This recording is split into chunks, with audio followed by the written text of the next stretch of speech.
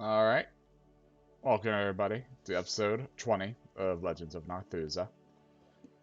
We're posting cringe in the Discord channel. It's a great time. Oh, of course it Ooh is. woo. Who wants to roll the d50? And then Good also, hell. after answering the question, tell us what they did last session. I'll roll it. By all means.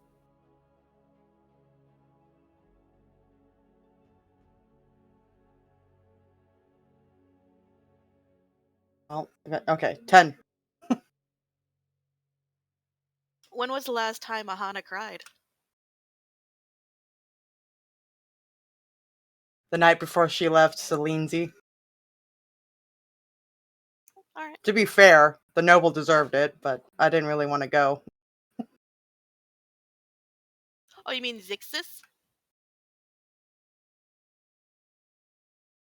When she been out in Salinsy with the rebellion?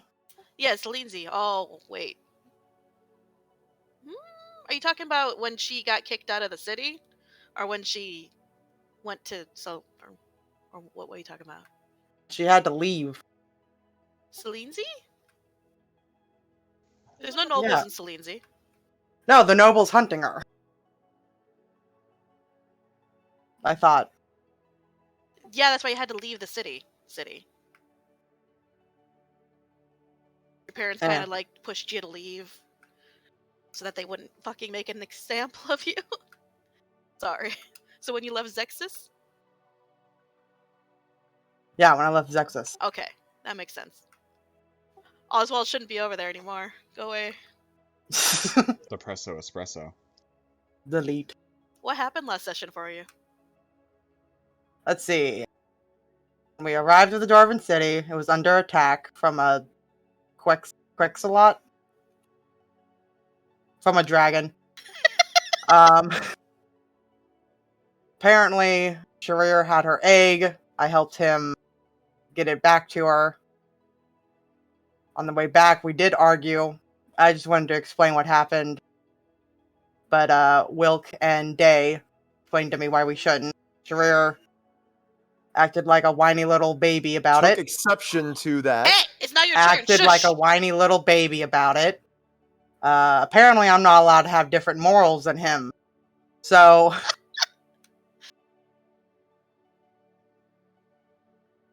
that was the entire day. Really didn't do much after that. The next day, we did some shopping in the Crystal Dwarves Market. I got my armor fixed up. Aelin took me to a noodle shop. It was delicious. Really spicy. I liked it. Wilk apparently became royalty. I didn't do much else with that. And Aelin just mainly flew around, did a whole bunch of stuff.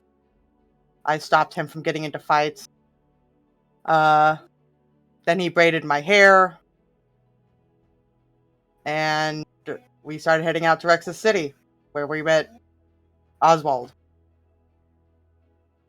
That was mainly my days. Who wants to go next? I'll go. Adder.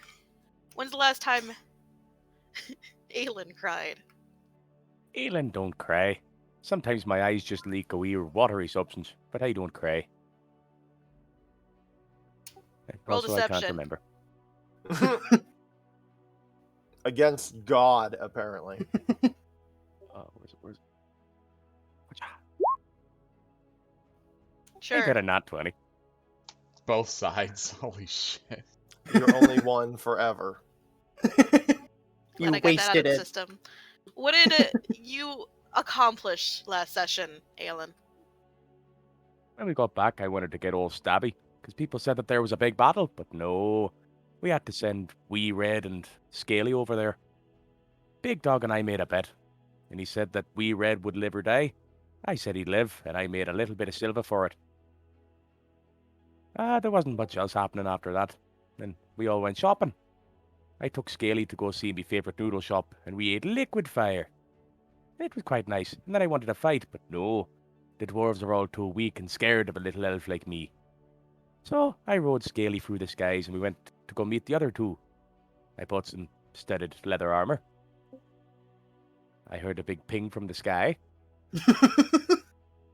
And then We left the city, and I found out that the big feathery red one, he's not dead. I was sure he was dead. It's And that's honest. about it. It's honest to God, like listening to a leprechaun. Well, who told what happened in the morning? Give me a pat of gold. I'm Oh, sorry, it's just the God. both of you both doing the same exact voice and saying the same things. Who wants to go next? I'll go ahead. When's the last time Wilk cried? Like 2 weeks and 3 days ago. What about? Because you were underground. You mean 2 Oh. months, 2 weeks, and 2 days ago? Yeah, because he discovered that he had a love for a new family. Ah, He will forever blame Susie for this emotion, and has asked her promptly not to do so again.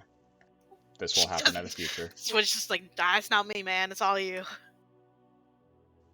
I don't think Luson can cry, though occasionally I do hear him in the night screaming. And last session, we made it back to the city. Not necessarily lied, but spoke around the full truth as to the Quetzalon to the guards. Lie of a mission is still a lie. Dealt with things in the city. We got some food, turned in the quest after showing them the path to the coal, as well as helping opening potential trade with the deep dwarfs for wood. Day joined us on our little adventures. We definitely went around enjoying food, buying a great deal of things. I got adopted officially by going through paperwork and became a dwarf in all forms but physical. And we gave a daylight wand to the unblessed elf in the Adventurers Guild. Made Aahana an honorary member of the Copper Claws. And decided to continue with our journey to deal with Rex's City next, in the hopes of also not just saving the Gravel Smoke Farm's patriarch, but potentially getting it in with the Fire Dwarves, whom Wilk did not realize Aelin was getting into a fight with. Wilk's day was mostly spent in helping Charir get over his bullshit, because of the difference in morals. Even explained a little bit over the fact that no one always likes the fate they're dealt. And so he went west. Our drakes had the zoomies, so he zoomied. And ran into Oswald. What the fuck? Okay. Just like reaches over and hands me the smallest of white hairs. That's a whisker. It was sticking out of my keyboard. Well. The cat was on me again. We ran into Oswald. Wilk misreading the situation's like, "What's up, loser?" And Oswald proceeded to traumatize Charir by screaming, "Sorry, sorry, sorry, sorry," and showed him us a picture of what can be presumed to be Charir's village. A tiefling wearing the headband of Silas, a noble. Hairband. Okay. I thought I said hairband. What did I say? Headband. Heads. Okay. I failed to see the major difference. Oh my god! Headband is Naruto, hairband is like what I wear. Well, I don't fucking give a shit if he wants to cast no family jutsu. The difference is that he was faced away. So, fuck you. Look, in Naruto they use their headbands as hairbands anyway. And as well as the wraith-looking, stag-blessed elf lady that we've all recognized Fryn. from Wilk's past to be Fryn. Not, you don't remember the other part? And the Army of Goliaths. There you go. Anything else? Nothing else that I have to add. Okay. Charir! When's the last time Charir cried? 2 minutes from now. When's the last time Charir cried in character? Don't fight me on this. Getting character. 2 minutes from now.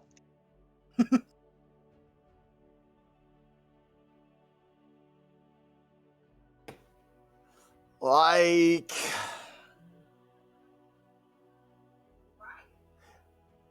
actually, quietly when he each time he gets an argument with someone. All right. Ah, so What Aahana made happened? you cry? Oh yeah. What happened Good. last time, Charir? Well, we made it to the city. City was under attack. Aahana and I flew up to the top of the area, blinded some dwarves, and delivered the Ketson egg to. Well, tried to deliver the Ketson egg. The Ketson dragged us outside. We gave it to the Ketson. It flew away, and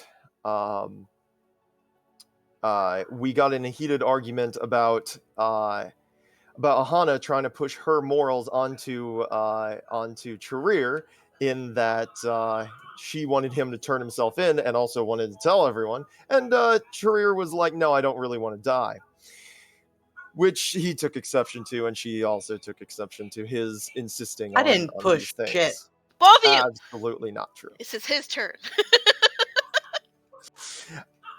We make it inside. Luckily, she does promise not to say anything, but Charir still feels really hurt by the idea that she would turn him in if asked. So he didn't really drop it. Moving on, they go to the what is it called? The fuck. Adventurers Guild, and Charir gets in an argument about payment, quote unquote, to the elf of when one of his comrades drops the idea that he has a sunlight wand. People talk too much, and he's already pissed about the Hana thing, so he decides to take a stand on a hill that perhaps he maybe shouldn't have, but it was for a reason that he believed to be fair enough. The elf is pissed and really wants the wand. Everyone is talking to Charir, trying to convince him otherwise. He goes outside after the elf throws them out, and Wilk is kind of the person, and along with Rhea, who finally convince him that maybe this isn't the most unreasonable thing to ask of him. So moving on, they kind of do their own thing that night, and Charir still can't really get through to his parents, and he hadn't really been thinking about it a whole lot. They kind of fall asleep again in the area with day having disappeared for that night, or maybe she just tucked in that day. In either case, the next day everyone goes out and we kind of have a market day where we all do our own thing. Charir goes and we everyone goes to deliver the news about Only about you. Well, all of What us did go. you do? Right, all of us go and give the news to the Boulder Stone. That was the day before, but it's fine. Oh, okay, then skip that. Wait, but it wasn't because. Oh yeah, it was the day before. It was right after. Okay, never mind. In other case, today we have that market thing, and Charir and Wilk decide to go and eat and do our own thing together, and we find a maid cafe for some reason, You have a and fucking problem, sir. yeah, a little bit. No, Anyway, we abuse. Cross dwarves. Yes. Charir has a well, the night before he didn't really have any sort of realizations. Today he did. He rolled high enough on his wisdom to realize that the Quetzon came from somewhere, and chances are he hasn't heard anything from and chances are it came from Goldeneye's town. He freaks out and he goes, "We need to go." And to Wilk's credit, he takes him seriously immediately and follows. They go and send a message to Goldeneye, who lost a limb and a tail to the Quetzon attack, and was pissed because all of Charir's message did not go across. Charir was trying to be objective, and if in case it was on its way there, to let them know that, be careful, or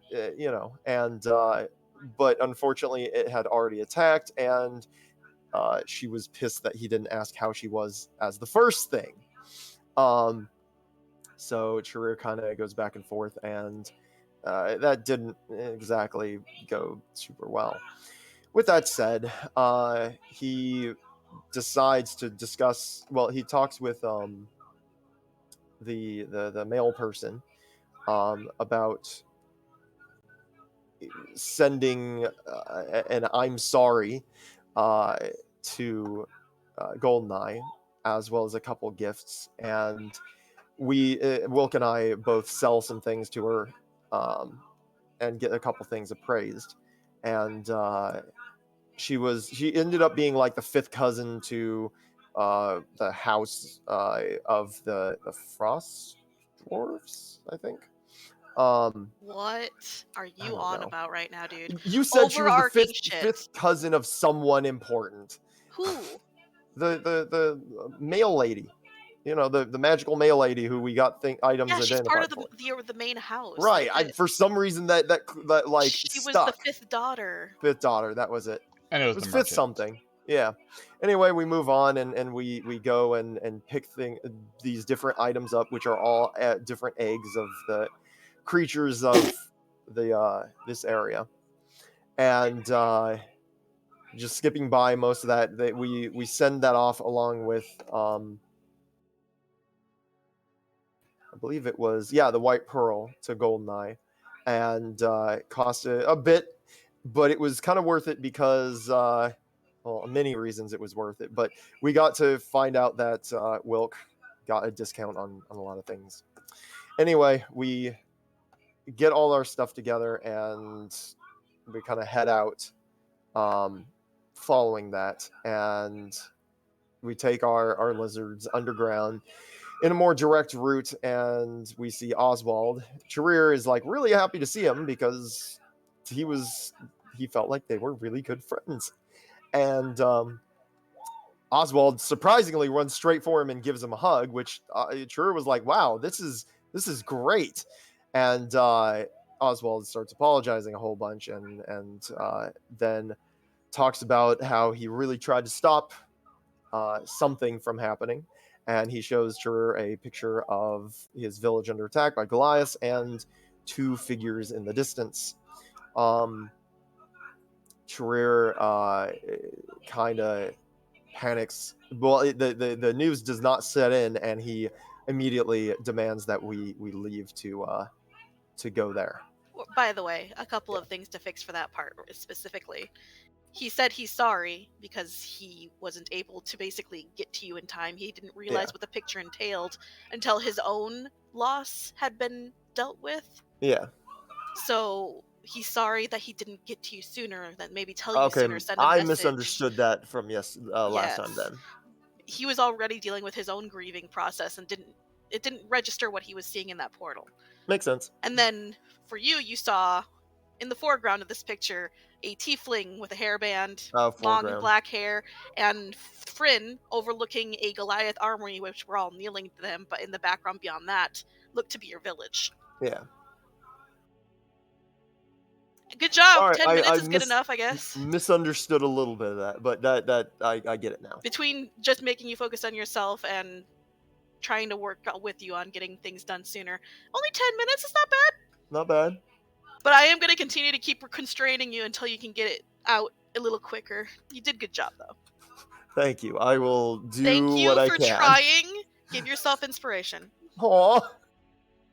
Okay. You're gonna need it.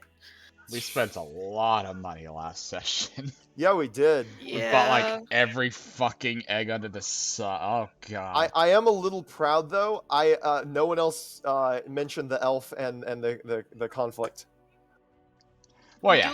We do have to like kind of sort of cajole a little bit more time until Dan can get in here because he's he's kind of a part of this current scene and we're waiting for him to get So home. maybe I should have taken a lot longer. Other people should have taken more time. Us all talking together helps kill time faster, but the other thing is that like everybody is driving so fucking slow. I was gonna say, I was definitely not trying to touch on all that other shit because I figured you would like to touch on some of it too. Which is why I also glazed over half the shit that you did and we did together. Yeah, I just kind of skipped by, Yeah. Also, that fucking elf is touched in the head and he loves eggs because he was reading them stories. I'm a little sad no one, talked about the time they walked in on him reading a story to the eggs and there was just that eye-locking moment of like, we're not going to talk about this. Charir set down money and he was like, just silently walked away. It was great. He just watched and was like, money leaves. God Maybe damn. he did take more of his time than he thought. All that money on What time? fucking... He's never left the fucking Adventurers Guild, the poor guy. He has nothing but time, but he's still taking the time that he could be using pitting himself and being angry to read to the eggs, which was nice. He's trying to like fucking deal with everything. I believe the four of us all gained 250 experience too from turning in the coal quest. No, including Dan's character, so it'd be 200 each. Okay, everyone gets 200 XP then. So whenever Dan gets home, he can... Dan, I'm just gonna state that... I am hitting every fucking red light. I'm just gonna state that you passed out from exertion and, like, mental exhaustion. I can answer the questions if you want. I could just talk. No, it's okay. Oh, I mean, if you want to try, but you're driving and I don't want... No. It'll be like 3 sentences. Focus! You're fine! I'm focusing. Focus. Stop talking. Ask me the questions. Focusing. Oh my god. When's the last time you cried? Technically, wouldn't it be like as he was What talking? happened to you last session? I showed up and traumatized Charir at the end. That is true. There you go. Good job. He did it. Is it okay if I have you pass out? I think he wants to Yeah. be there. I think he just passed out. Okay, cool.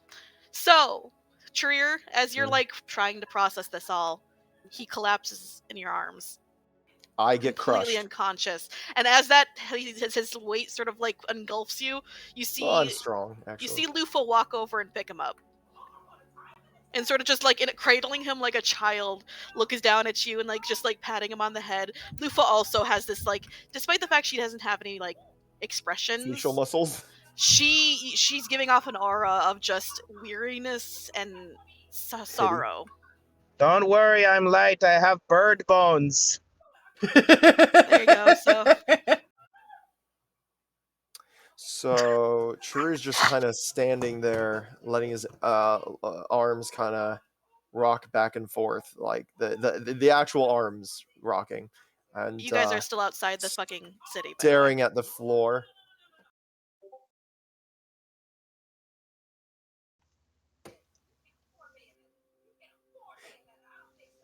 I'm leaving. He starts climbing up on his drake again. Hold on. I know. He pulls the reins and directs it towards hold on, let me look at the map and see where Rex City is, because he would know this. Yes, if you want me to, I can mark down where your city is. Yes, please. Normally I'd say go ahead, but there's something else in that picture, isn't there? I know that stupid hair tie. And I know that woman. Immediately, he doesn't wait to listen. Like as soon as she marked that, I just wanted to make sure I knew. Okay, so he sets off immediately towards where we were already going, but there's a feeling that he's not going to stop at Rick City. Well, yeah, I mean, you're at Rex City. You'd have to go out to Rex City, which is outside, Yeah. then start climbing the mountains. Which, by the way, your Drake isn't very happy about. Nope. If Oswald Sure doesn't care. and Lufa aren't on Charir's Drake, I'll take him on mine and order Iris to follow. Alright.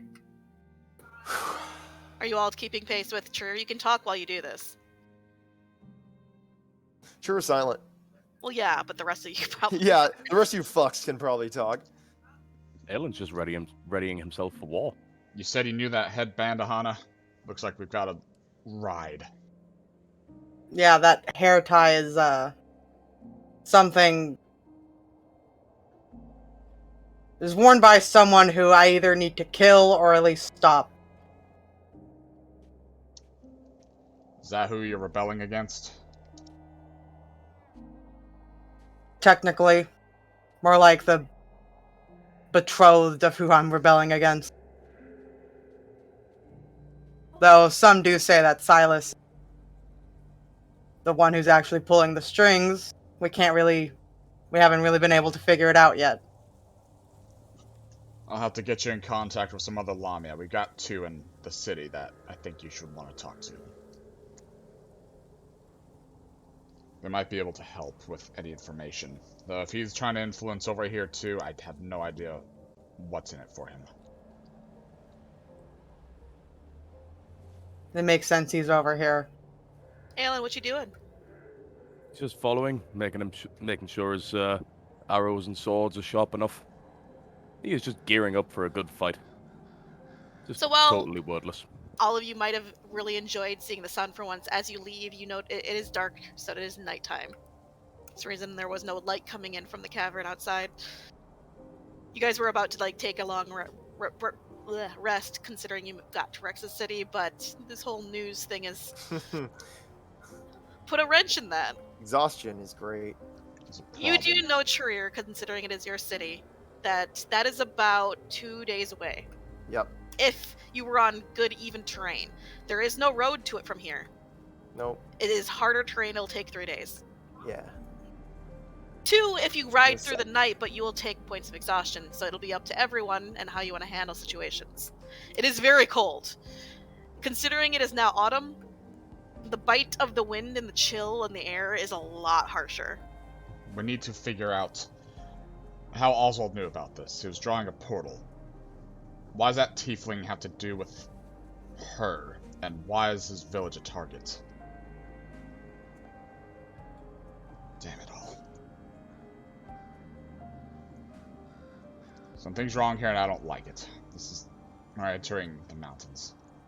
Charir, we're going to have to set down to rest soon, otherwise we'll be liable for an ambush. I'm riding through the night. No, you're not. You'll freeze to death before that happens. So be it. No. If you're exhausted, allowed you'll to be die. of no help. I You can have take someone- 2 days of exhaustion. You have someone to protect. Who won't be alive in a total of 3. No. Might not be alive now. I'm talking... Your village... It's already happened, Charir. We're going to figure out how it happened and to fix the issue. I'm talking about Rhea. He doesn't stop riding. Protect what you can now. Don't sacrifice it all to protect something that's already gone. Aelin will pull up beside him and try and grab the reins of his, can't think of the word. Drake. Drake, thank you. Dex. Dexterity. If you're trying to avoid this, Charir, I don't need to roll shit. animal handling. No, I will. Hold on. Where Nat is 20 that one? followed by a nat 1. Thank you, roll gods. I don't need to do much, but still, that's not great. Yeah, you two are kind of going at it at the moment. With that nat Would you fail? just stop? Oof. Even with the nat fail, Yeah, Aelin's I'm pretty sorry. good at this shit. He's a ranger. This is his thing. I'm not Would gonna you give him just the nat stop for 20, 5 but minutes? I'm not letting him take the nat 1. Yeah. While he's trying to snatch, he's like, would you just stop for 5 minutes, please? No. Alright, so you're just going to go into battle exhausted, are you? Aye, You this do will it be all a the lot of help time. to everyone. Aye, and look at where it gets me. I got my arse kicked over in those cities. By a feckin' bear thing.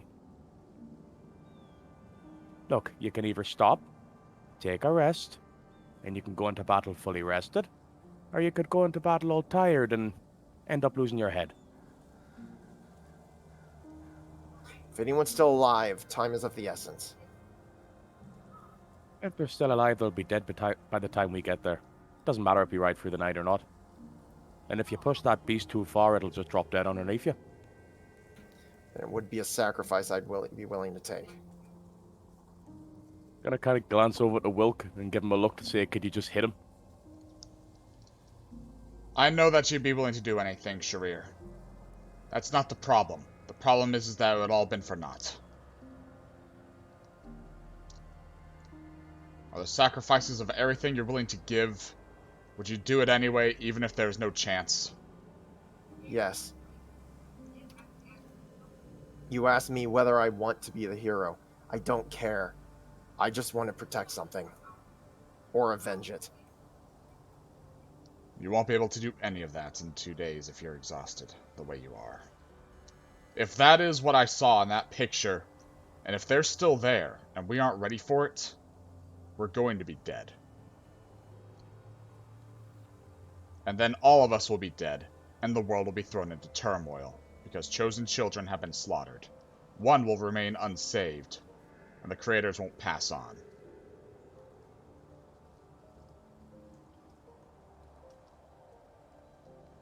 The world needs to remain for what you want to save, if it's even there, to have a chance to survive and grow. What do you want from me? I want you to sit. I want you to prepare. We need to set up camp, otherwise it's all of our lives on the line here. And theirs. And you're coming with me? You know I am. Did you I'd honestly be willing to think take we'd a let you short do this rest, alone? but I'm not taking anything more than that. You won't have a choice whenever you won't be able to keep going.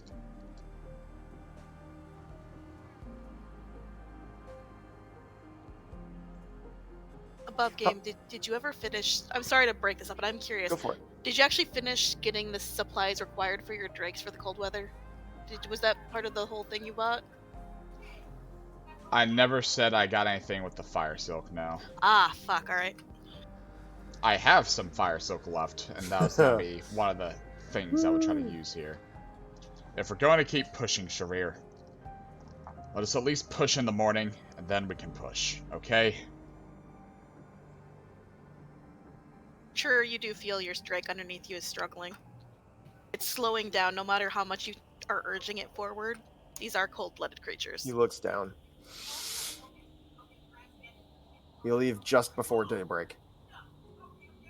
I'll make sure of it. He gets down and starts trying to gather some wood. Alright, go ahead. You don't need to roll survival, you have your tools, yeah? Yeah. Use your tools. Okay, hold on. Have woods all around you, I don't care what you do with them. Okay. Aahana, use that tail of yours. Clear an area. We'll get some lean-tos set up in a camp. I'm gonna make sure the animals are okay. For the rest of you, everyone, Constitution saving throws. You are deep in the mountains and it is autumn.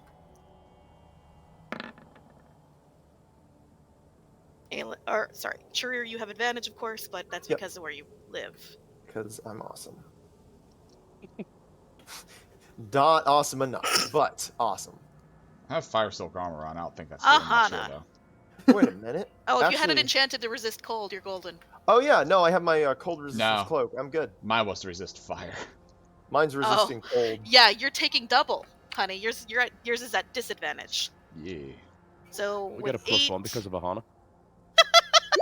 That is true. Everyone has a +1 because of Aahana. Wilk, you're shuddering. You can't feel your fingers, and you're not able to really help much here. You're just putting them under your armpits and shuddering. Aahana, Aahana. Despite where you come from, you've seen worse. Fuck it. Despite the fact you're like in snow and everything else, it's okay. Fine, it's fine. Aelin, I'm used to suffering. this is like all of the other places you've ever been. It's just colder. So you two are able to work at proper pace, and Charir, I'm You're fine. doing okay. If you did your stuff for cold, you're fine. Yeah. And you guys get to work. That being said, your drakes are looking 10 times worse than all of you. Aelin, Hey. this armor, it's not insulated for this weather. Take this. And I hand him, like, the unworked fire silk. It'll at least keep him somewhat warm through this night. He'll just shove it down the front of his shirt. No, Use the drakes. on the animals, you imbecile. Oh, well, fine then. And here I thought you were going to Did be he looking just after shove it me. down his pants? Yes. God fucking damn it. What is he supposed to do with it? He is not in any way prepared for what you just said. Well, the drakes are currently all huddled up together, trying to stay warm, but there's no warmth to be had. You'll use it on them to keep them warm. Yeah, he'll just try and drape it over them. There's enough of it.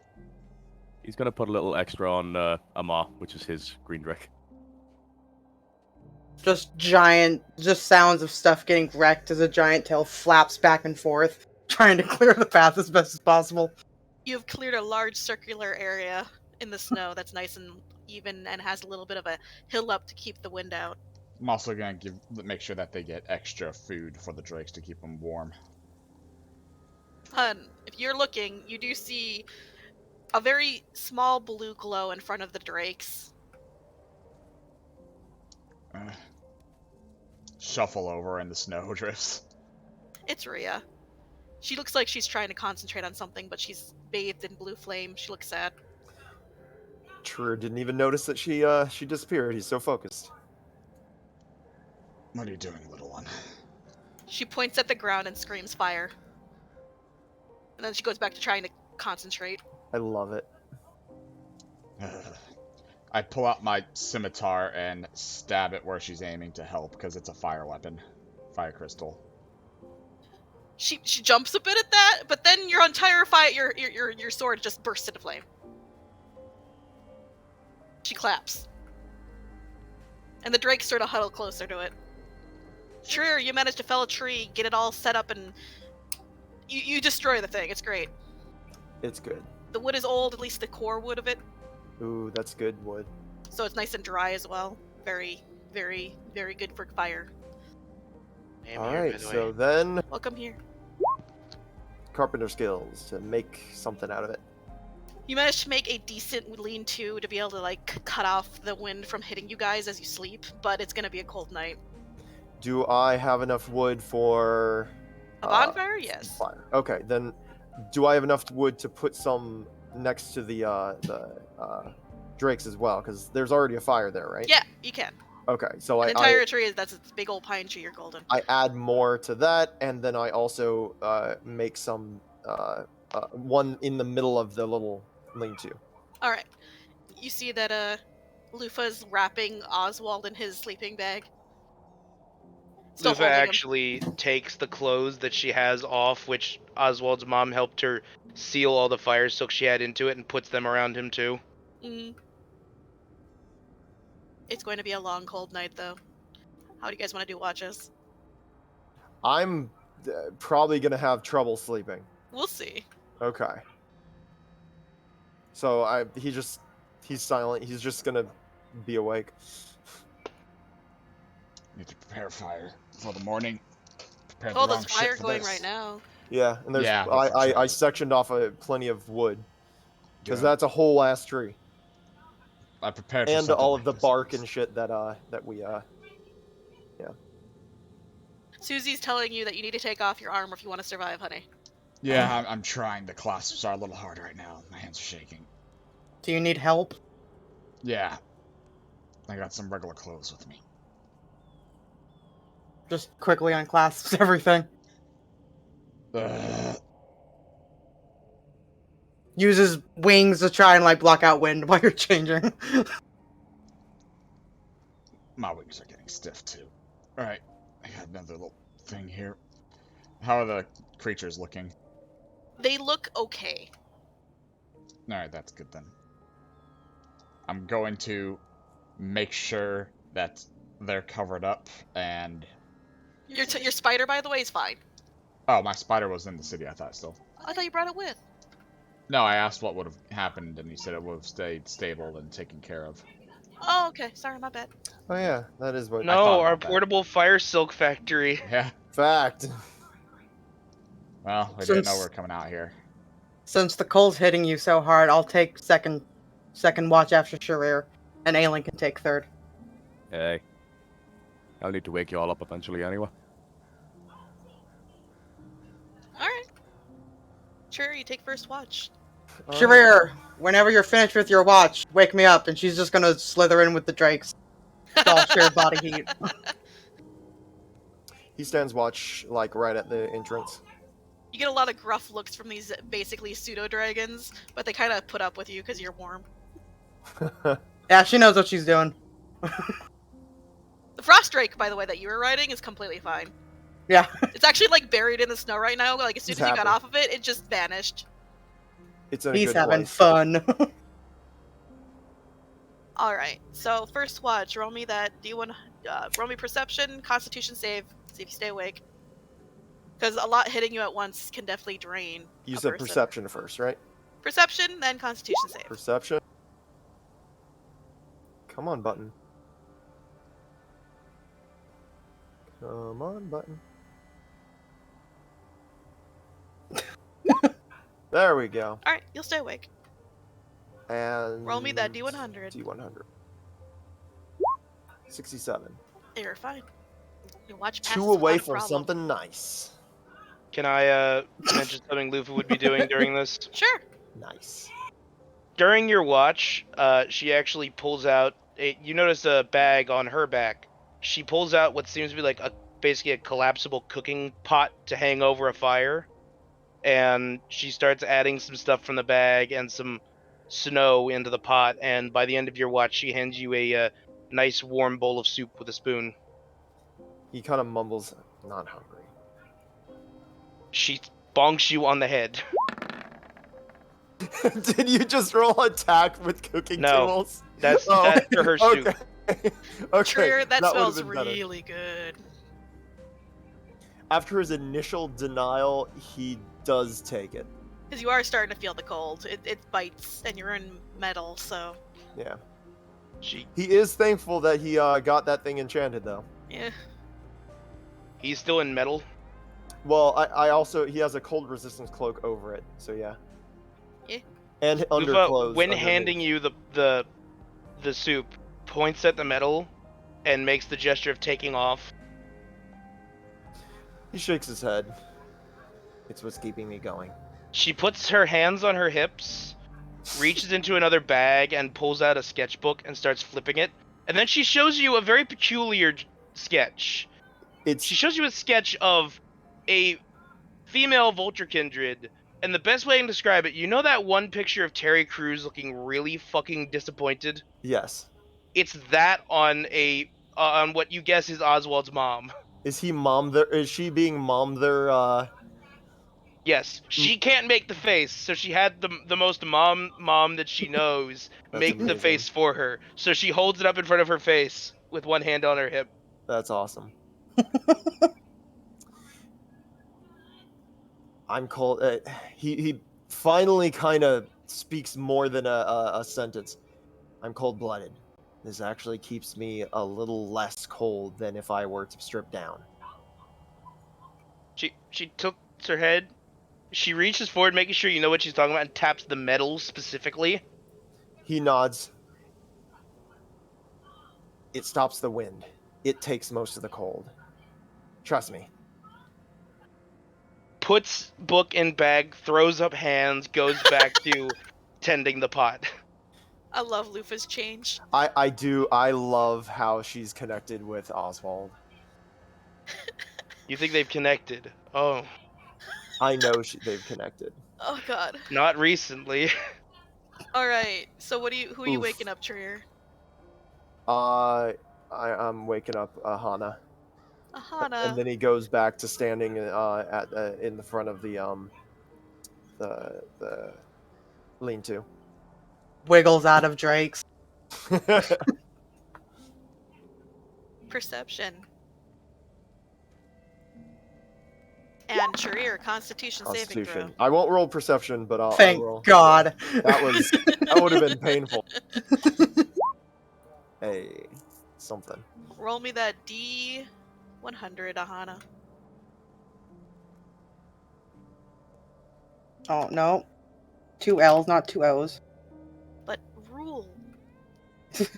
Rule. S. I'm so sorry. You keep getting distracted by the scarecrow trying to hand you soup. I take soup. I drink soup. Alright. Your watch passes uneventful. You do note Charir sitting there still awake. I'm sorry if it seems like I'm taking up too much, but Lufa also needs to talk to her. Go By all for it. means, go ahead. It's what You the haven't watch is been for. around for like a month, so Yeah. It's a long So- watch. We can have a During your conversation. watch, the scarecrow sort of sits cross-legged, sort of in front and to the side of you, and starts scribbling something in a book with a piece of charcoal. And then she holds it up and says, it says, "You know Verthicha, right?"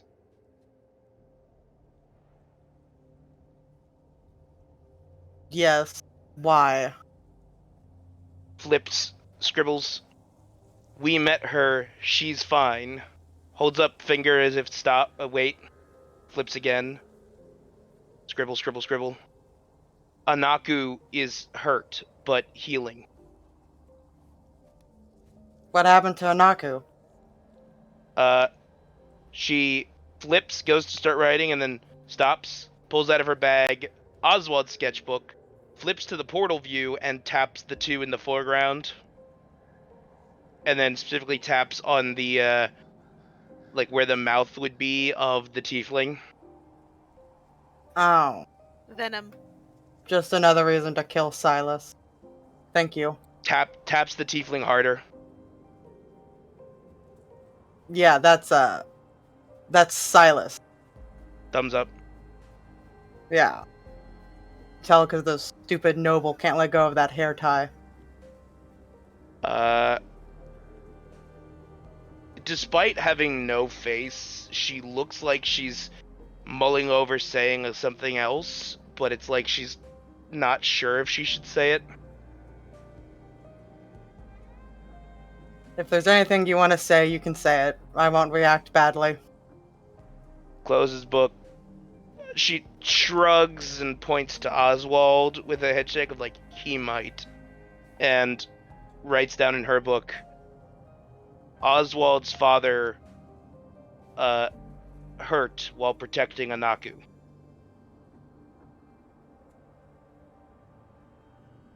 And then writes, dear Kindred killed father.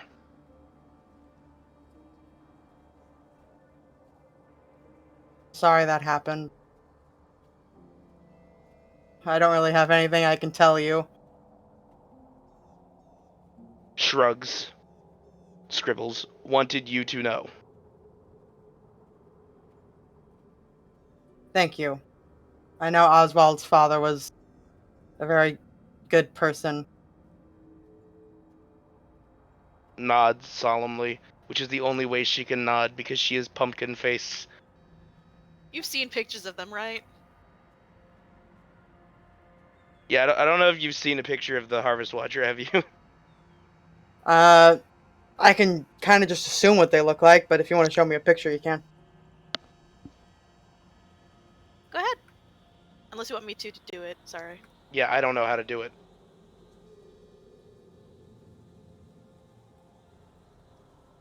It'd be along the lines of... My bad.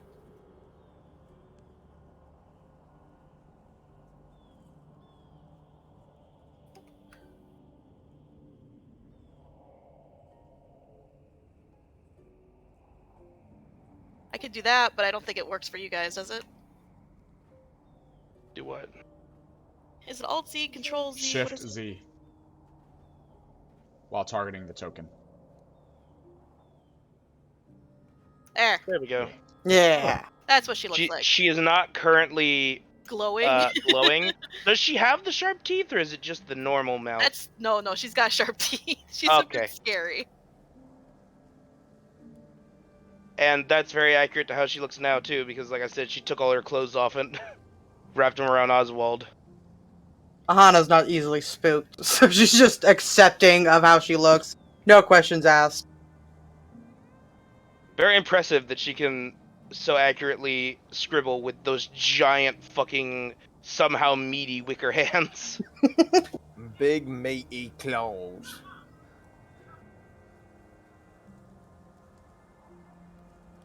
Lufa nods and goes back to the soup.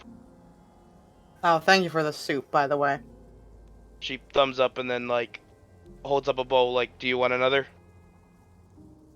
Yes.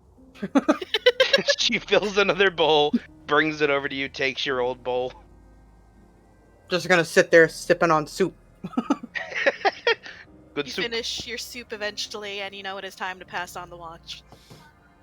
And while that watch, when it goes on, Charir keeps trying to use his Unding Stone. Yeah, it's not going through. Yeah, just it's like every couple minutes he pulls it out and tries again.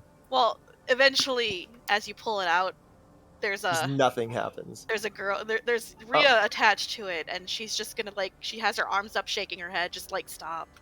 Is he staying up? Yeah. Yeah. Lufa's gonna have to mom again, isn't she? And you also notice that she is again kind of like smoldering blue embers instead of red. It shows she's upset, but she's sad. She seems to be sort of in some way attached to your own emotional state. Very much so. Gonna have Lufa do an insight check on him, because she's not super good at this. Insight. Yet. Is he okay? The answer is no. The answer might surprise you. No, if you're hiding it though, Charir, by all means. He's being stoic. You have a point of exhaustion, so before you roll, make sure you have that started, and then roll me a deception. Can do. During this, Aahana is waking up Aelin. Momther can see through you, and yes, you're waking up Aelin. So. Who's already waking up because it's been 4 hours, yeah. Yeah. You wake to see Momther Lufa looming over small Kobold. Well, that's not terrifying at all. Your turn to watch. I don't know if you want to talk to him or not. And she's just gonna go back with the Drakes. Love shot she didn't try. Well, she's not going to. She's not. Yeah. I suppose you'll get up, just kind of walk past Charir, pat him on the shoulder. You've got my blades when you need them, but you should try and sleep. I just remembered, anyone that has Lufa's soup has advantage on Constitution saving throws until and against disease for the next 24 hours. Oh yeah, I forgot about that. Nice. She got a feat. She got a couple feats actually. Gourmand feat. She only got one. Oh, she got that. My bad. Oh, that was you that got the other one. Yeah, you got. I'm loving this scarecrow that just apparently really loves cooking. She likes taking care of people for sure. I bet her favorite food is pumpkin bread. I hate you. What is wrong with you? That would be her least favorite. No, she's a soul elemental that's inhabited a pumpkin. She's still at essence just a soul elemental. Lufa has a strange desire to throw hot soup. Which in this game means Wilk. plant elemental. He's freezing. That would probably help for a little while. All right, Aelin. I'm better. Perception followed by Constitution save since you're out and about. All right. 8 perception. Roll me that D100. It's last roll, right? Yep. Yeah. But in the dice roller, there's a D100 too. All right. No events tonight. Your watch passes somewhat peacefully. He'll wait until the moment where he knows dawn's going to break, and he'll start waking people up, just like he promised Sharia. I will say, at the beginning of that watch, she was going to cast something on you. Oh, sure. Go ahead. Calm emotions. If you resist, you have to make a charisma saving throw. I don't think he's going to notice. He's too in his head as much as he's, That is a really. What are you handy trying spell. to suppress? His anxiety and just make him calm. It would mean it would definitely affect the fear he's feeling. So, as sometime during the start of Aelin's watch, that fear and that knot in your chest goes away. You're calmer. He's gonna unintentionally pass out. Okay, cool. I guess by definition of the spell makes him indifferent towards his parents for a little bit. Oh god! Don't say that. But he passed. No, That's how it. You know That's what? how it would have to work. I'm gonna refluff that. He puts his he takes off his armor calmly, puts his his halberd to his chest and leans forward. No, you would be indifferent, so you wouldn't Yeah, want to exactly. kill He has yourself about nothing it. to live for anymore. Shut up and go Rhea! to sleep. I'm kidding. No. He does pass out unintended. Why am I the only one sleeping with the drakes? That was your No one, choice. because everyone else knows they would fucking bite us. Oh, they're Yeah. fine with me. I'm Worm. Worm. Alright, so y'all are awakened as dawn's light starts to creep up. Charir, you got like 4 hours of sleep max. Short that rest. is not enough, but yeah, it is a short. Yeah, it's a it is short rest. It's gonna stop death. You still Alright, have he a gets- point of exhaustion. Yeah, no, I wasn't gonna take it off. He starts going. Pack up, get everything together, group up before we take off. Soup in your face. Head pokes out of Yeah, Drake's. food. Where's that frost, Drake? As you say that, there's the head, like as if it was called, pops out of a nearby snowbank. Ah, there you are. Did you have fun last night? Chittering noises as it then slithers back into the snow. I'm sure he'll Miss be ready to go when we leave in. The platypus. I can't do the noise though. Wiggling out of Drake's. They don't want to let go of their warmth. All of the drakes will be a bit sluggish. They will be moving at half speed. Unfortunately, they are not equipped or attuned for the cold weather unless one of you had a ice drake, which you don't. Well, this is my little trick here.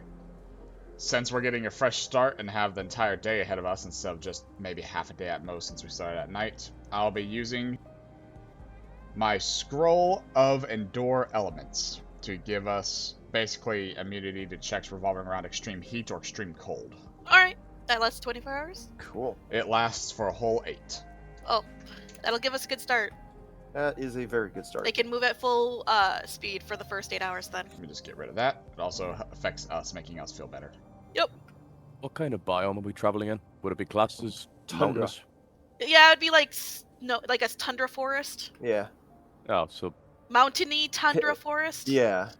Hills Oh. and mountains, tundra forest. Why?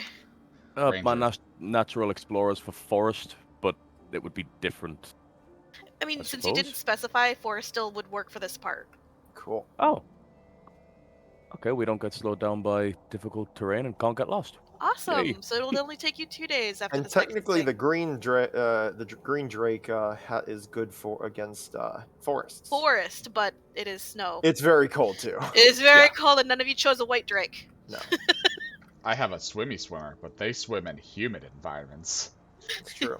I'm doing great. Yeah, Oh, your wow. drake is like fucking energetic and like spazzy because it's like snow. So have I woken up?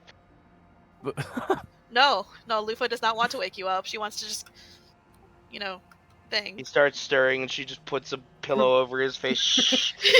Wow.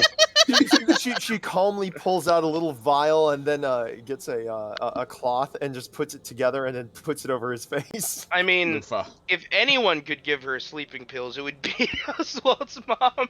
Lufa, what's going on with Oswald? Pulls out book, starts scribbling. Worried himself sick.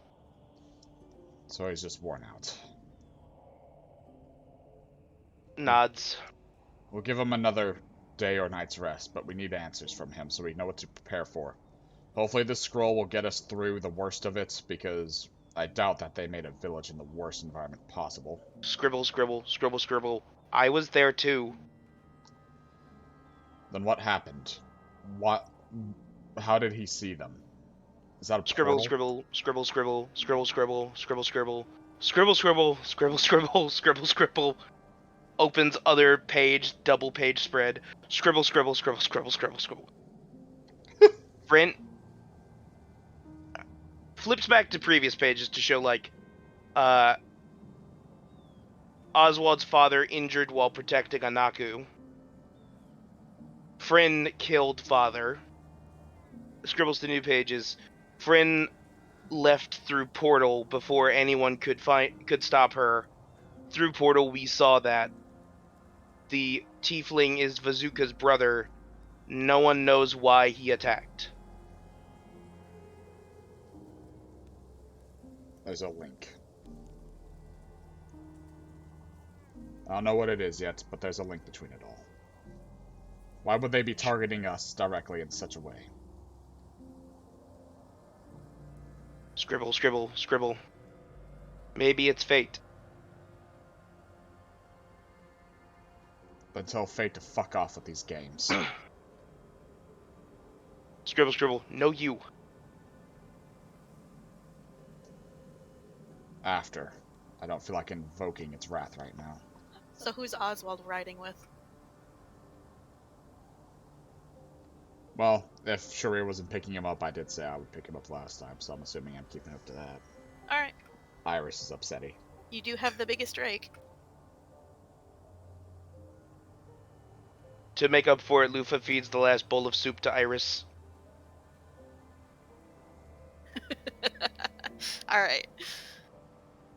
So you guys are going to move, I'm guessing, all together through this mountainous, very treacherous seeming terrain, but during all of this, Aelin seems to just innately seem to know the best paths and takes sort of like a lead. He was given a direction and he's going towards it. Basically, with his help, you guys managed to move at full speed the entire day. Although the drakes do start to slow down eventually after those 8 hours is up, just due to the fact that they can't handle the cold. And while you guys are descending the mountains, and it gets slightly warmer, it is still way too cold for them. You'll try and keep an eye out for a good camping spot.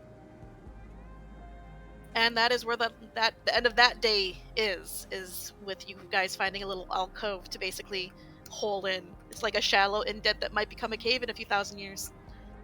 Ooh. That's a Chekhov's gun if I've ever heard one. That being said, due to that, it is basically buffeted by the wind randomly, but this time it is not.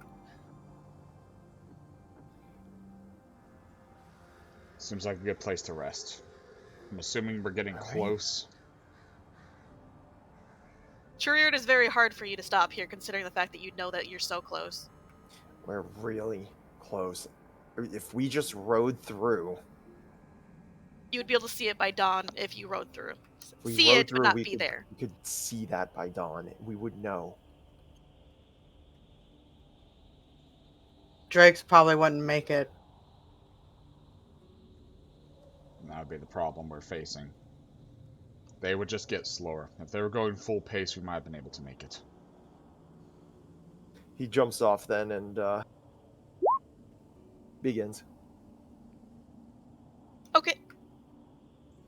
It'll take a little bit longer, but you'll fell another tree. Okay. The rest of you? Oh. When it's more Constitution saving throws, but I'm only going to have you guys do one tonight because it's taken this long since you are descending. It is slightly warmer. Yay. I'm taking care of the drakes this time better.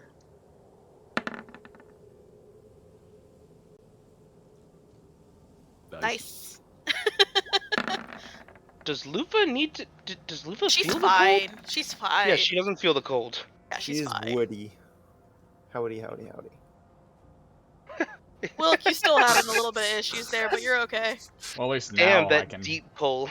Aahana! You're like, why do people that are from the jungle always bitch about the snow when they see it? This is kind of cool.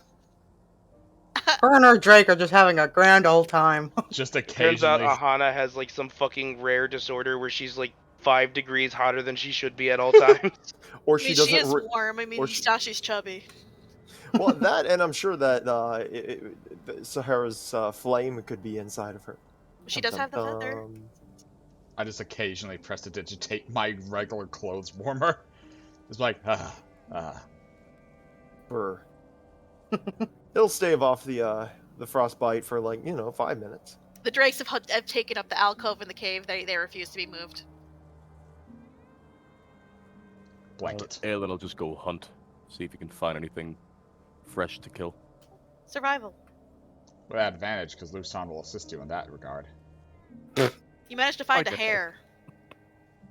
Bunny food. With an 11. Can Aahana also go hunting? On your own? Sure. Roll me survival. Want me to roll to kill it? Oh god. Yeah, go ahead. Take your shot. Aahana, you find a deer. Not like a stag, but like a doe. Doesn't seem to have a fawn. No hunting laws. You have skewered the rabbit, Aelin. Ah! No hunting laws. The court did not like that. Aahana, how will you proceed? I'm just gonna throw a javelin at it. Oof. What is it? I need to look up deer now.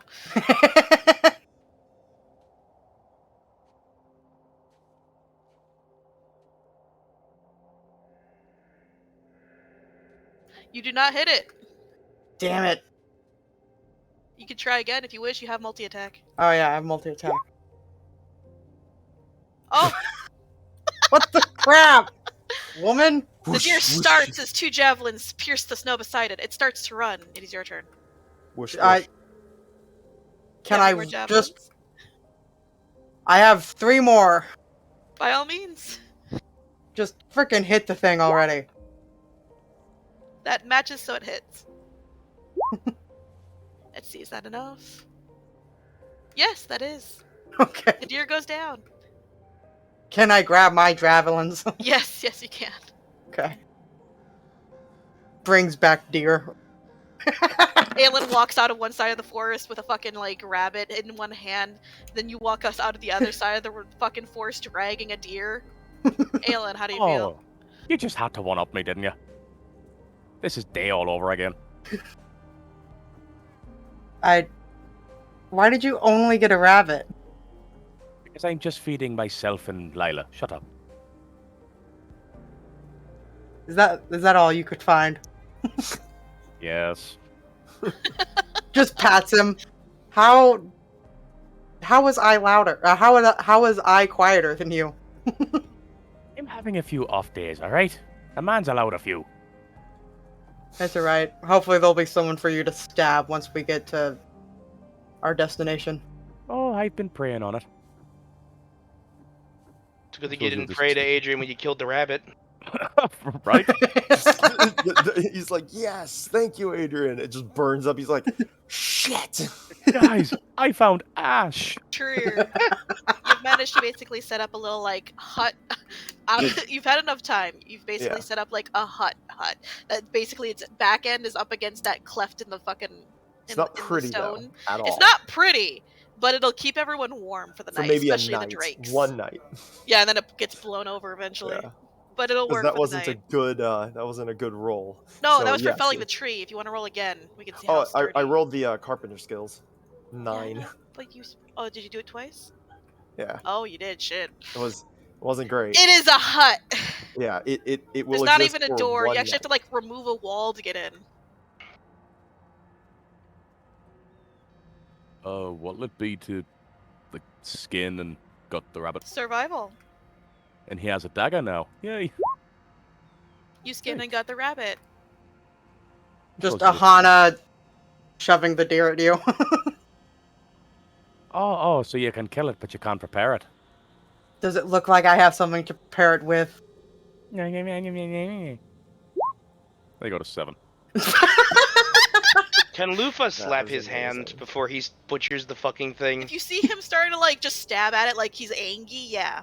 Because that's what I was gonna say, is that you're so angry that you didn't get the deer that, yeah. So, she does not have good survival. Can I roll cook's tools to skin it?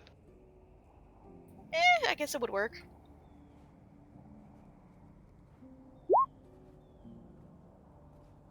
You do a better job than he would have, if he lets you. Do you fight her for it? He will let her. He'll just go off to cook his rabbit. She points over to the setup she has if you want to use it. Thank you kindly. Survival once more to cook your rabbit in a somewhat edible way. Come on, roll gods. 13? Yeah, it's edible. It's not nearly as tasty as the soup you smelled, but you know. No, fuck you guys. He's gonna It's find eatable. a corner and eat his rabbit. Thought you Don't were need no soup. sharing that with your friend. By the way, Lila has also been completely unaffected by the cold, and you're a little jealous. Oh, he's very jealous. I'm Layla, investigating go get the some soup. area. She's already taken like one of the legs of the rabbit. Fine. Mine. You didn't even help me. You hear the crunching of bone Hey. as she eats the bone. Oh, wow. By the way, that Crunch. deer that she's like just sort of like completely there's just not even marinates but like rubs stuff on. What is it called? She rubs some dry rub on Thank it, you. and she's also, as she's cooking it, throwing some flour into the pan to make it into like a gravy. She's making a very thick gravy, like just meat dish. Giving you a long look, Aelin. Lila's then going to pat over to get some of that deer. Just frowns and eats his rabbit. He is too stubborn to say, yes, I want soup. Crunch, crunch. A bowl of the deer. I don't know what to fucking call it, but Stew? yeah, it's like what is that Venison? fucking venison. It's like beef stroganoff, but without the noodles. Mm. It's hearty And- though. The drakes will love yeah. it. There's some vegetables and all Well, you that. could just give the drakes the rest of the carcass, honestly. Yeah. She'll like throw some of the gravy on the carcass and give it to them. And then Aahana brings over a bowl to Aelin. 'Cause he's being Oh. stubborn. Lufa, you stop Lufa halfway to doing it and she hands it to you. He will just take it silently and dip his rabbit in. Look, if Aelin gets angry and like tries to stab to let out his anger, I'd rather it be Aahana than Lufa. He wouldn't stab Lufa. He loves the big pumpkin Lufa has resistance to piercing damage. She'd be Also- fine. Also, I know, also but has she's just more hit being points. nice. she's straw and wood. I think She she'll also be has fine. more No, hit but points she's than being any of you nice. fucks. Yeah, you're being nice. It's all good. I understand. No, I'm saying Lufa's being nice. So Aahana doesn't want Aelin being mean to her. You don't even get a thank you. She doesn't care. She just handed it and then left. Are You guys didn't taking get stabbed. watches? That's the best praise you can get from me. Is anyone else doing anything that they Honestly. wanted to talk about? I rolled survival. We're getting closer to the village, so I'm checking for generally activity, signs of activity, because they had an army of Goliaths. You don't hide that easily. So I'm Could've checking come from from a where different we're at to direction. see. You don't see anything. Ooh, that's much worse. So either it was long ago that the snow covered any damage up, which is unlikely, or they were also portaled in. Or they could Or have they come didn't from a leave. different direction. Exactly. Or that they one. didn't leave. I'll head back and eat some soup. Who's taking first watch? I'll take first. Really? take the last. You're not doing well in the cold, Wilk. I'm doing better. It was my armor. Looks at 11. More like a 12. Due to the +1. Alright. I can take first watch if you want. Or does that leave me, the colder watches? Finger crossbows. Hey, shut the Alright. fuck up. Charir, what are you doing for the night? He's gonna try and stay awake. Oh, really? Constitution Yep, saving for throw the- for that first watch, unless someone's gonna do something to you. You are smacked with calm emotions again. This first one he's gonna try to power through. He doesn't know why he passed out, but he doesn't want to try to do it again. So he's gonna charisma. Okay, go ahead. You fall asleep. Yeah. He said, I said try. She Dude, doesn't have the greatest save either. Hey, I want Charir to be up and ready for this fight. Hey, yeah, I'm Charir glad. doesn't. So yes, you can erase that point of exhaustion finally. Like I said, I want it. Charir does not. Lufa silently huffs with her hands on her hips and just like throws a blanket over him and just goes back to the soup. Well, it's not even soup this one, but yeah. Perception. And also that D100. Is this what depression feels like? Where you just fall asleep? Also, the answer is yes. I mean, yeah, suddenly becoming Nice. indifferent to something that makes you sad. Yeah, that's depression. Your watch passes without a problem. Nice. I'll wake up Aahana for the second watch. Aahana with the drakes again. Yeah. He wakes her up quietly. Nice. Watch is 4 hours, right? Pretty Yeah, 'cause much. 12 hours is a long rest. There's 3 watches, so there would actually be like 3 hours? So we'll wake up halfway through Aahana's. Yes. Oh, partway. Gotcha. Yeah. Okay, perception.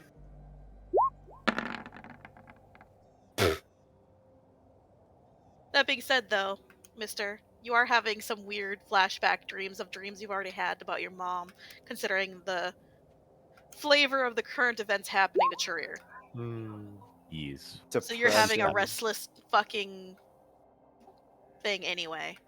Oh, something's happening. Fun! Alright, so we're on a cold...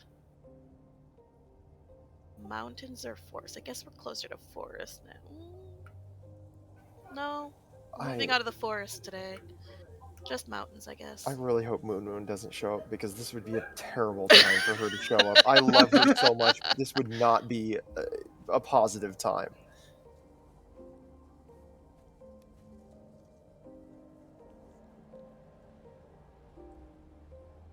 Right back.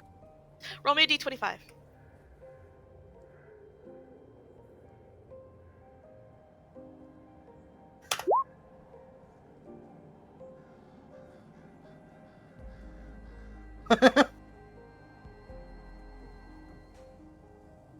It's low rolls. Roll me a d3. Jesus Christ.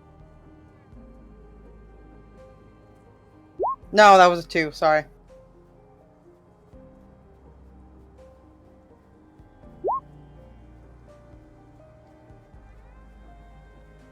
Alright. Oh, never mind. Aw, I guess nothing big is gonna happen. You hear sounds of hooves breaking through snow outside and like snuffling around the edges of this hut. Oh god, not those again. I feel like it isn't, but it could be.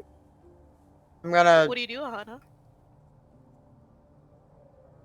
going to try and look outside without being caught. So you're gonna try to find a crack somewhere or something?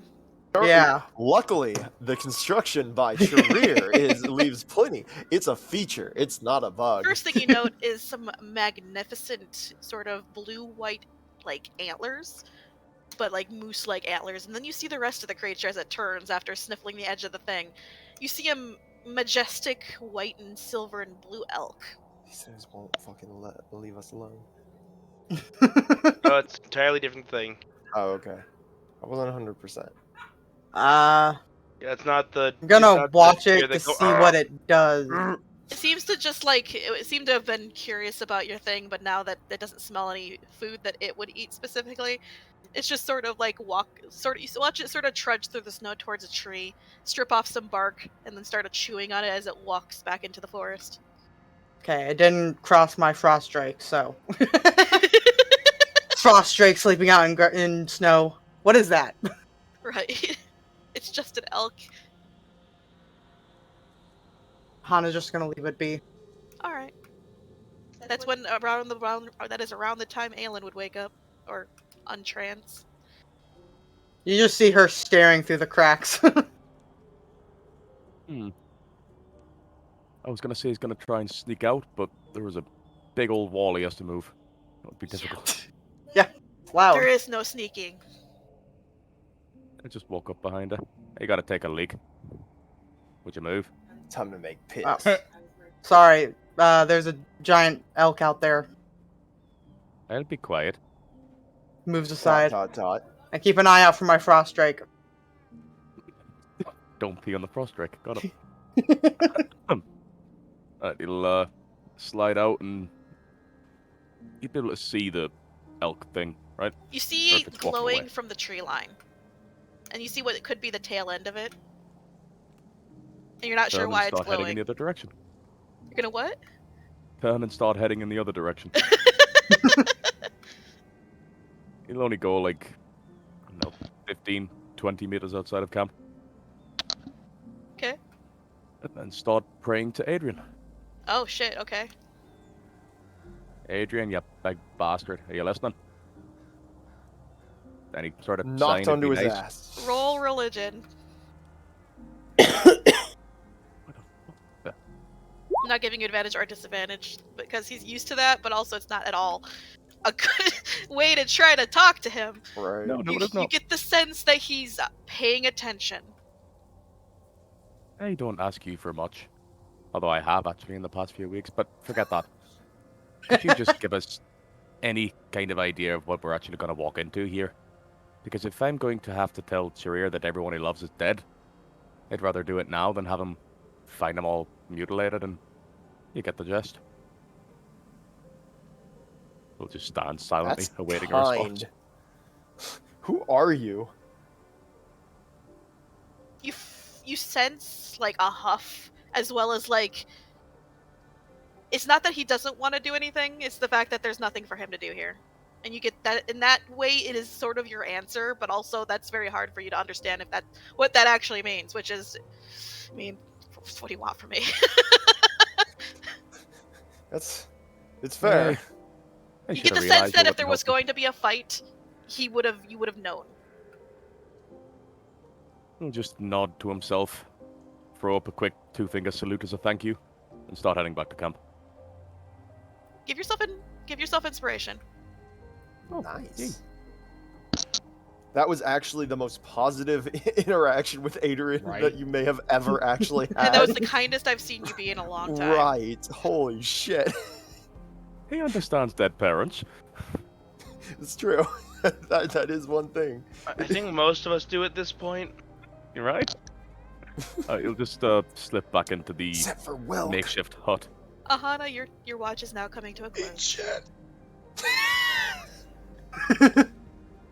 Okay, Hey, get yourself some rest. I'll wake us up when it's time. thank you. Goes back to Drake's. Deception. Roll me that D100. 42. Your watch ends without problem. Once again, once it's been long enough, you'll just start shoving people to wake them up. Gently tap Lila. Alright, come on. Get up. Grumpy squid noises. I'm sorry, can I ask we take a quick bio break? Sure, by all means. I didn't have a chance to go to the bathroom when I got Take back. 5, everyone. Why did I fall asleep? I'm just imagining Aelin going to go shove Aahana and being like, that's a lot of drakes. I'm gonna let her wake up on her own time. He's sticking my hand in that. There are many things I'll stick my hand in. But this isn't one of them.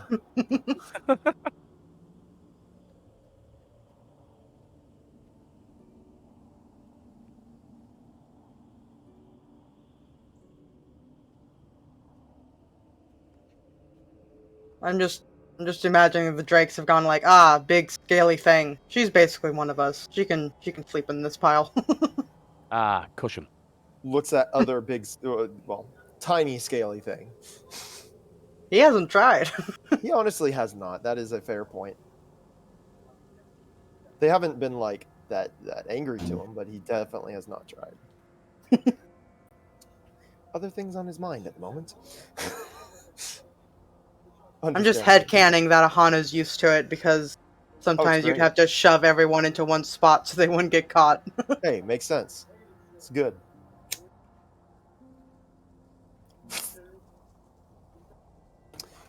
We'll be right back too.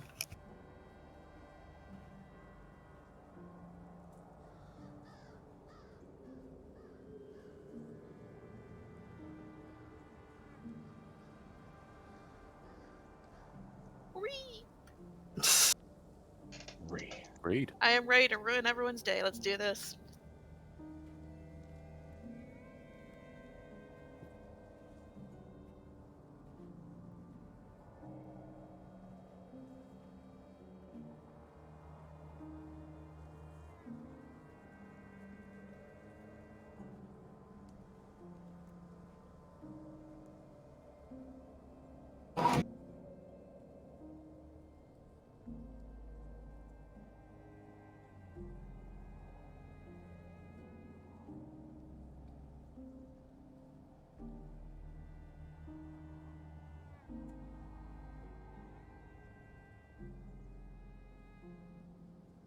Whee.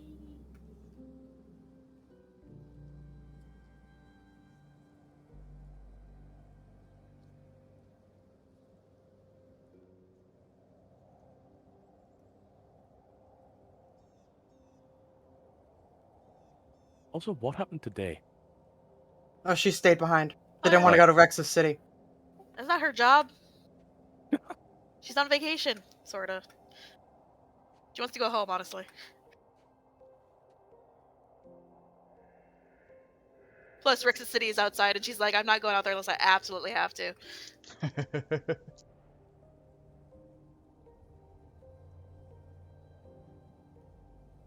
Raph, what the hell? What the fuck? I'm back. Welcome back. Did Dan return yet, or is he still out? Dan has been taken by the toilet gods.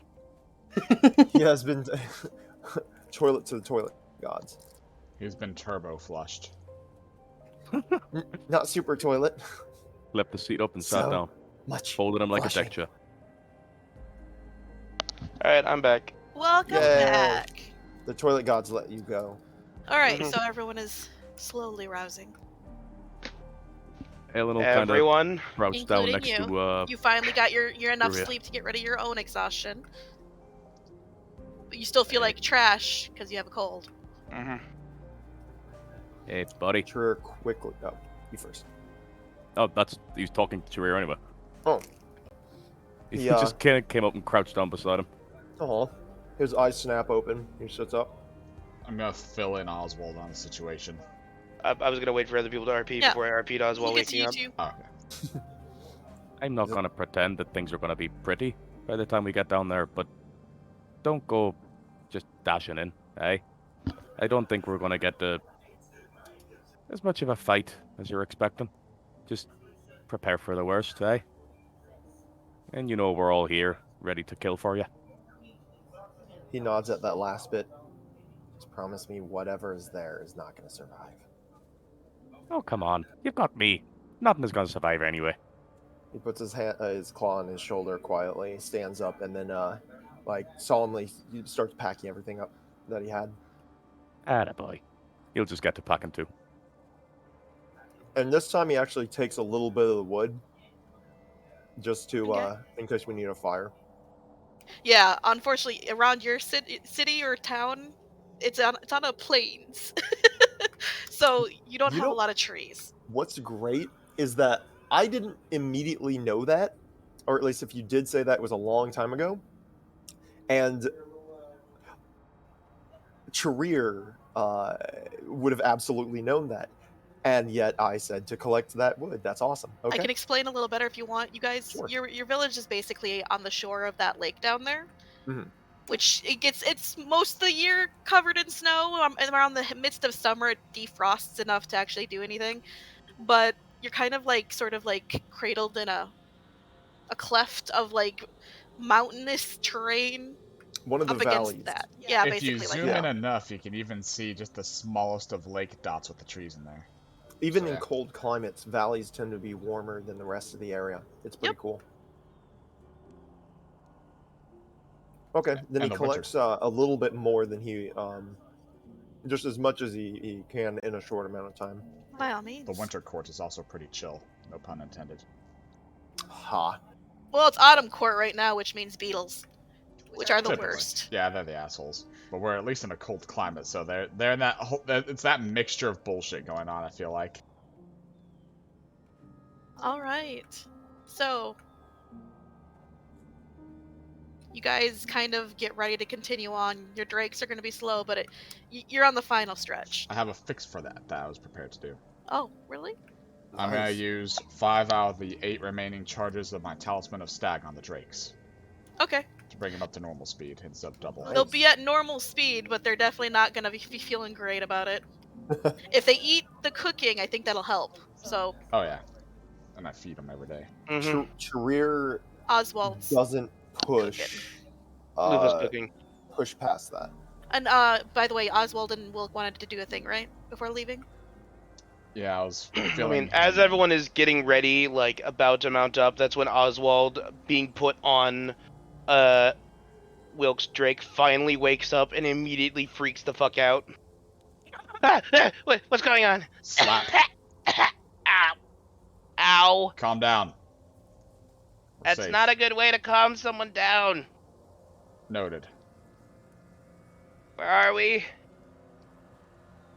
We're about an 8-ish hour ride from Charir City. Oh. He has mounted up. I made a beeline here. Yeah. Just looks really crestfallen and looks around. I left my Drake over on car. We can get it back. Okay. On top of it, we've been meaning, well, at least I've been meaning to ask in hopes of preparation.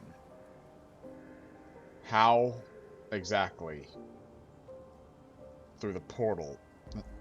Lufa kind of filled me in, but I want to know if there's anything else that I should know about these Goliaths, about this silent Oswald goes back to that moment in his memory, and would you that be intelligence, wisdom, or charisma to not have a panic attack? Charisma, I think, to help control your own emotions. Makes sense. He starts breathing heavily. His eyes dilate. Lufa is holding him, since she's seated behind. Patting him on the head. Oswald, it's going to be okay. Lufa casts calm emotions on Oswald. So he sort of goes all robotic, but... What was the question again? I was wondering if there's anything else of note that we should prepare for. These Goliaths. I checked the area. I didn't see any sign of their presence, that many especially.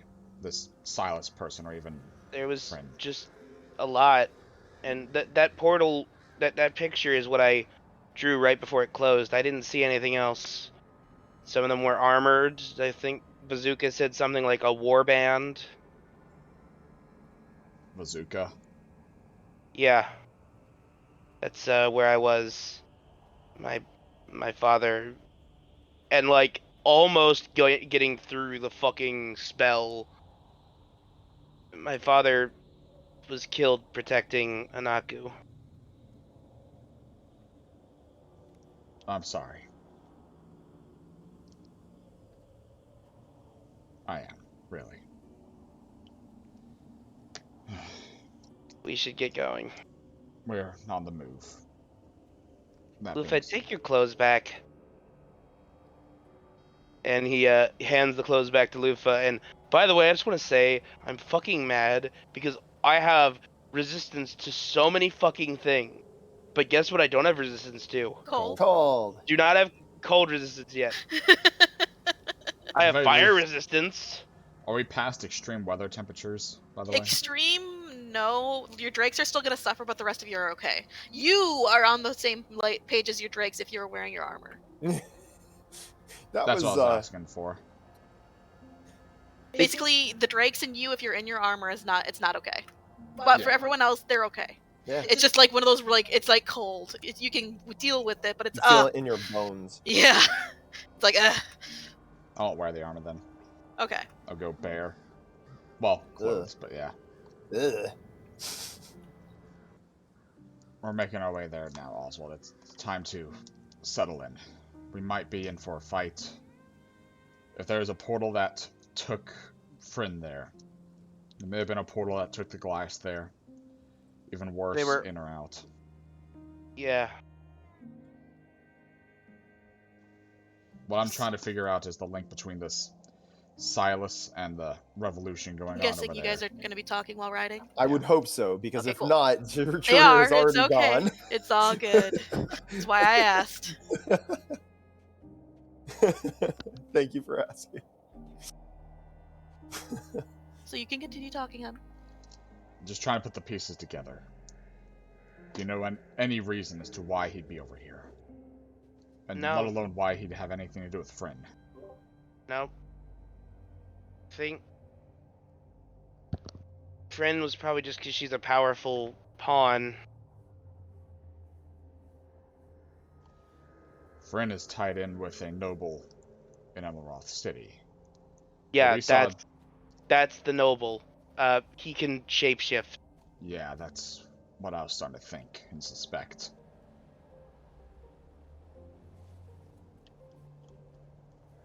That means he might have an interest in the child of Ellen Thirl. Probably.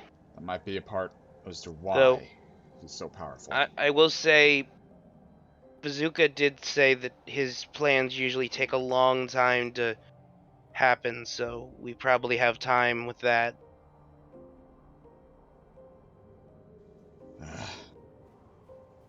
At the very least, we need to let Sylvanar know ahead of time what she's up against in that city.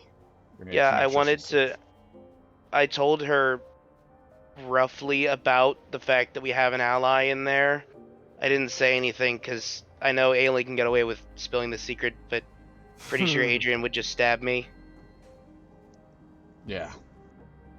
I hadn't really realized before talking to her how important we are. I picked it up whenever we had the Chosen Children on us. When Dwayne died and we had his funeral, I saw a glimpse. And I don't like it at all. Charir doesn't like it at all. I don't think anyone likes it. We don't really have a choice, do we? Unless we want to see our world perish. Yeah.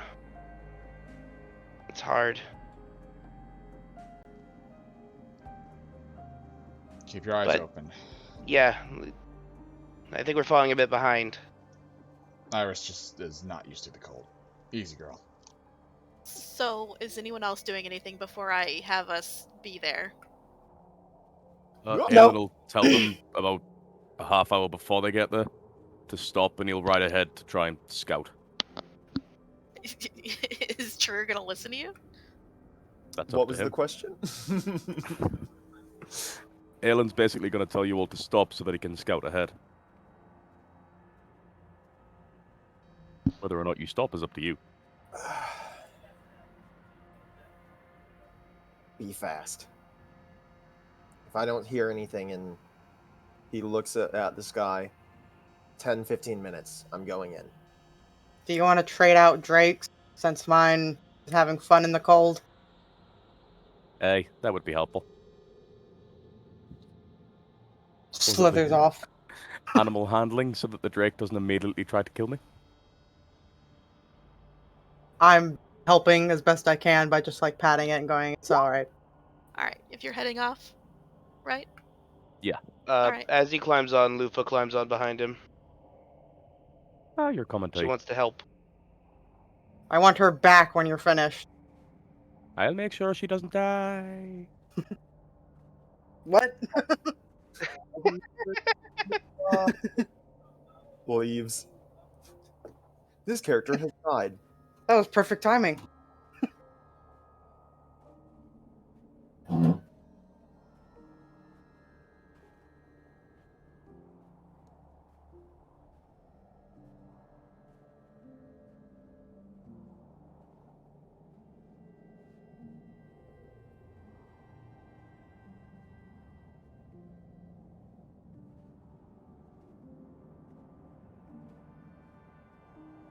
So, while they're gone, do you guys want to hear about a shitty sci-fi movie headcanon I have now? Sure. So, who here has seen the movie Signs? Here. I have. Have you seen the movie After Earth? No. I don't think so.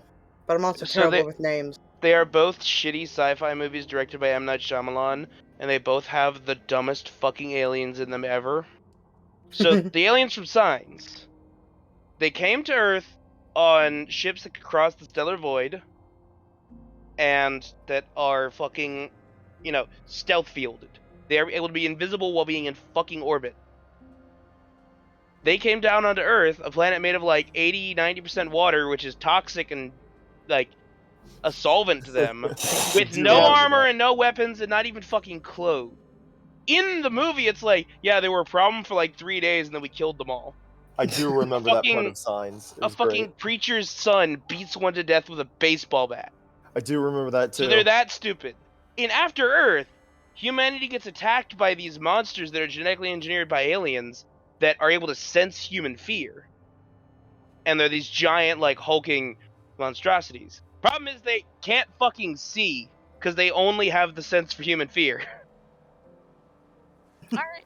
Shh, everyone, as Aelin comes back. Sorry.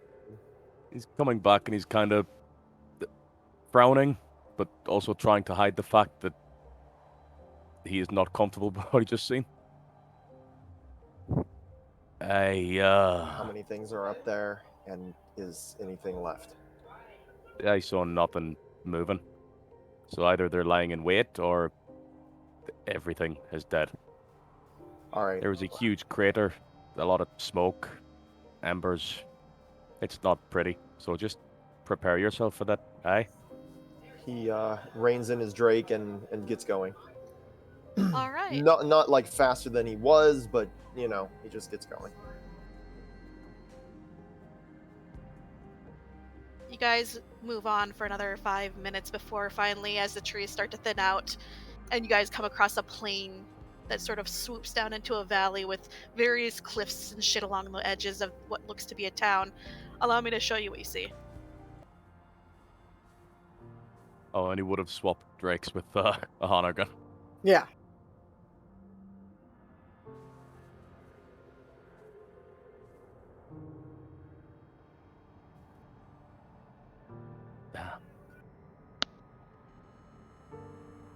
I don't know if the shit's moving for you, but there are... It is. Okay, cool.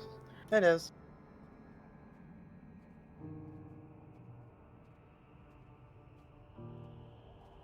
You guys, do you come to a halt at any point, Charir, since you're sort of leading the charge here? Hold on. Where I be? You would be north of this. Okay. You guys, this is just like you guys seeing this in the distance. You guys are still about 4 hours away.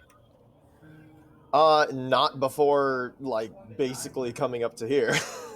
He'd keep going until about that point. And the rest of you? I'm keeping my eyes open entirely for any hostiles in the area. Yeah, he'll follow suit with an arrow knocked in case something jumps out. Christ. I was gonna say Aahana's also keeping an eye out, seeing if she can see either people moving or any that bad makes guys. sense considering this. There's like a sort of a low-hanging smog and smoke, sort of covering most of this valley. Even for you, Aahana, it's just smoke and fire and embers floating on the air. Whatever had been a fire that had blazed through most of the town is now smoldered down over the last few weeks to these bare embers. The most you'll be able to see is the fact that there's lots of just destroyed houses. And you in the distance also definitely see dots of what could be Goliath bodies.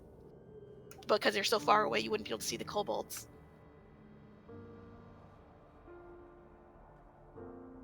Same with you, Oswald. I think at this point, considering no one's talking, it's just a sort of sullen, quiet ride down to the broken down gates of the village.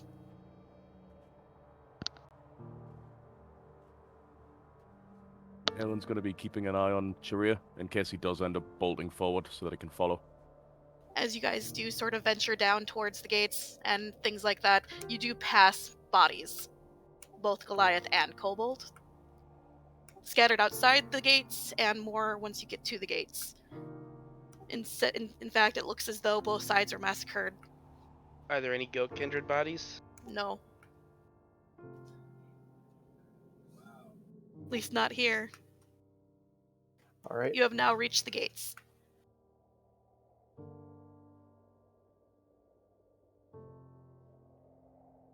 What would you like to do? Enter the city. You enter the city. Let's see. I'm just going to put you down there. It'll be easier. Probably. I'm guessing everyone's going to follow you, right? Unless anyone disagrees. We should leave our mounts at the gate. Just in case we run into trouble. Sounds right. I was gonna suggest fanning out and checking for survivors, but let's stick together, because we may not find the survivors we want. Hey, good idea. Going to do a cursory look through the city, and then we can fan out if you want. Put something to your faces. Charir should be fine, he's short enough. But this smog might get into your lungs. We don't need anyone blacking out on us.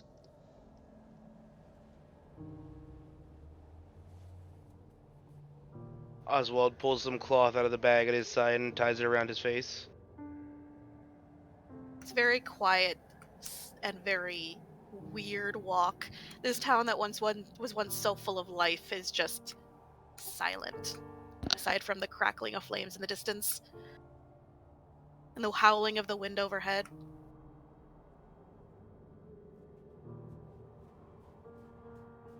I think first port of call, Charir, we visit your house. It's the whole reason we're here. Your house is over here.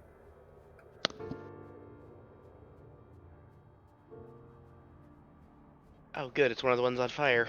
No, that's not his house, but you'll see. Sorry. It's just in that area. I have a separate map for that.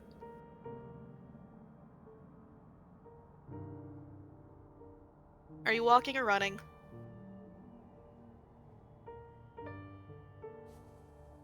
Charir? Sorry. Fuck it. He's running. You're running. As you run, you do pass by at this point. You've come across at least 2 goat kindred lying dead. Spears out of their chest, large spears. And He's one also- large Goliath, sort of like just in the middle of the road. Dead. He's also keeping an eye out for just anything moving around. Like, as far as survivors, he's any enemies. He's not. You've not seen anything. In fact, these corpses are like, because are you gonna walk over the corpse of the Goliath or around? He climbs over it. It's frozen solid. It's been at least here for a week, if not more. Allow me to switch to the other map.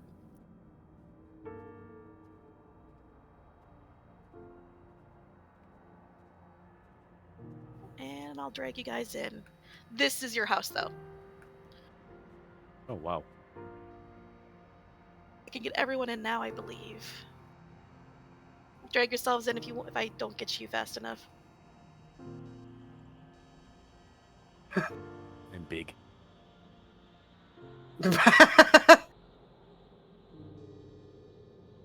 Hey, that is too big me. Sorry. Do I need to fix sizes? Sorry. Yeah. Everything 5 feet, 5 feet. Wilk, you're too small. And there we go. To be small. What is this? That is a dead Goliath. Damn, son. Your house is over here. At this point, a light snow begins to fall. Black snow. Yeah, it is black. It's weird. He stops right as he's right here. He looks around. Perception. You do note that there is smoke coming from your house, and you see inside there's a sort of like smoldery, hunched over bundle of embers, which kind of, at least from here, looks like it might be a kobold. And that was with the perception, right? Yep. Okay. Where is it? Ping it.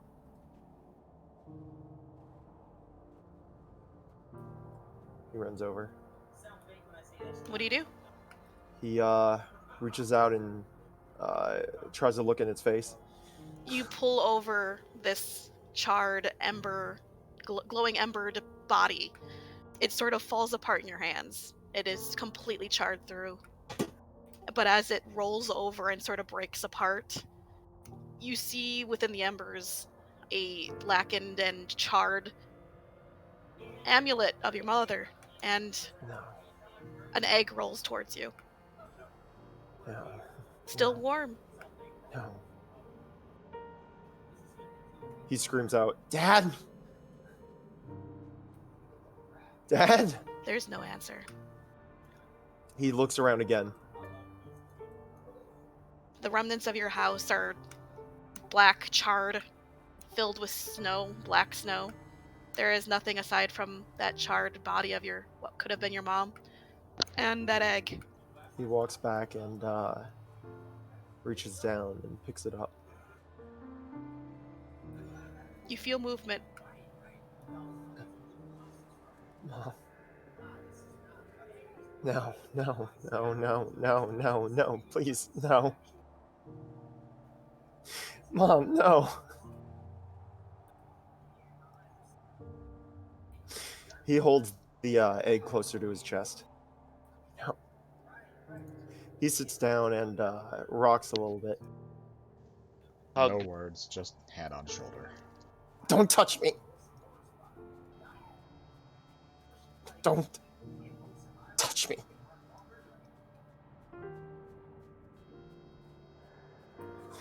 And he reaches around the egg and holds it closer. Tears starting to run down his face.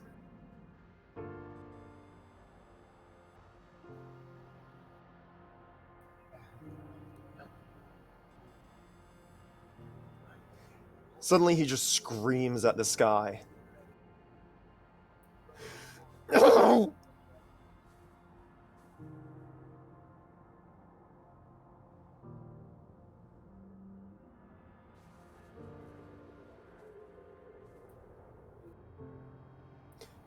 He breathes a little fire out of his mouth towards the egg. You keep it warm. Go and check the other houses real quick. I'll leave him a little bit of fire silk and relay his orders to the others. You guys surprisingly hear a whoosh as cyan wings spread out of Oswald's back, and he flies over towards this house. What? Forgot about that. Fucking hell. Though, Wilk specifically, can I ask him to make an insight check? Sure.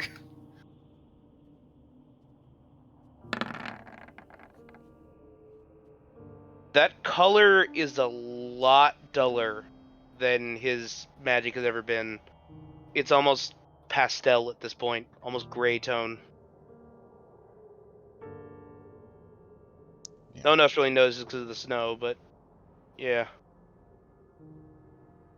As you guys walk away, you hear Charir mumbling.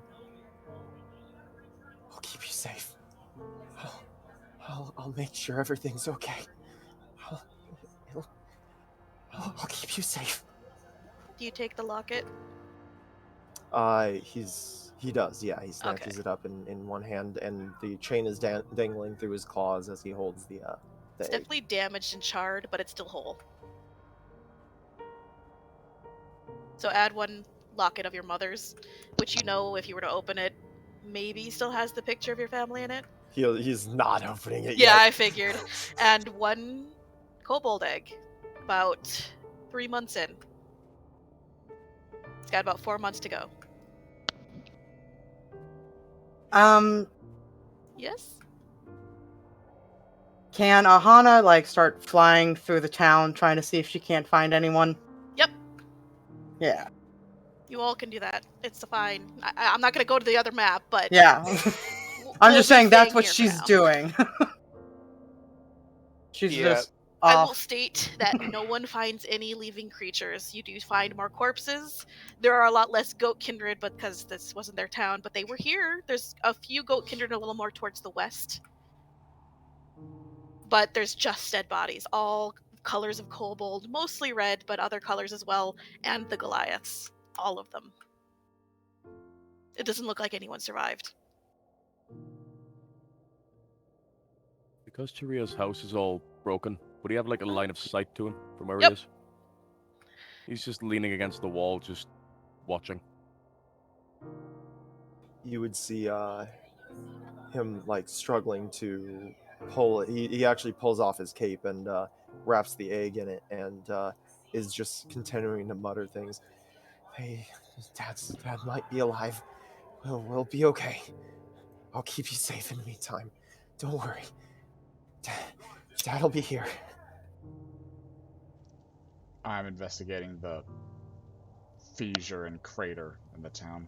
Oh, that's on another map. But yes, we can do that. He'll know what to do. We'll get to that. For now, just go away. Yeah, that's why Aahana's just off in the side.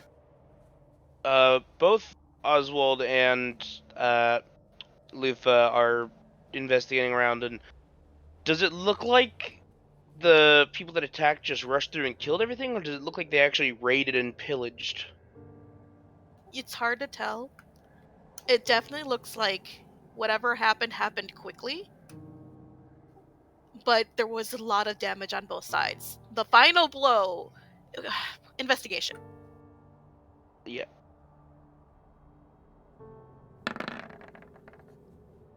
With a 19 investigation, you note that the damage done to the buildings and the fires were not started by the Goliaths.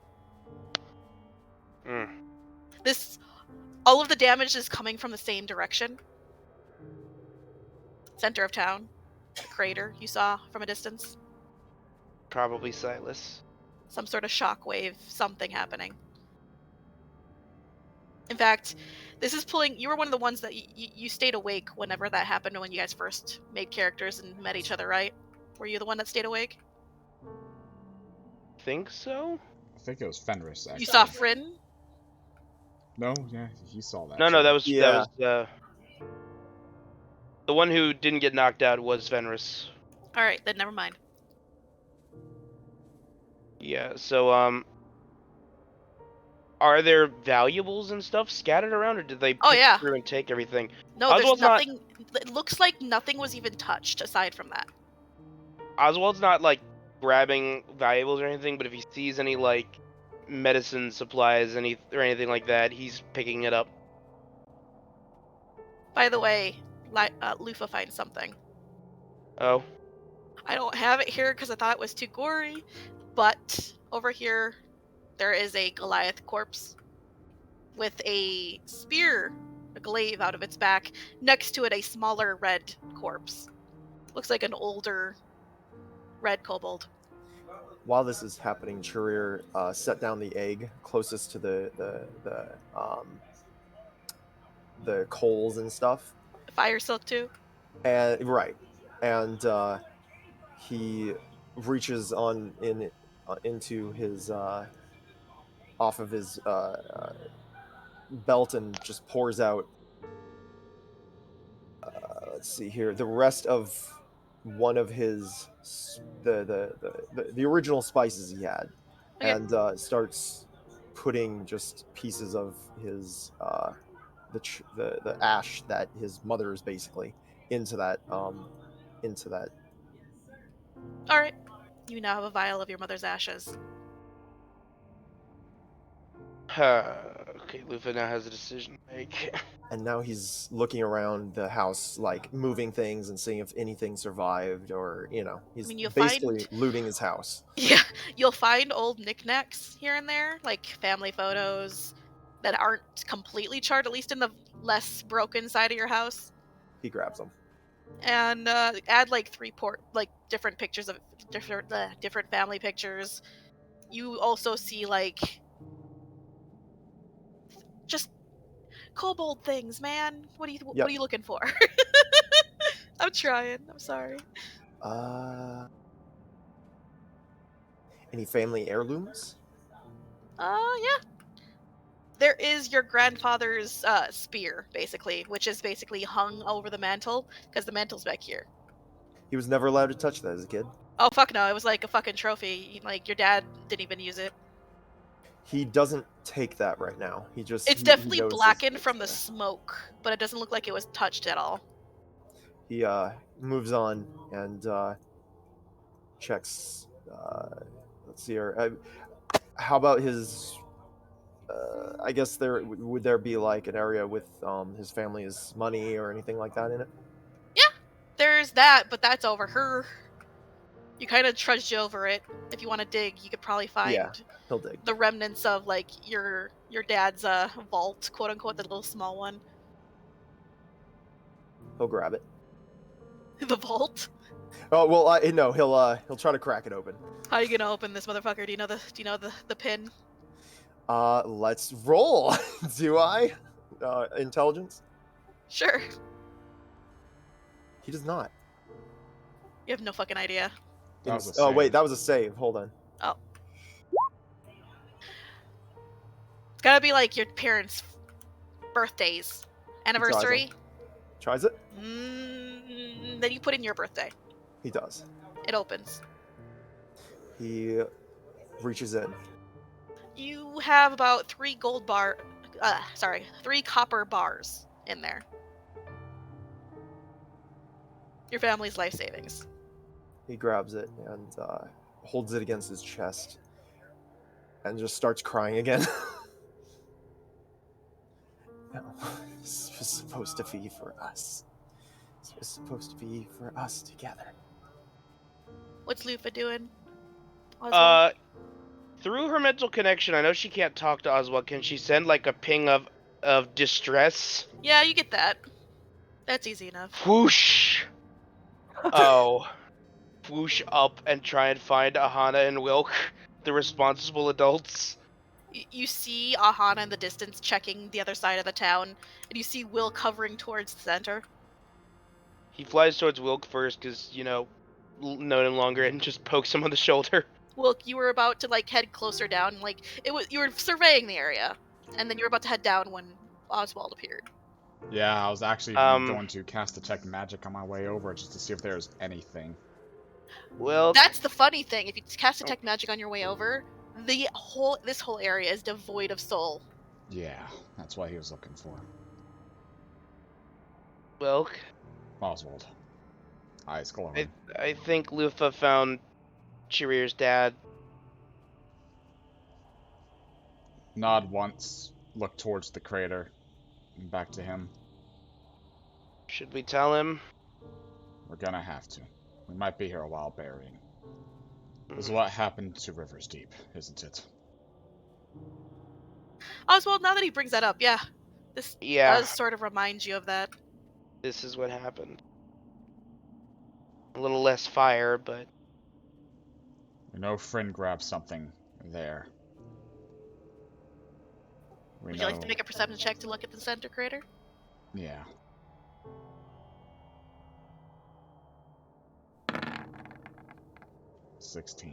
With a 16, you definitely note that there is a smaller hole within that crater. It's just like a slight indentation, because it is a crater, but something was pulled from here. That's why she was here too.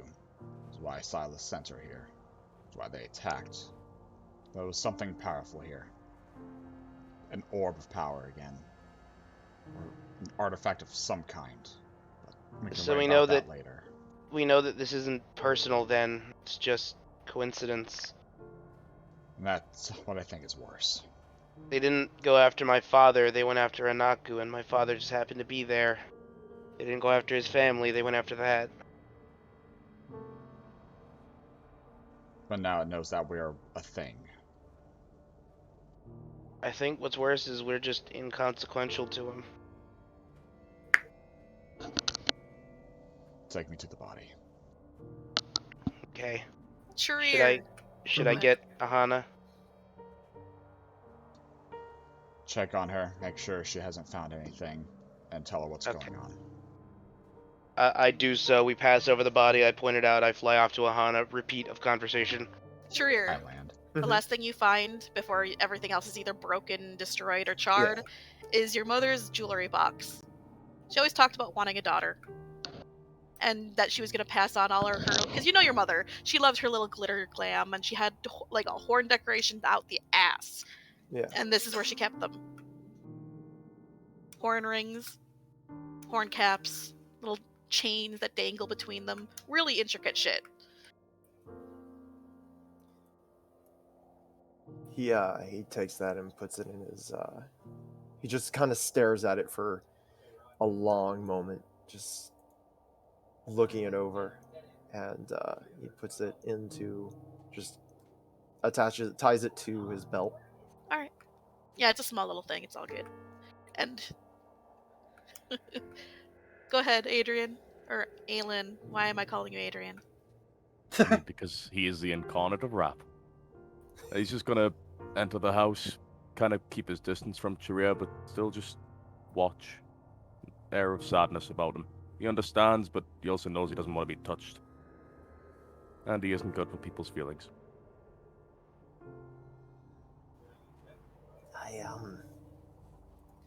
I spent most of my years in here.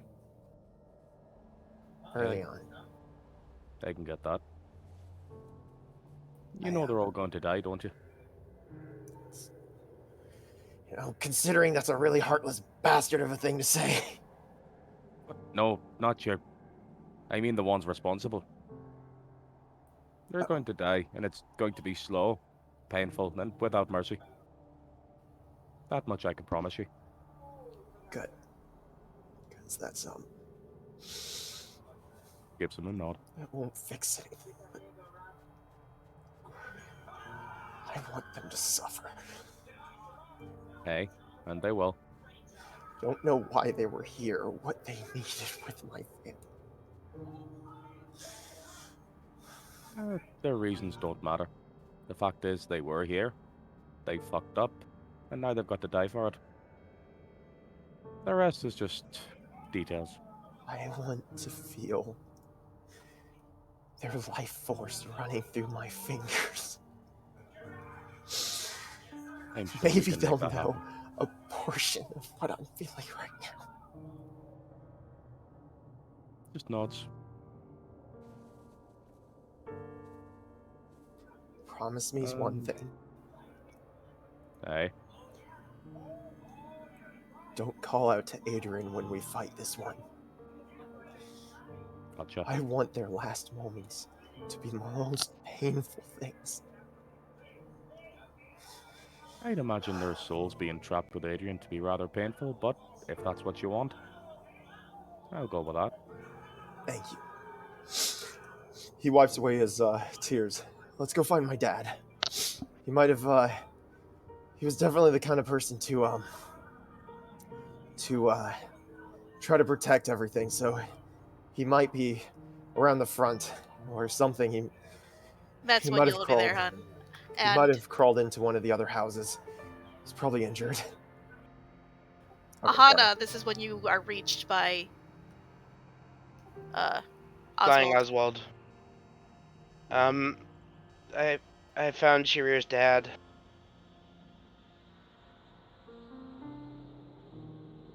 She just kind of like stops for a little bit. I mean, it's going to be difficult for him, but I don't think my presence is going to help much. I know, but I'm not good with these things, and you're one of the two responsible ones.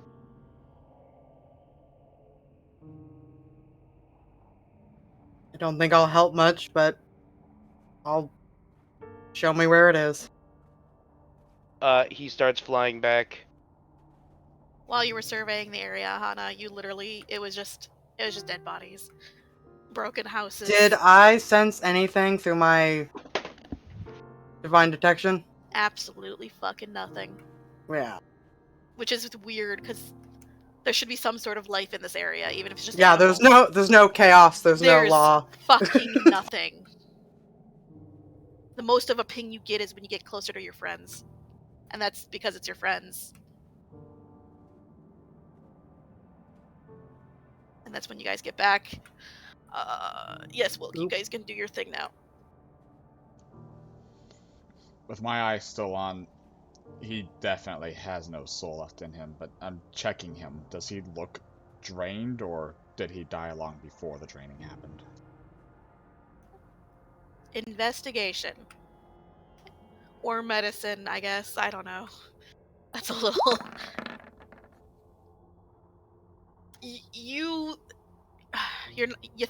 The blood loss alone is left for you to think that he died probably before it happened, but there's no trace of soul left, and you're not sure if that's because of the explosion or whatever. You're not a doctor, nor are you a wizard. Exactly. I'll pick up the stiff kobold body. Wait, what are you guys doing? Did you find something? Yeah. He runs over. Is that his dad? Yep. You see his one broken horn. No, not again. No. You didn't tell me he was so strong. Shut. He reaches out and tries to pull him away from you. I'll lower myself and slowly hand over. Your dad's stiff, frozen solid. You're stronger than this. He's covered in wounds. You're stronger than this. Come on, don't any of you have healing? Something. We can't bring back the dead. But he's stronger than this.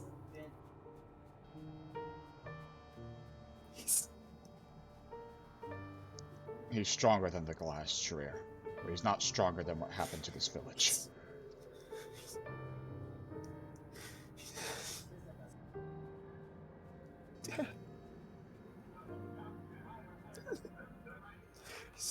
He starts crying. Aahana, with that gaze of yours up, you are getting a sense from within the house. Not undead, and it's a weird sensation. You've never felt it before because you've never come across something that hasn't been born. But it's a sense of something that's not yet chosen if it's going to be lawful or chaotic. So, someone still has survived.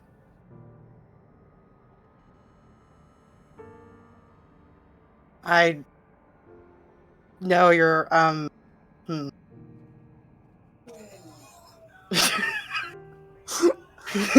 She does not know how to deal with grieving people. Yeah. I have put myself into the place of actually crying, and I can't decide whether I want to laugh or cry right now. Dude, I understand. I've been there great. too. I'm sorry about your dad, but you need to go back into the house.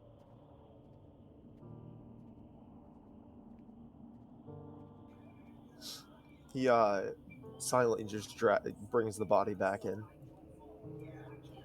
Honey, upon investigating that other body, you're now kind of 80 to 90% sure that the mom shielded the egg, and that's why she wasn't a frozen corpse, is because the soul was completely taken from her. Yeah. But that was the only reason that the egg is okay. That's what Wilk was thinking. Because So she was alive when it happened. Aahana's gonna reach out to Charir. She's put down the body. I think your sibling's about to be born. Not born. Not moving. But she's okay. Not like that. She's still alive, though. Yeah. If it's of any consolation, not everyone's dead. That's what I'm trying to tell you. He walks right about here and starts is it just straight ground here, or is there there's floor something still on the ground? Okay. There's floor, sorry. Okay. Is it floor that's easily pulled up? It's stonework, so no. Oh, okay. No. Sorry. He walks out and starts to dig. As you pass by the egg, you do note that Rhea's sitting on it. He nods at her. Let me know if anything changes. She gives you a nod. She's still like a pale blue. He uses his claws to dig as deeply as he can in the dirt here. If Lila tries to help, would you let her? He would not stop her. Okay, cool, because she wants to help. Get out of the way, Aelin. Fuck you. Fuck you.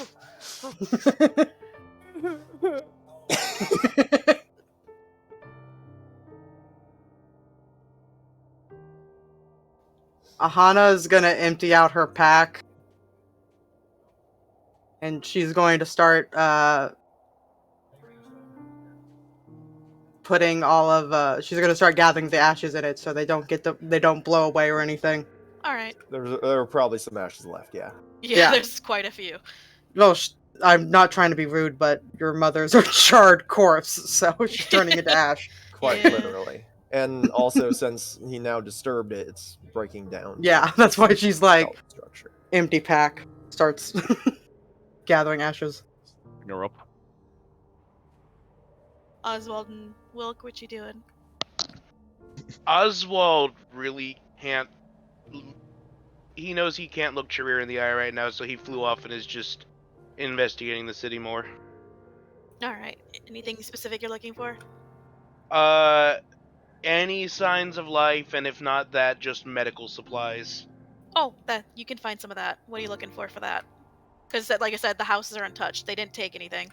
Because the Goliaths didn't leave. Bandages, antiseptic, painkillers, anything. You can find all of that. In large quantities, in fact. They were well stocked in what looks to be the shop. So, about how many charges of a healer's kit do you think I could put together from all this? About 10 healer's kits, basically. That would be too much to carry, I think. But that's what they have, so you can take what you want, is what I'm saying. We have drakes for that. Actually, no. Healer's kits only weigh Probably like 2 pounds. They're bulky, 3 though. pounds. They're just big and bulky, yeah. Yeah. It's 10 healer's kits worth of supplies, basically. He's gonna gather it into as many bags as he can, and just, if he hoists it over his shoulders, his wings are spectral. Would they just go through the thing? Yup. Alright, he's just gonna carry him over his shoulders, like carrying bags of clothes or something. Susie. Hmm? Whatever happened here? Whatever happened back at River's Deep? You act like I saw things I didn't see? No, I'm not asking about that. I'm saying it breaks more than just one's free will. This is breaking the laws of the world itself. They're draining sword. I mean, it's not on a folly level, but yeah, the land will recover in time. They're pulling out incredibly powerful artifacts from the ground, or at the very least creating them from the soul. I don't know what exactly yet, but... I wouldn't know either. This Silas character.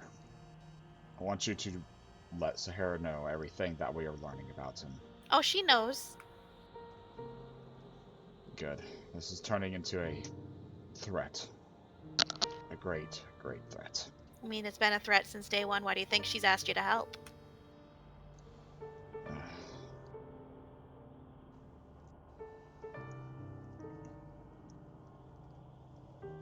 I don't know what to do, but I'm doing my best.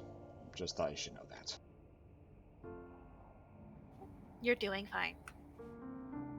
Lupa taps you on your shoulder. Looks over. Holds up sketchbook. Verthicha said thing in River's Deep was anti-magic stone. Anti-magic stones? Why would he need more than one? Re-scribbles. A anti-magic stone. That artifact was an anti-magic stone.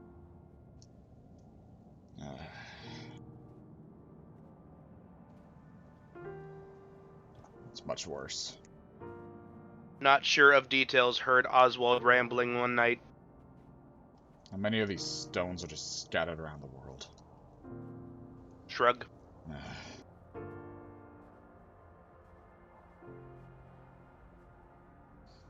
We know a very good alchemist, very wizardly character down in the city. We'll have to speak with her about these when we get the chance. She knows more than she lets on, if she knew about the fates. Scribble, scribble. All three of us have met Zokidi before. Looking at Pumpkin.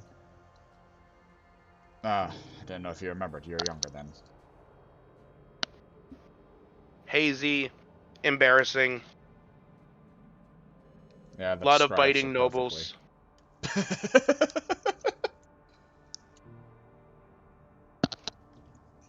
Can you do something for me, Lufa?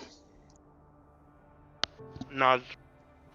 I take out Lusan off of my belt. I want you two to gather the bodies as best you can. I saw the graveyard whenever we were entering into the city. I don't think we have the time to bury all of them, but we might be able to build a pyre for them. Oh, nods. Right. If we wait a day, Oswald can probably bury a lot. I doubt we're gonna want to leave this place right now. We need to give him time to mourn. Gesturing towards the house. Nod. And then she's going to look at the stone in her hand, like, look at you like...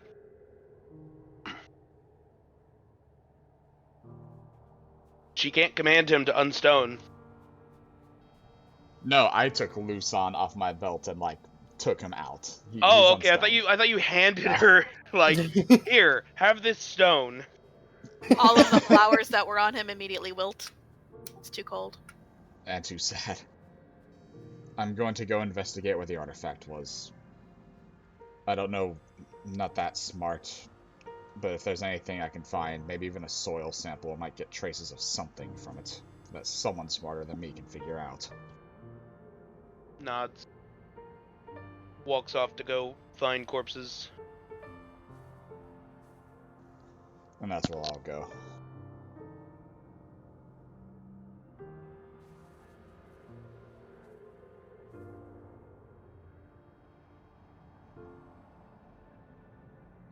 Alright. Walks off to find corpses. Steps back. Oh, there's one. Yeah, they're everywhere. I will say that she pointedly ignores all the Goliath bodies. Strength. Charir. It's frozen ground, so...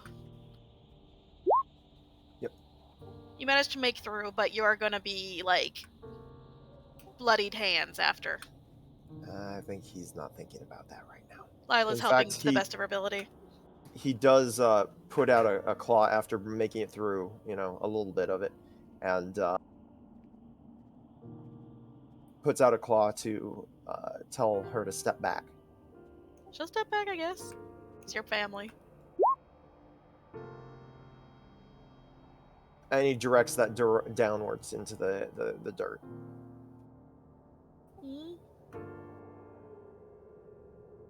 So he starts digging a little easier.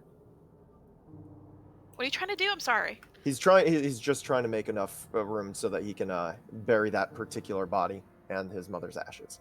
Oh, you managed to get there after an hour of clawing at the cold ground. Yeah. And he does not put in the one that he collected, but after seeing that Aahana collected the rest of them, he does put those ones in there. And she'll hand it to him. I doubt you want to bury her in my pack, but here. He sort of arranges the ashes around his father's corpse and starts burying them again. Yep. You bury your parents.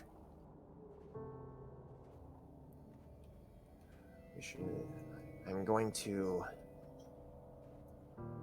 start pulling the bodies into one pile so that I can make a pyre.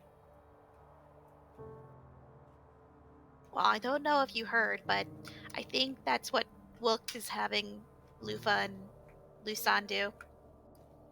Okay. You can take it easy. No, Should I tell them that you want to do a pyre?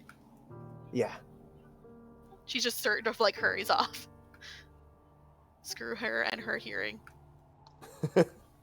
After relaying to them, Lusan will let Charir know that he's welcome to help bring some bodies in, simply because they know that it might make him feel better.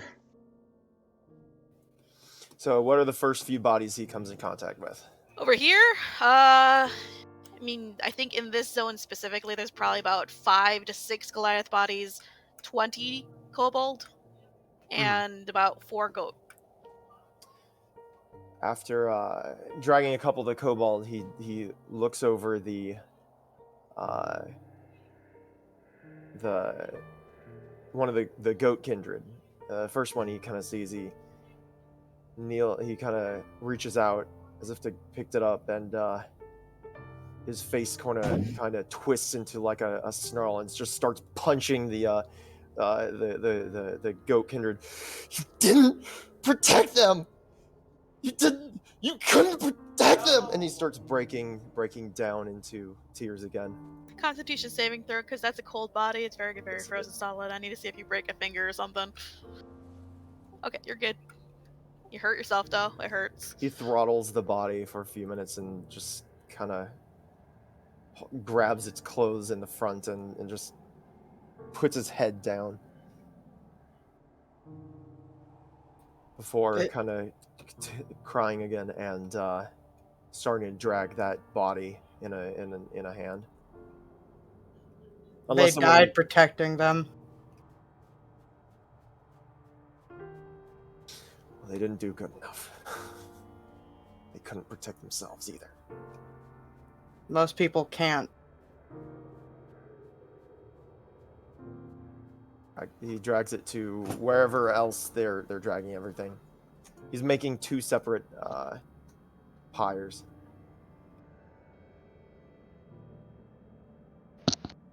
Right next to each other, so it's not like if I set one, it'll probably set the other.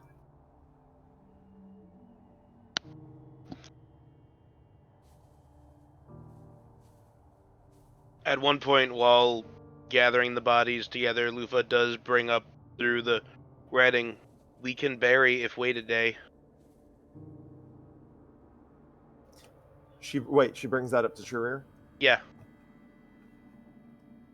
He shakes his head. I think it would be better if we burned them. Nods. The foresight is no bodies to raise later. Yeah, that's also a good point. Oh, you think Necromancer can't use a bunch of ashes, do you?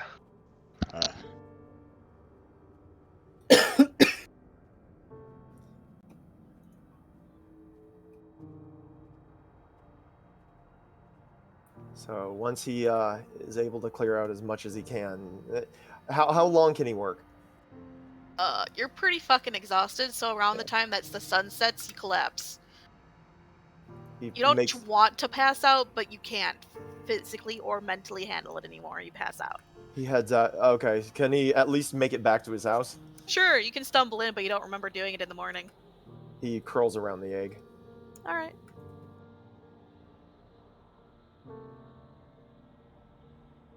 For the rest of you, it is nightfall. I'll head back after thoroughly checking out this orb's location. What are you trying to do? I'll take a soil sample like he said. Okay. As well as gauge size of artifact, or even if there's any feelings that he gets from a channel divinity, everything. Nothing you can gauge from that. It's just like a divot as if something was taken, just from how the crater looks. It's not like something hit, it's like something was pulled. You can't gauge any of that. Yeah. But you have a soil sample. I would say soulless soil sample, and that's all you're gonna get. Proof for just like last time. Aahana's just gonna keep moving the bodies. Around midnight, you'll finally have them all in one place, I guess. She's going to stop after she finishes, and she's just going to be sitting there. She's going to start praying to Sahiraza. Are you looking for an answer or just for them?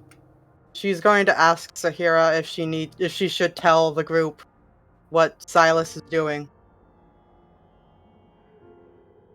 Well, you know Sahara, she's gonna be 100% like, you shouldn't. It's probably prudent knowledge. I mean, don't you think these people can help your cause eventually? Do they seem racist to you? I hope Verthicha understands. And then she's gonna fly back because she's going all over the town getting bodies. Wilk would have made it back too and just been setting up a spot for rest.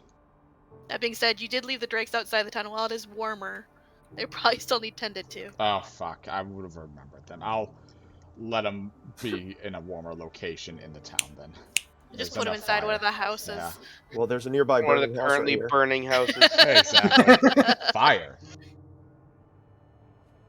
When Stop Oswald using my village as heat. When Oswald stumbles back into the house and sees Charir collapse, and I'm assuming can see that his hands are bloody as shit. Yeah, he's curled around the egg, but yeah. Immediately fucking rushes over and starts doing first aid on Charir. By all means. He's too tired to fucking notice anything. Roll your first aid kit. While I'm doing that, Lufa, like, just to get it safe and out of the way, takes the egg and tucks it into her clothing to keep it warm. I don't know, man. It's got a bit of a death clutch on it. Are you gonna try? What was the statement? He's unconscious and his fingers are almost broken. True. He has a hold on this like it's the last... Like the water in a desert. Like, you are trying to pull something that's been hewn in stone out of another piece of stone. Okay, but I can cast Calm Emotions on that stone. Innately, he fights it. You get a feeling that he'd be upset if that egg was removed from his possession. Gonna put it back. No, I know, but, you know. Like, it's one of those things. Like, I won't mental. stop you, but yes, it is one of those things. Well, Oswald feels like he can't fuck it up any worse than he already has, so. Alright, roll. I also realize I never actually gave myself the proficiency healer's kit, so I will. You might want to fix that.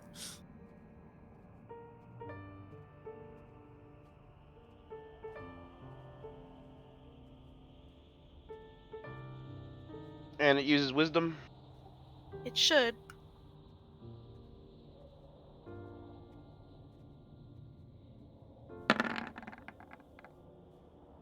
You do well enough.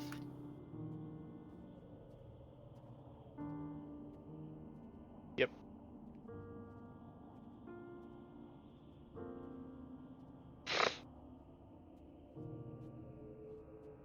He what are you just gonna do for the night? Go ahead. yeah, I was gonna say he just wraps Charir's hands with bandages, makes sure there's nowhere else sprained or scraped, and if he does find anything, just treats it and then puts the egg back into his hands. You're so lucky he's exhausted. I can see the fight. Alright. Anyone, and the rest of you? Let's tell the others potential plans. In the morning, we'll let him set the blaze on fire. Then we'll investigate the surrounding area, see if the Goliaths left on foot or by teleportation. Their movements are important to know about. This could happen elsewhere, for example. Wilk. I don't think the Goliaths left. As you were surveying the area, there were no footsteps leaving. Okay, then. And the amount of bodies here, of Goliath specifically, is more than enough for an entire warband. Then it might even, lastly, be worth asking any surrounding courts if there's a presence here, if they had any extra details as to what they saw. But I don't think they'll add any more input than we need. I don't know what they'll be able to tell. There's nothing here. Wilk, you get the feeling that anything that was here that was alive when this happened is dead. Dead, yeah. So if there were courts, they're not here no more. Ugh.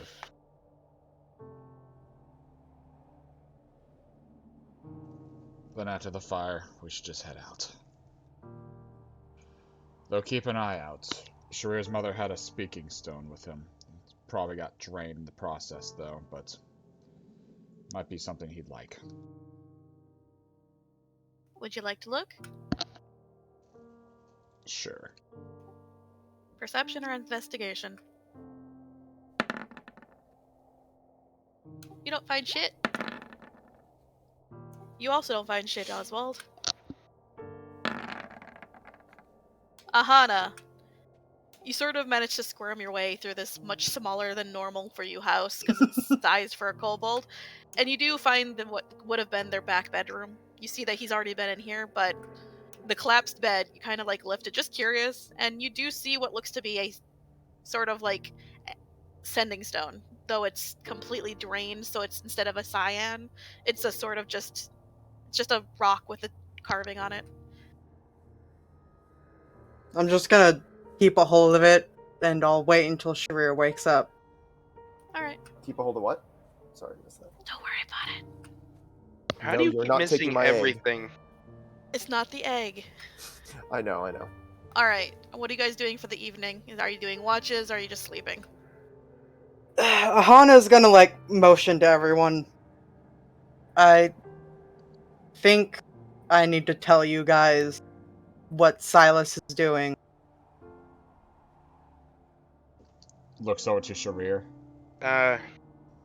Good. I kind of already know, but you probably know more details than me. We'll fill him in the morning, I guess. I would rather do it now when he's asleep, so he doesn't yell at me. Don't worry, I have some things he'll be more mad at me about to tell him. So, you guys know I'm from the rebellion. Correct. We're fighting against our king. Silas is married to our king. They're attempting to bring back all the Lamia. Earflick. So that we can take back our place as the rightful rulers of this world. So on and so forth. I think I know a bit of information you might not have gotten yet. The king is trying to use his sister to as a sacrifice to bring them all back, and that's Zokiti. What? Yeah, she has a different name, but she fled to the city, which I think is why Silas is there. The king's sister, oh god, Renee, I think I'm Shishiki? gonna... Shijiki. You mean Shijiki? Oswald flips back to a very early page in his book and holds up a drawing of Zokiti. That's her. Oh. They're both in the city together. She goes by Zokiti now? Zokiti. In your language, you know Zokiti means knowledge. The nobles, they have a direct link with the queen of the city. The queen of the city has worked with her. He probably already knows she's there and is waiting for a chance to strike. Yeah. We need to send word. There's no way we also, make any time. From what I remember Vozuka telling me, she knows that, what... Did I ever learn the name of the king? I don't think I ever did. She would have told you if you asked. Yeah, what was his name? His name is Zazkas. Zazkas, which is Zokiti's brother. She says he's too dumb to realize, or too caught up in everything to realize that a spell like that would just drain all the soul out of the world at once. Yes. Or at the very least just cause a massive folly. So she thinks that Silas is doing this just to watch the world burn? Yeah. Zazkash is not the smartest.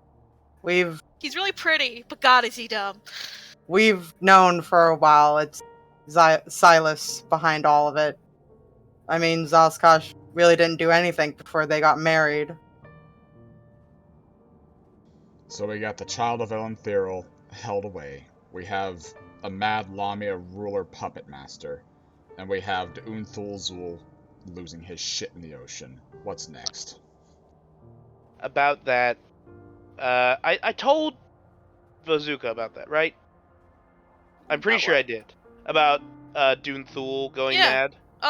Yeah. Maybe? Probably. She probably knew. I don't know. Verthicha told me that there's a high likelihood Silas is involved in that too. Then he wants the child of Elentheril for a similar reason.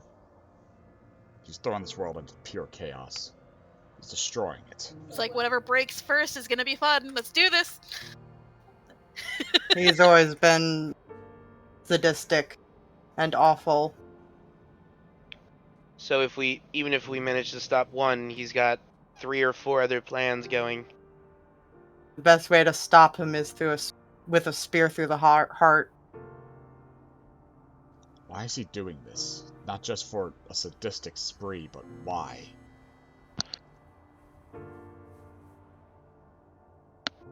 I know who Some to people ask, are just awful.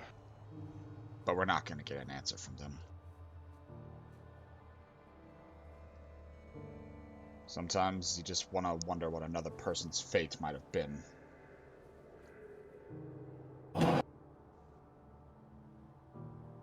What you been up to, Aelin, while they've been talking about this? He's just trying to remain stoic at the fact that they mentioned Zokitty's in danger. Just that, not the fact that like the whole world's gonna end and your new family that you just refound is that like in danger. Nah, it's Zokitty. Pretty much, yeah. The rest he knows can fend for themselves. He doesn't know much about her. This man is all about that. You found out she's royalty. Sort of. Yeah. Vanished royalty. Aelin. Snussy. I need you to get Adrian to send a message to Sylvanar. Never really listens to me, but alright. Well, considering your link, I suspect he knows the... Wouldn't just mentioning those two in the same conversation break the blood pact? No, I didn't explain their relations at all. Okay. Just give me your message, eh? Inform her to make sure Zokitty is safe. Inform her to keep Zokitty safe, and let her know about what transpired and what we've learned today. She'll be a powerful ally in what's to come, and we need to make sure these plans don't come to fruition. It'll be quicker than 3-day ride back and then sending a letter afterwards. Just give a nod and walk safer.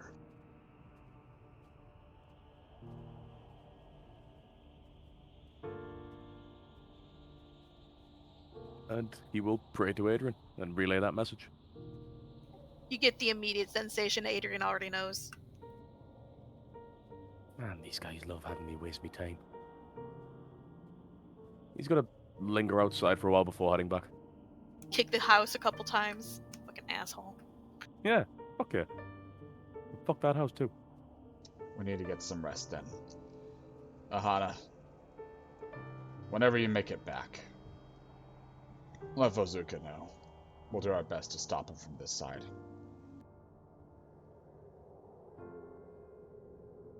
I'll make sure to tell her.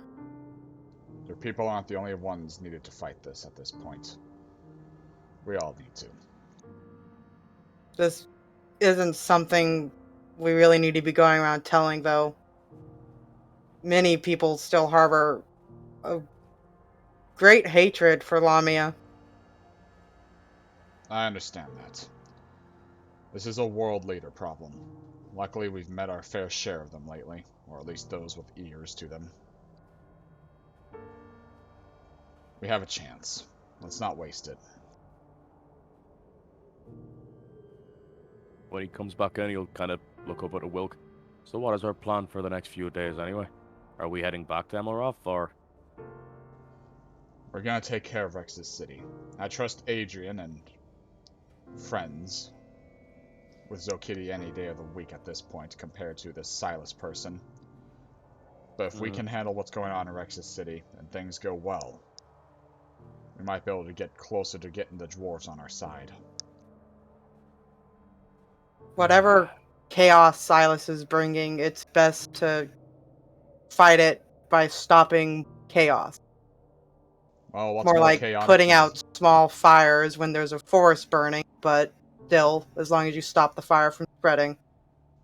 Well, there's definitely something spreading underneath that city of goblins, and the last thing we need is more chaotic goblins. Understood. Just sink it down for his trance. I wouldn't be surprised if Silas has his finger in that one too. Or something, indirectly. Aye.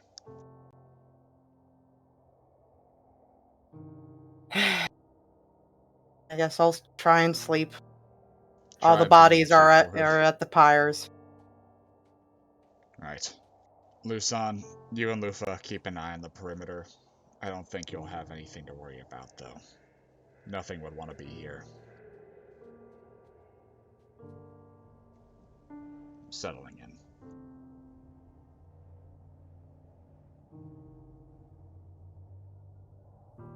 You all sleep a deep, long sleep. Your dreams are of sad memories, as though just being in this area brings back those hard memories.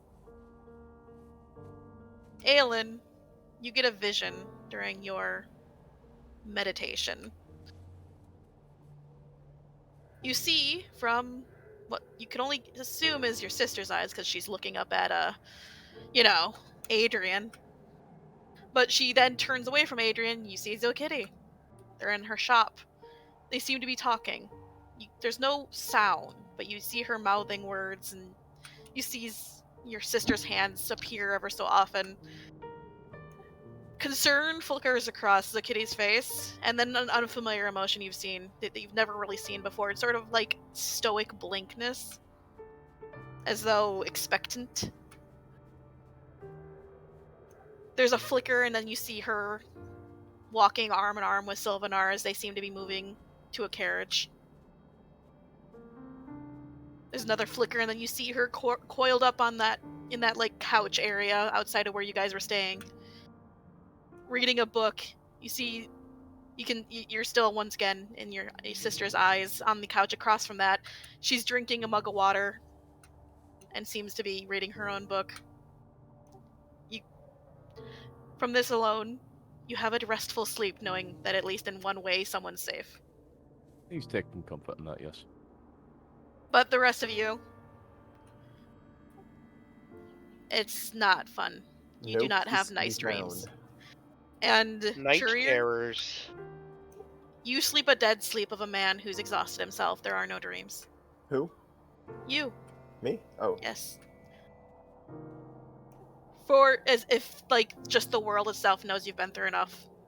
Your exhausted state stays that way. You don't dream. No dreams. The next morning, you all awaken with the sun filtering through the smog that hangs low over the city. The fire from the building nearby seems to be slowly eating itself out. It's slightly more diminished.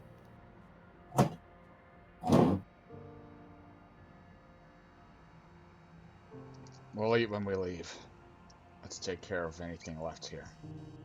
Charir, you awake? Right now he's just silent. It's not clear whether he is awake or not. He is holding the egg.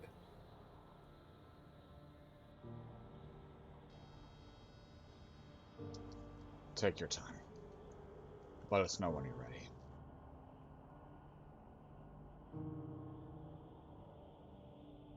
Mutters slightly. No one will ever be ready for this, though. Just gonna hand him the sending stone. I found this under the bed. All the bodies are at the pyre when you're ready. A breath catches in his throat. Thank you. She just kind of like nods and she's leaving. He takes the sending stone and holds it to his chest quietly. In the other arm, he has the egg. He takes his time slowly fashioning a sling for the egg. Will you pat it with the fire silk? Yeah. Good. Absolutely. That will be enough to keep that egg okay. But do not let it leave that confines then. Yeah. At least until you guys are in a place that's warmer. Right. Use the bathroom, let the others handle things real quick. He holds the sending stone in one hand and touches his other one. He actually and walks to where he used to sleep. Mhm. And he sits down.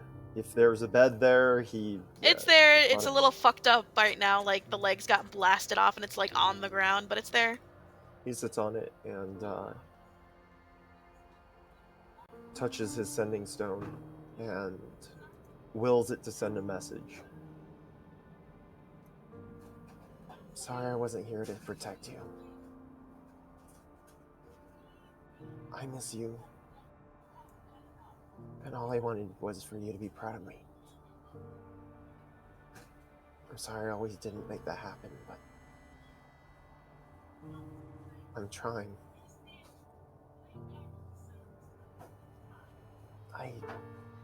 I know you can't hear this. When we die, our spirits are not here anymore. But I love you, and I'm sorry. But I promise I'll take care of her.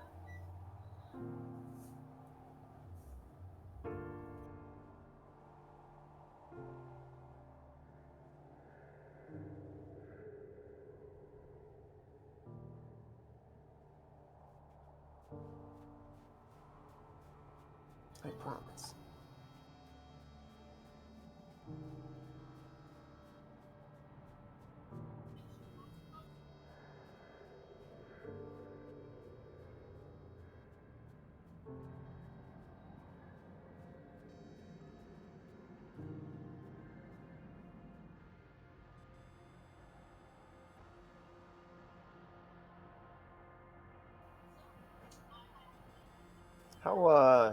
How packed in is the dirt?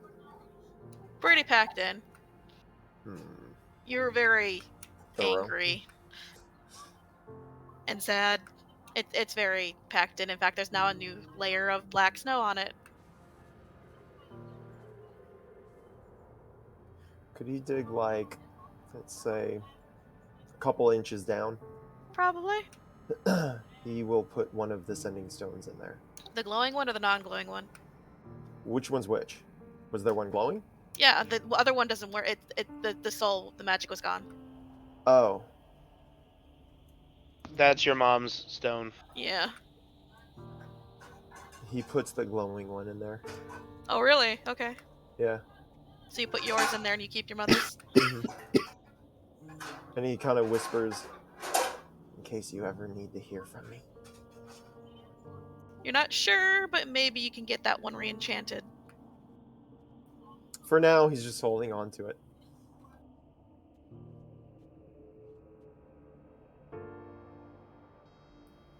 Alright.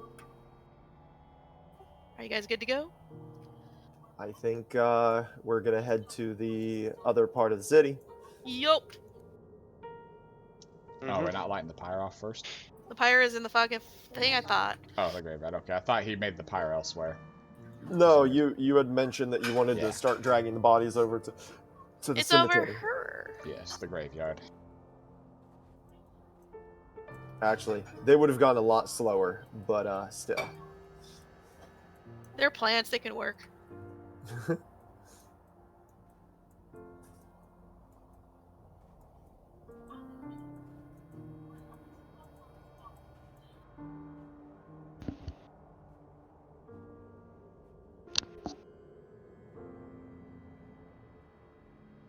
Aelin will fall behind before they actually get into the graveyard and just stand at the entrance. Alright. And get to the graveyard with them. Oswald's also going to stand outside. Aahana goes in. He's just kind of fidgeting with his new Alden antler ring.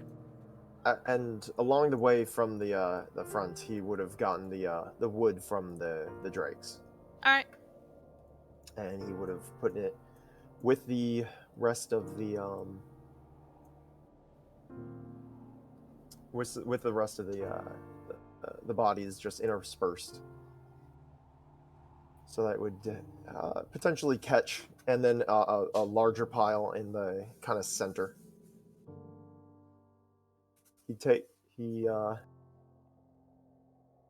takes out the pouch of gunpowder that he had purchased when he was going to remember Dwayne, and he holds it for a moment and quietly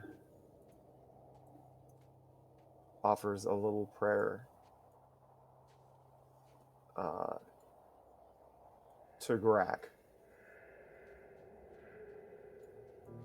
stating that I don't know how to do this. I'm not particularly religious or anything, but if there is a way, or if there was any spirit left anywhere, protect this land. I want to see something here one day. And let its memory not fade. And so he opens up the pouch and throws the gunpowder in the air towards the bodies and breathes fire,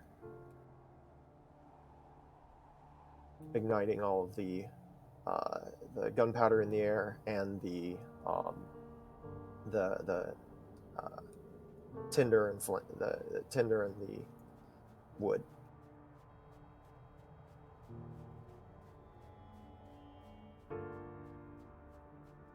It bursts aflame. Ooh.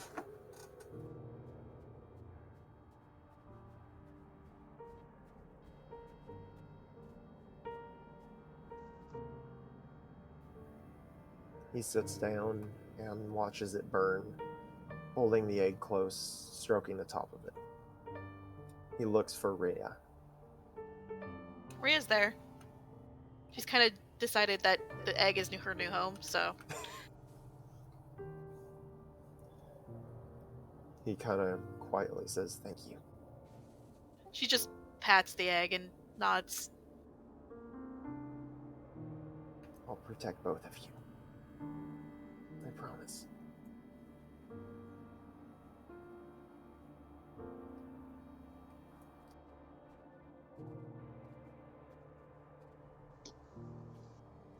I'll stand watch over Charir and the pyre with the others then.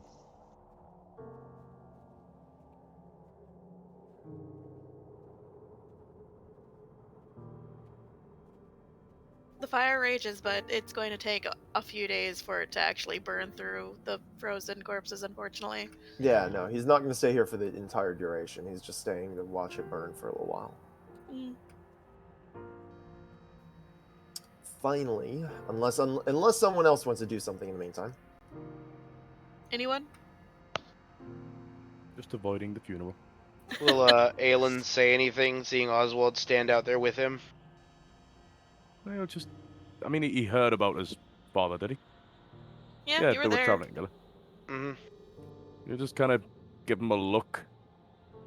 Like I'm sorry, but he isn't going to say anything.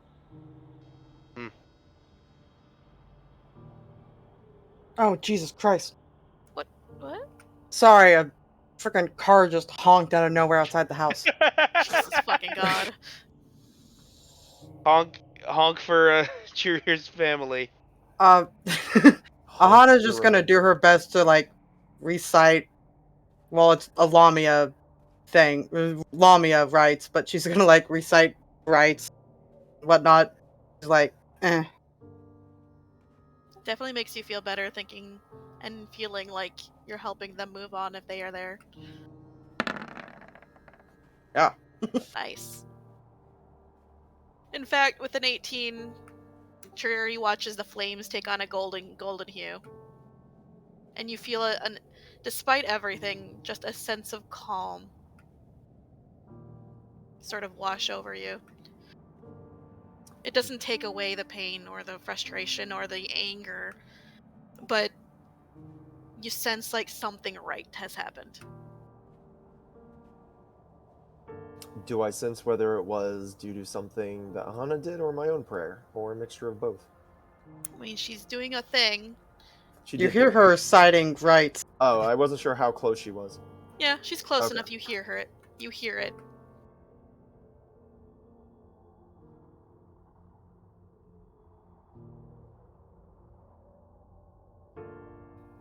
He nods and slowly stands up, brushing off himself and his armor. Aahana, you know those fires will now burn until the bodies are gone. You won't have to worry about the flame. They won't stop until everything taken. He nods a couple times, looking back at it, and gives her a firm nod before heading towards the gate.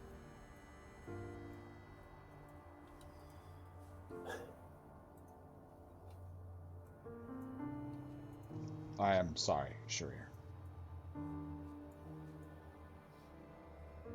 There's nothing any of us could have done. I know. do want to try to do two things before we leave. Let us know what they are.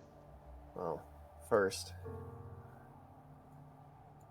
being the last surviving member of the city and part of the town's guard, I guess lead investigator now, I want these I want these Goliaths out of my city. If that's too much to ask, I'll do it on my own. It's fine.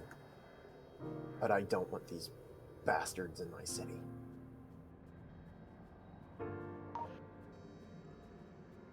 Might take the rest of the day, but we can line the walls with them if that's what you want. I'd rather have them out front along the road. Alright. Show them what happens. If everyone is willing to help, I would say it could be done by nightfall. Cool. Mm-hmm. Any checks or anything of that nature? Nope. Alright. I guess we end up over here. Yeah, you probably just take shelter in one of the dilapidated, half fucked up watchtowers. Has anyone looked through things? Seen if there was anything usable in here or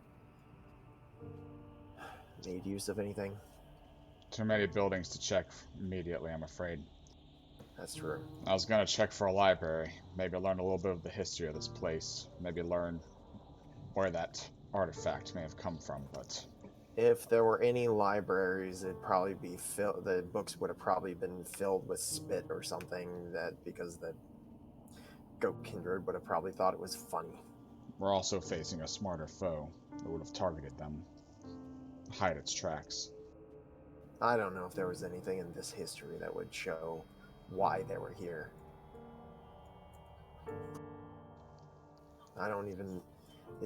there's a giant hole in my city.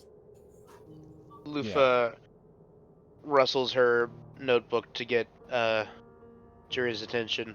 He looks over at her.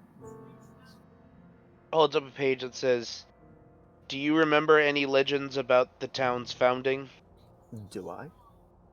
History. I do. Every legend. In fact, I have eidetic memory to every legend that was ever told in this fucking city. More like you were raised here and you heard them 50,000 times. Yes. This city was originally a goat city. But the goats didn't like how... remember. The goats didn't enjoy how easy living it was here and wanted to be further up on the fucking peaks. But they were constantly being assaulted, which is why they stayed here, due to the fact that it was much more defendable. The Goliaths in this area are fucking assholes. Basically, what happened was the city here, a wandering kobold on his, right of figuring out what he wants to do with his life, liked it here and decided to stay. and then that brought and attracted more kobolds. And eventually the Kindred could start to move out while the city was defended by kobolds, and eventually, but naturally over time, the kobolds were the dominant species here. You don't know any other legends of anything magical ever happening here. It was a settlement. Yeah, it was just a simple settlement that was never meant to be more than this. It was just a city.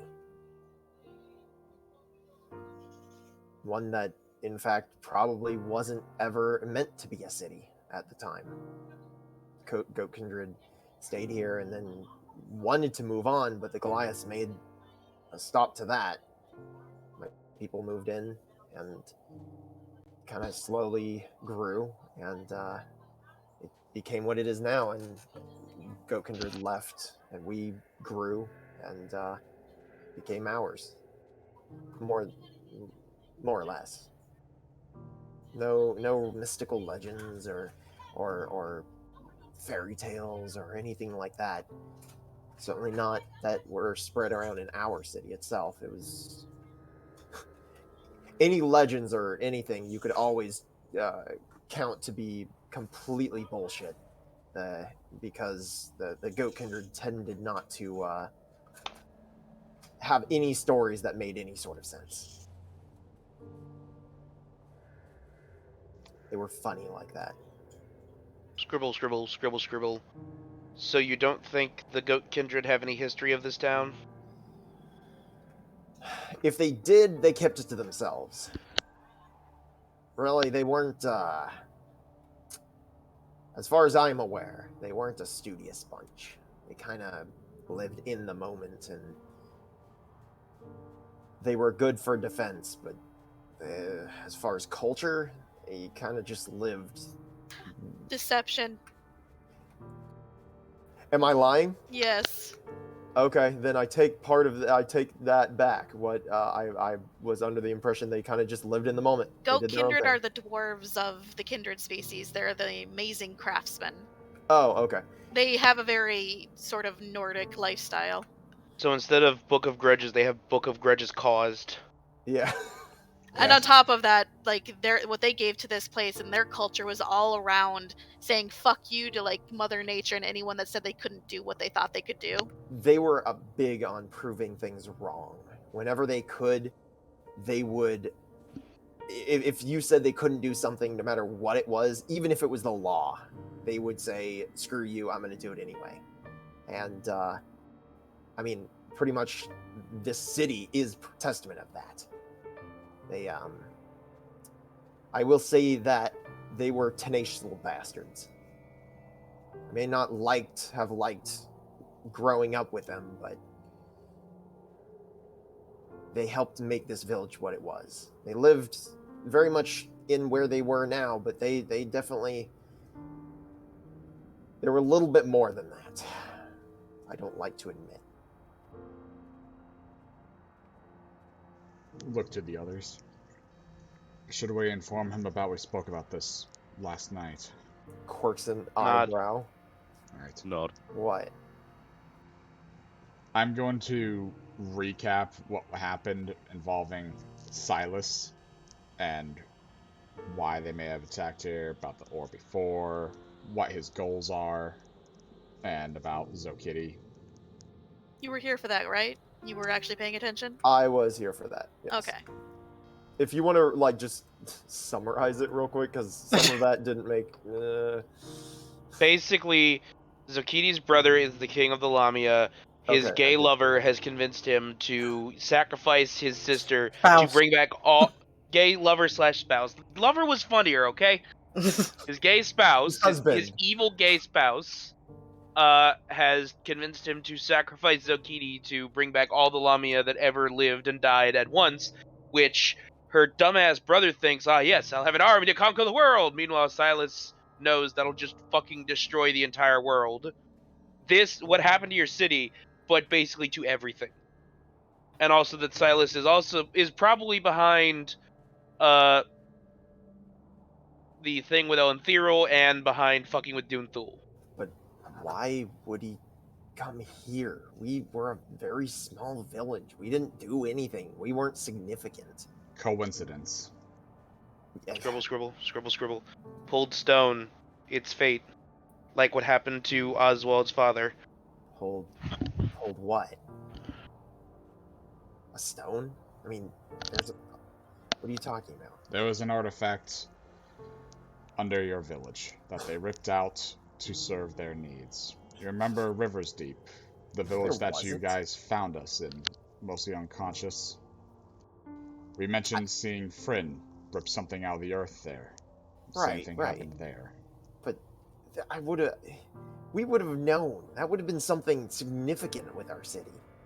Like that would have been something I would have absolutely heard about at some point. Look at the crater. It was so deep that ripping it out caused that. So even if the elites of your village knew, they wouldn't have let anyone try to tamper with it. Look what happened. So they killed all of this because a magic rock just happened to be underneath my city. And has a tie into helping control or destroy the world. It's starting to sound like this Silas was dealt a fate he didn't enjoy.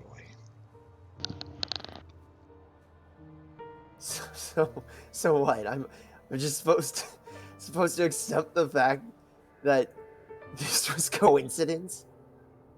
That we just happened to have a city right here on a world-ending artifact?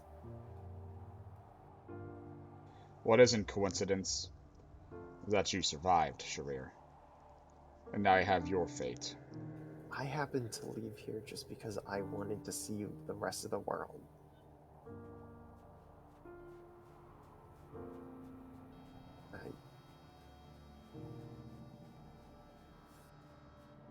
Scribble, scribble, scribble, scribble, scribble, scribble.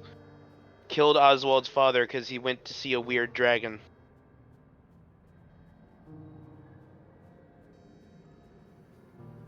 Still have no idea what he did, but I mean, if it wasn't for him, I'd not know any of this happened. You wanna know something really fucked up, Charir? I think I know enough fucked up things right now. You and Oswald. Sledge adopted me, Fryn, and even Fenris. You know that. Oh, I forgot to say, Oswald is, like, not in the room. He is always in a different room. I figured as much. I would have wanted him to hear this. But I think he already knows it. You guys set up stuff, and, if you'll start cooking or something, I'm sure that we need to eat. Scribble, scribble, scribble, scribble, scribble, scribble. Oswald thinks this is his fault. Please talk to him. I was... like, as Lufa was writing, he was standing up and heading towards that area. And he saw that and just kind of shrugged and kept moving as he asked for them to do that. She nods and starts trying to scrounge up any food from the surrounding buildings. Take some of the rations, Lufa. Aelin, Aahana, I need to go speak with you. No.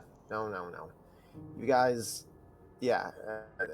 we're not eating rations tonight. If there's one thing my village can do for us, it's give us one last meal.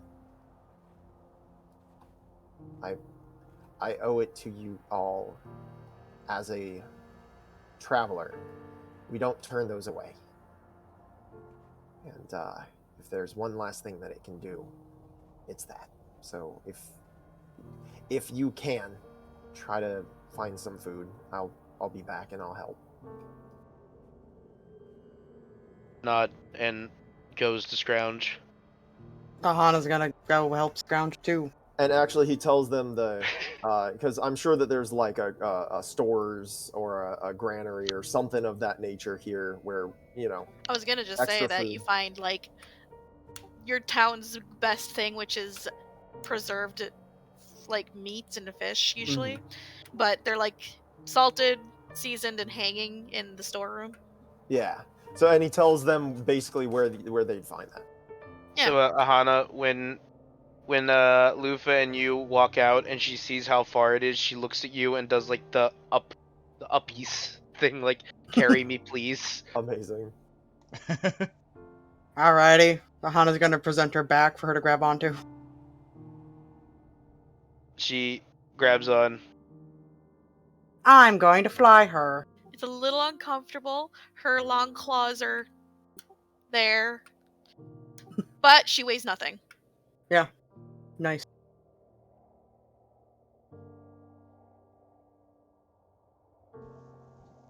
Just gonna grab everything that we can. Alright.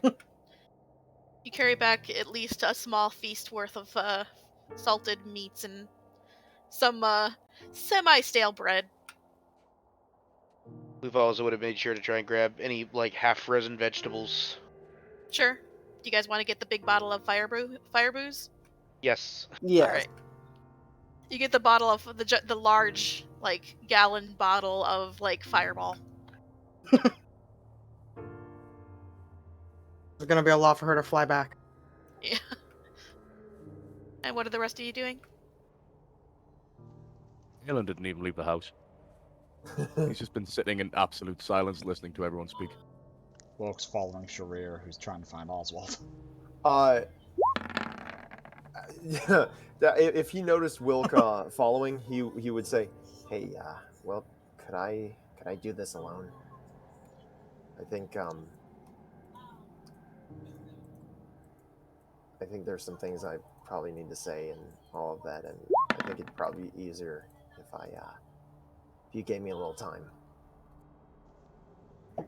I know, I want to be there because I want to take some responsibility. Charir reaches out and touches his forearm and goes, "You've taken enough responsibility. You've helped me here. You've brought the bodies together. You've helped me get here, and in a way that I didn't die on the way. You've done more than your share, and I truly, deeply appreciate that." You're not mad at me. No. I'm angry, but I'm not angry at you. You are why we're here. You're why we brought together. We fight alongside you. You're not my enemy. You never have been. I may be angry at you, and I think you can be very stupid at times, especially emotionally. But I'm not angry at you. You're someone I'm happy to say is my friend.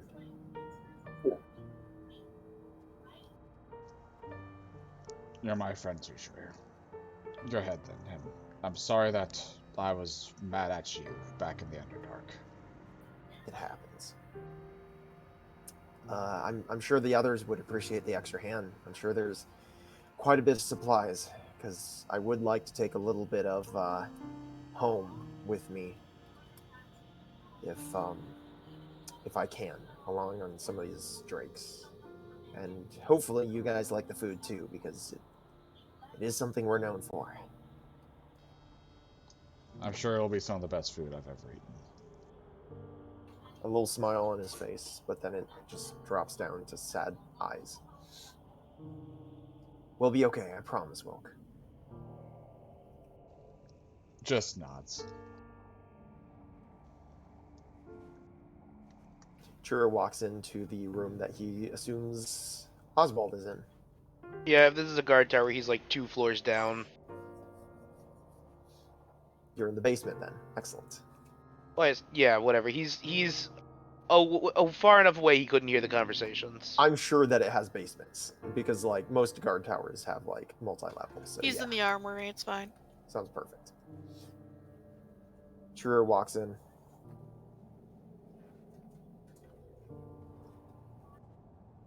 and walks. What is he doing? He's just sitting there scribbling at something. His back is to the door. He walks in and sits next to him, kind of looking over his arm at what he's scribbling. You see that it's like he's trying to draw something and give more detail, but he's just making it scratchier and scratchier. What kind of roll would he have to do to discern what the fuck I'm drawing? Perception? Or is investigation? Investigation is me snatching the book out of my hand like, what are you drawing? Like Gaston, just Actually, I no could pictures. totally see it being insight. It's perception. Okay, it's perception. Which is actually the same as insight for me. That's probably enough. You see what looks almost like a form laying down. You think at first it might be him because you see a beak. And then you see a form stabbing that one. There's not a lot of detail, but you think you can make out horns on the second one. And there are tears falling from his eyes.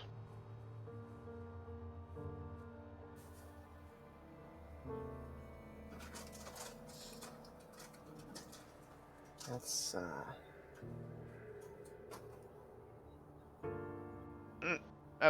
Sorry, I didn't see you come in, Charir. Yep, closes the book quickly and puts it away. Charir kind of. Did you need something? Yeah,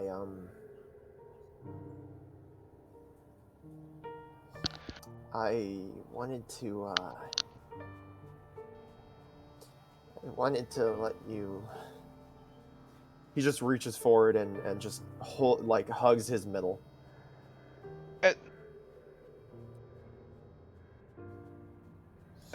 I'm sorry. Thank you.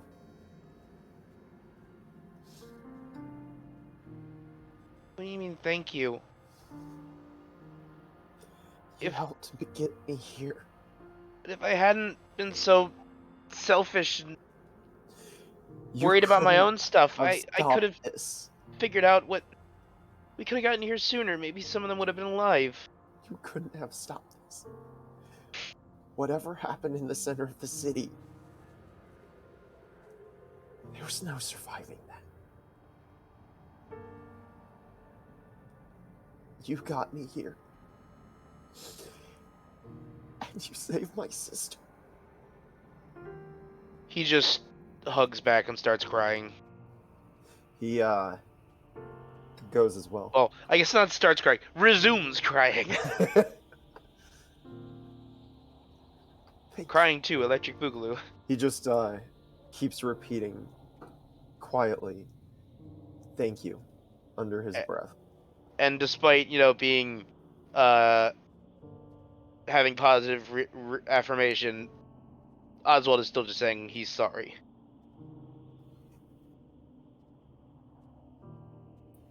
That sounds about right. After a few minutes, Charir kind of gives a very strong squeeze and takes a deep breath. If that's what I think it is, trust me, that's never gonna happen. You're one of the few people I can really connect with here. I don't know why. I don't know, I have a strong attachment to most people in our group, but since I met you and headbutted you in our fight. That was still cheating. Damn right it was. I really enjoyed getting to know you and everything, and I don't regret a single moment I've spent. You've protected me in a lot of ways, and showed me that it's okay to be scatterbrained. at times, because it doesn't make you any less of a hero. And if anyone I could be happy calling a hero, it would definitely be you.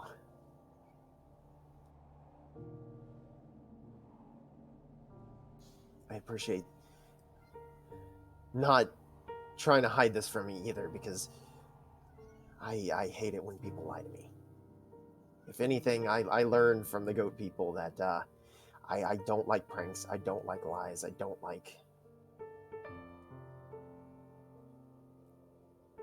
people trying to protect me. Like we're gonna stop at people. I don't like people.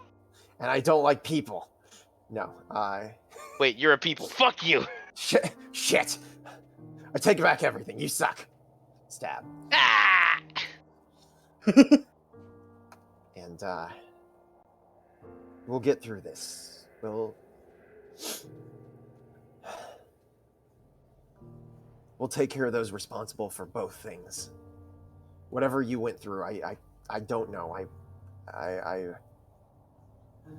I wasn't around for whatever. I assume that other people know, but I wasn't around for that. My father went off to investigate reports of a white dragon, or a silver dragon. That's rare. Doesn't exist. That's because that's what I mean. Like, we were in the dark roads, or deep roads, and we saw that marking. Yeah, he went to... Fuck was the name of that? I can never remember the different continents. What is jungle continent name, Shay? Sorry, what? Jungle continent, what name? Should be of, hang on.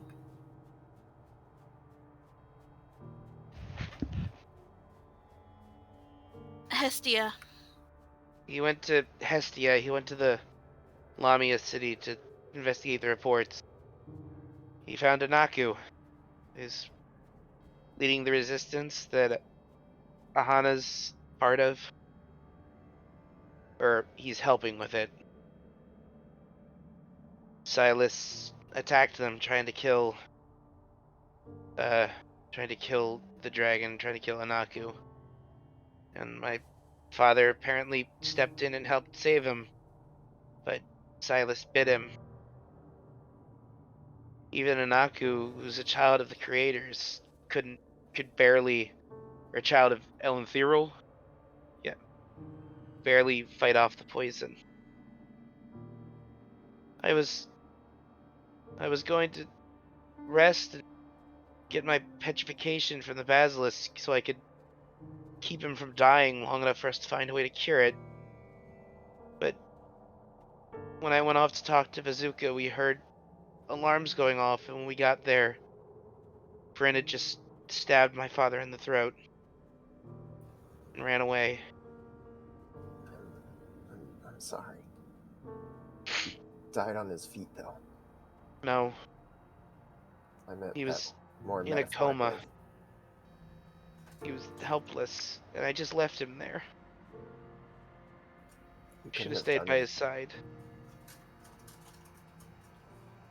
If you would have stayed by his side, I would have never known any of this happened.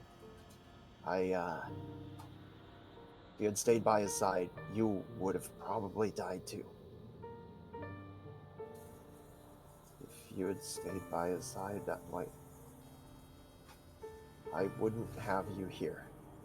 And I really need all of you. I don't like saying that. Can you promise me something, Charir? He trails off and nods quickly. Please stop hurting yourself.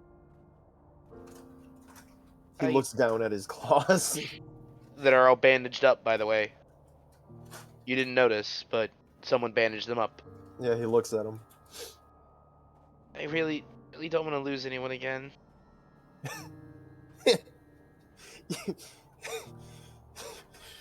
Tears are running down his face as he's laughing. I've lost enough people. And a couple of them were my own fault.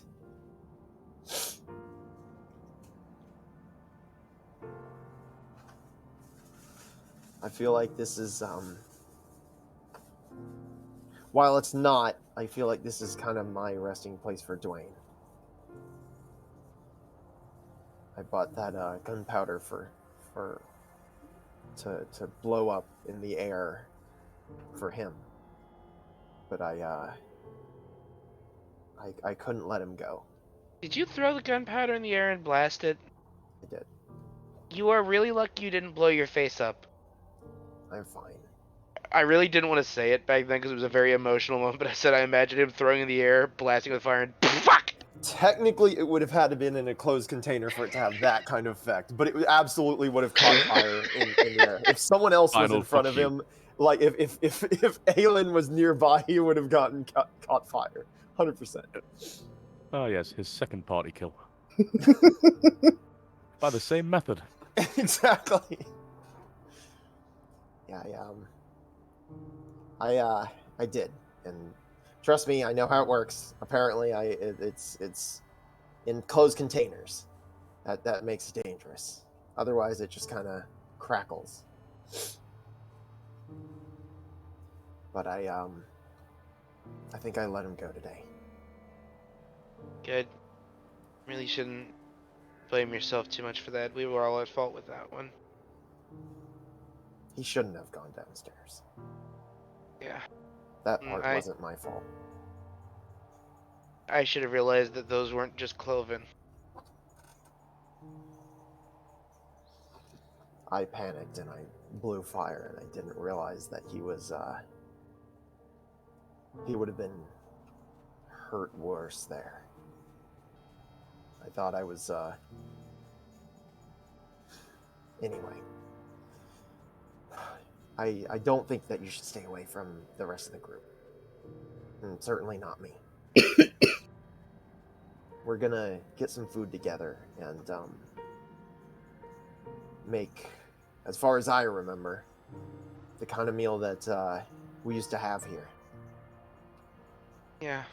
Maybe you should go help Lufa then. She's really gotten into cooking. Yeah. You should jump up though, whenever you feel up to it. I think that you'd really enjoy that, and you should probably taste it this time. I'll be up soon. Take your time. I sort of been sitting here so long my legs fell asleep, but I didn't notice.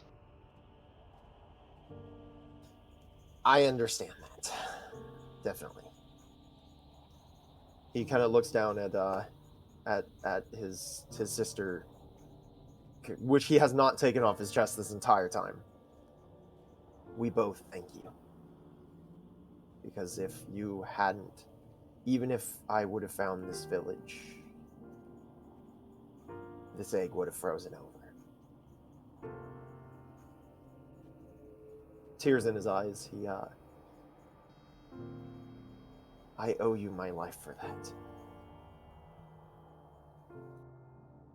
He stands up, brushes himself off, looks around the guard tower, which he has absolutely remembered, and then goes back up to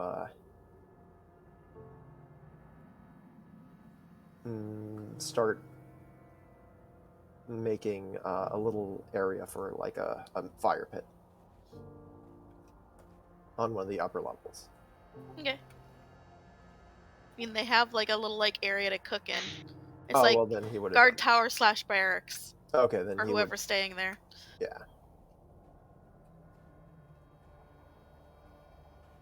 And the rest of you? Sitting there next to Aelin, waiting for everyone else to get back or up or anything else. Yes. Aahana and Lufa will make it back as Aahana struggles to keep the weight of everything up. Got your workout at least. Lufa's silently cheering you on. She's shifting around, and you occasionally hear the sound of wood hitting together, like...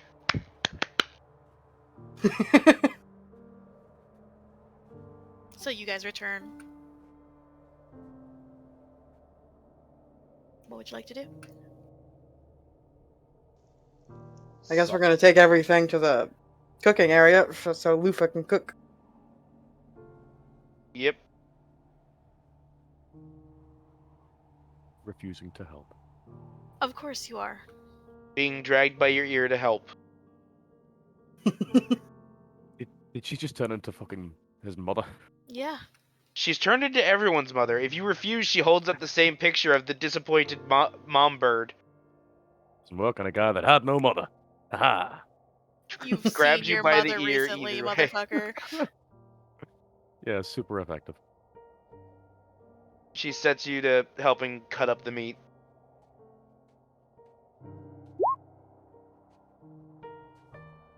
It's a 12 survival. Let me... Yeah.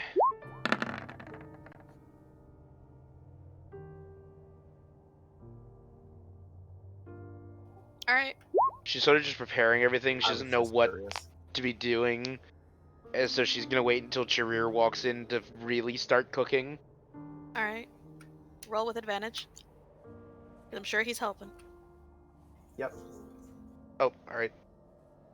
Well then he should roll because his is better. With advantage then, I guess? Yeah, it's at 20. They already rolled. I'll roll again.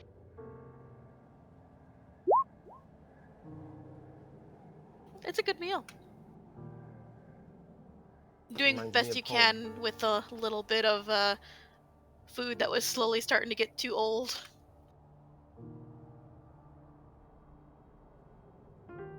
For all of you, this sort of smells like home cooking. Brings back both fond and painful memories. Oswald cries again. Because not only does this taste like, you know, home cooking of Cheerstown, but who do you think taught Lufa how to cook? It tastes like his mom's cooking. Oswald. Yeah? We'll avenge it all. You know that, right? Yeah. I'm gonna get him to explain why he did all of this. And then I'm gonna dissolve him slowly. Believe me, I know. We'll be putting someone else into the ground too in the process.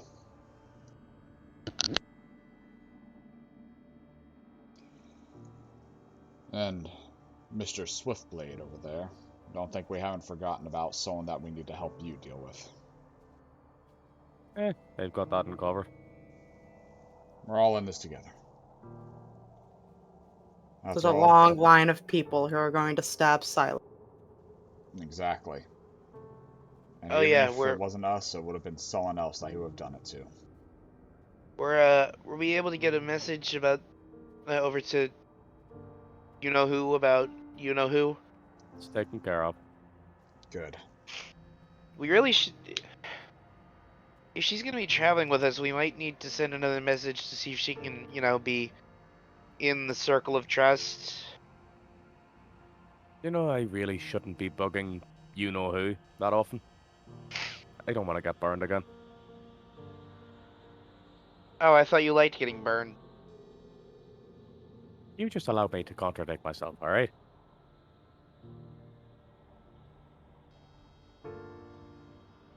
Well, I suppose we can probably send a message the old-fashioned way, but even then she wouldn't...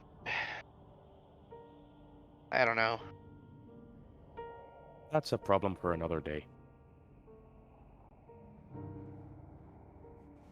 Right now, you should all finish eating and get some sleep. Aye. There's no point in worrying about all the things that could be going wrong right now. At the very least, Exactly. we've saved a life. We should be happy with that much.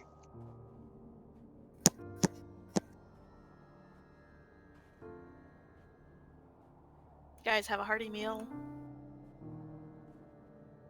And you sleep. Charir regales them with tales of him growing up. And because of that, I was gonna say dreamless night, but everyone dreams about their parents, even if they don't remember them.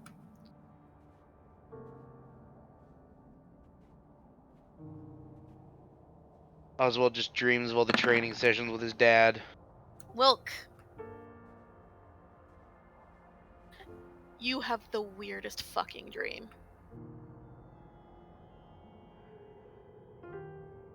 You're sort of like laying down, can't really move, your vision's blurry, but then you see a face, fluffy, orange, big ears, and you feel happy, warmth, safe. And that's when you wake up because it's morning.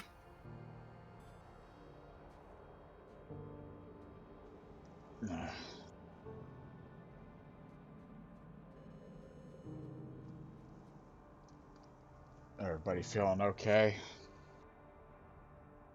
Already has half his shit packed up. Hey, you sleep a long time. Well, we actually sleep. I still don't know if you do or not. It depends on the day. Let's get our things together and leave. The longer we're here, the more it feels like it's draining our own souls. Charir heads back towards this direction for a little bit. What you doing? He's going back to the house. What you doing? He's going to be getting a particular spear off the mantle. Alright. Add one ancient, dirty spear to your inventory. Oswald followed him. He comes back from around the corner with the halberd that I'm assuming after the Goliath buddy was dealt with was just kind of left there. We dragged them all out into the Yeah, front. but the halberd that your father was it a halberd? What was it? It was a glaive. The glaive. Yeah. Hey, Charir, He turns around. where'd you bury them? He looks down at his hands. Right. He Can't really ask for a better grave marker. That's true. I wish I had something to etch in, but I can do that. I can etch into the. Well, yeah. He sort of just his hand goes slightly goopy for a second and like grayish, and whenever the snowflakes hit it, it hisses like acid. I guess you can. All right.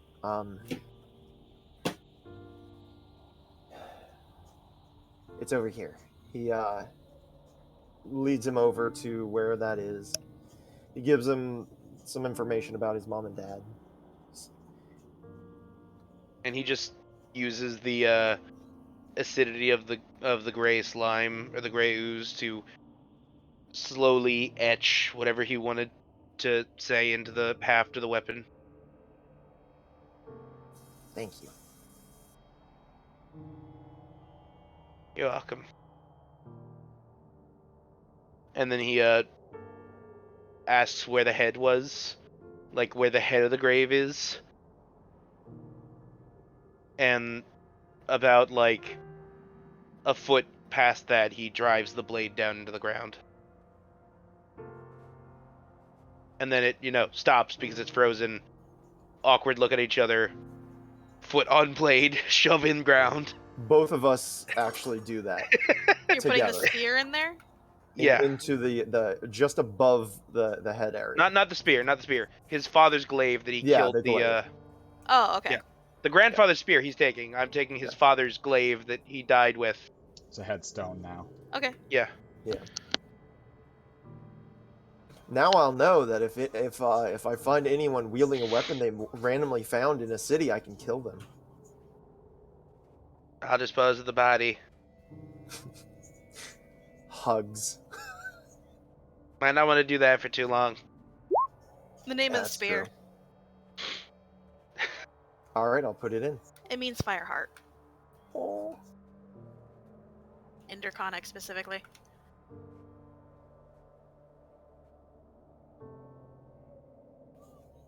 This was my grandfather's spear. Vargir. Was your grandfather a guard too? Your grandfather was a commander of an army. He was, I mean, you could say that. He was a commander of a whole army. He, Wow. kind of important, though you won't hear a whole lot of people talking about him. His claim to fame was the fact that he gave the town breathing room for a while after basically he took out a large encampment of Goliath because he decided that they should march on them before they start marching again. Gave your town a full 10 to 20 years of breathing room.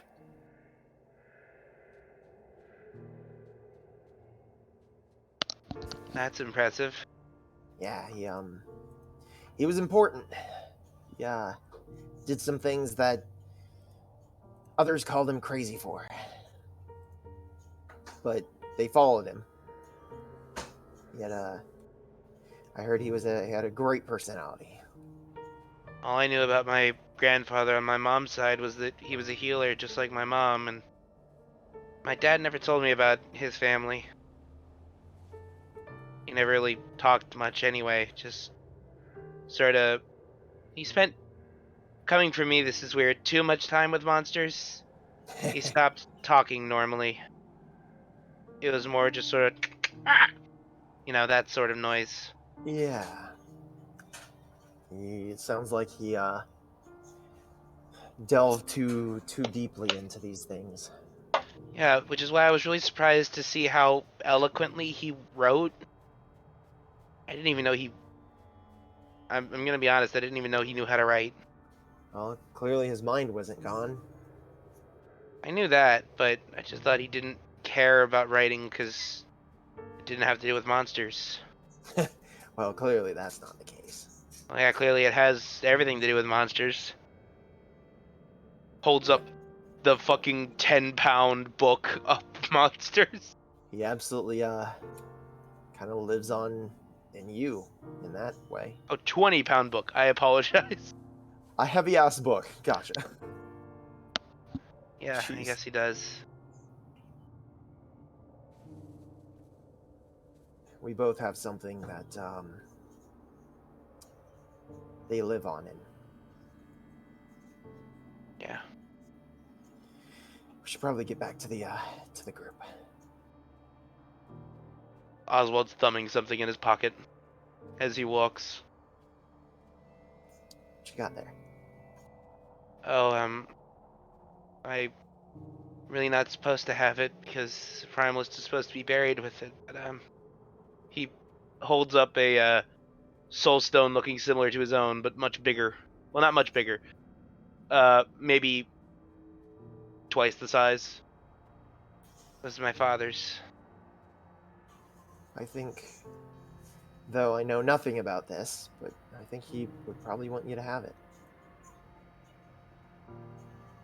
I told myself once I find the one that did that, I'll bury it with him. I think that would be a good idea. Especially since that would be almost like your father's last act.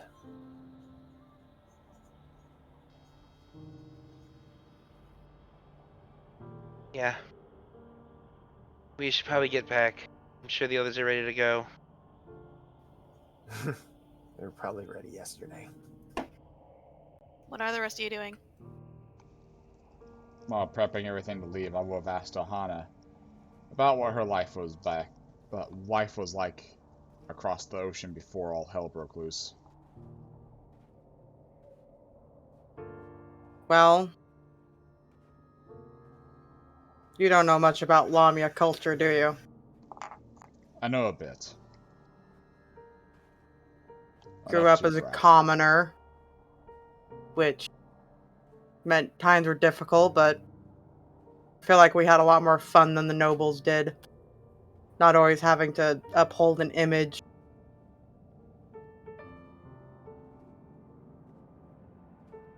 I ended up having to leave because I upset a certain noble.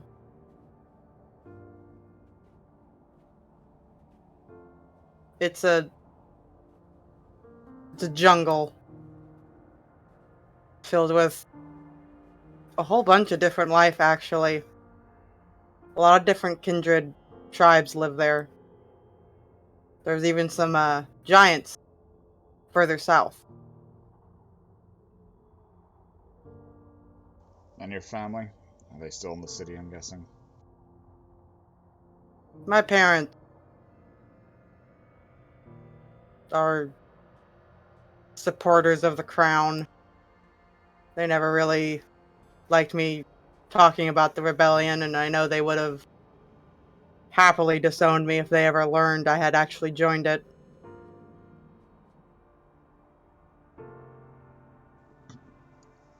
I'm sorry that they've been swayed, then. But the truth is as it is. There's a lot of people with hope in the world. I can't really be mad at anyone who has that kind of hope, whether it be false or not. Just sorry for them, though, you know?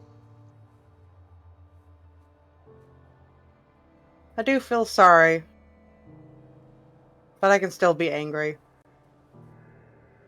Don't let anyone Blind take hope anger. is useless. We feel angry for a reason, so don't let anybody take it from you.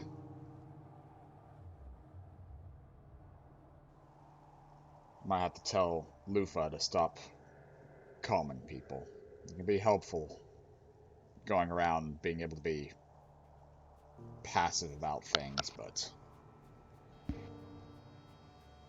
it really brings in a lot of perspective whenever you have all those feelings bubbling around in your head. Opinionated in some cases, but I think she's just concerned. The last few days was a bit hectic. It was. Definitely was. They're only gonna get worse, though. In a different way, but when we make it to that city, because I feel like we're going to have to, assuming we can't deal with it in Emelroth. We'll do our best to help.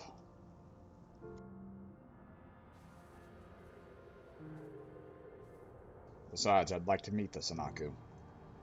My adoptive father, before I joined up in the Deep River family.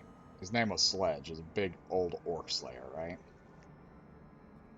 Apparently you met him. I think I remember a Sledge. I don't think he cared much for interacting with a lot of the people. Told me the dragon was pretty lonely. Yeah, Naku is. He's a bit odd compared to the rest. Also not a dragon. Don't Exactly. call him a dragon either. Well, we figured that out down in the deep roads, but at the very least, I feel like it'd be something to poke fun at him over.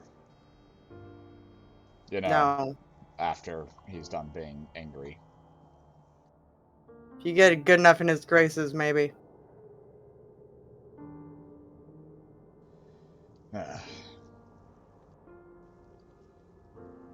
You hear that, Aelin? Don't say anything about dragons. I wasn't gonna say shite. But now I am. But now that you put the idea in me head. Now I can't stop thinking dragons. Slowly looks to Aahana, the smallest of grins forming on his face. And that's how we make fun around here. We plan for the future.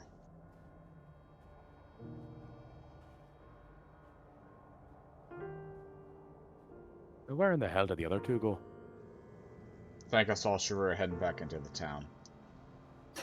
I have a good feeling as to why, considering what I saw in the place, but... Well, hopefully he hurries up. We want to get out of here. I was actually about to say, Charir kind of took the scenic way through the town, back down this way, to kind of tell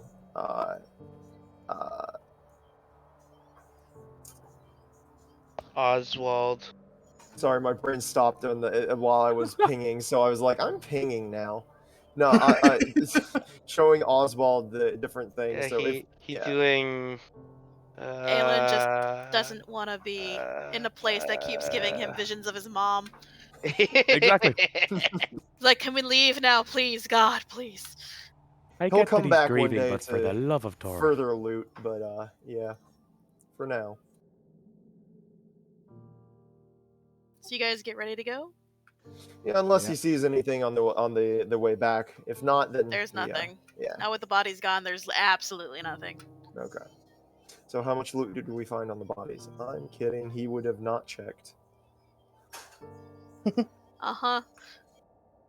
God, I'm glad I'm not playing Dan right now, because if I was playing Daniel, he would have fucking looted everything.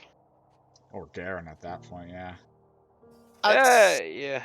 At some point, I'm sure that Charir will come back and start picking through things to see if he can make any memorials or anything like that. At some point. But for now, Yeah. you guys have a 2-day journey back. And a road full of Goliath corpses. I'm right. Mm-hmm. This is what happens if you fuck with me. my city, but still. Be proud of your father, Charir, and be proud of your mother. Would you like to make camp in the places you made camp in before? Yeah. We're probably Charir is not pushing us to like go nearly as fast, but yes, if you can still make it to those places because they did slow you down. Okay, yeah. So the first night, in that ratty old half collapsed hut. Hold Who's on. taking first watch? Oh, okay. I was about to see what I can do to shore it up. You have a child that you're not letting off of your body. That is fact.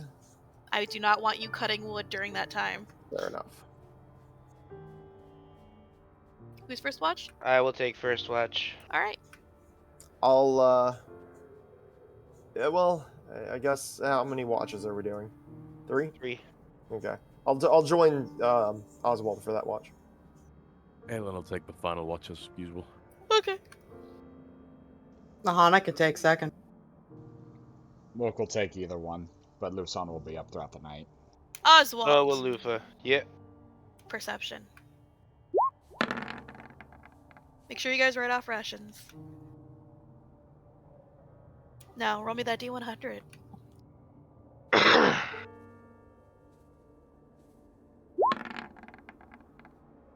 57. Your night passes uneventful. Forgot to ask. Did they manage to bring any extra food from the things, or was that meal pretty much the extent of it? You guys got fed real well, but Okay. they did have that bottle of that gallon bottle of Fireball. Sure.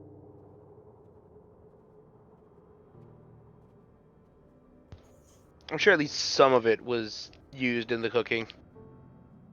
A little bit. It's a gallon. You use all of it, motherfucker? No. I would hope not. So where are you waking up? I added that to my inventory now. Aahana. Aahana.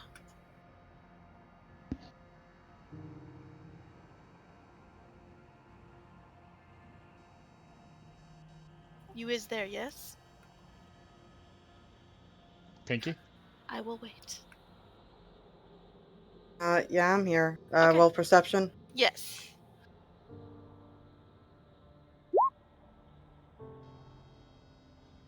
Alright, now if you'd roll me that D100.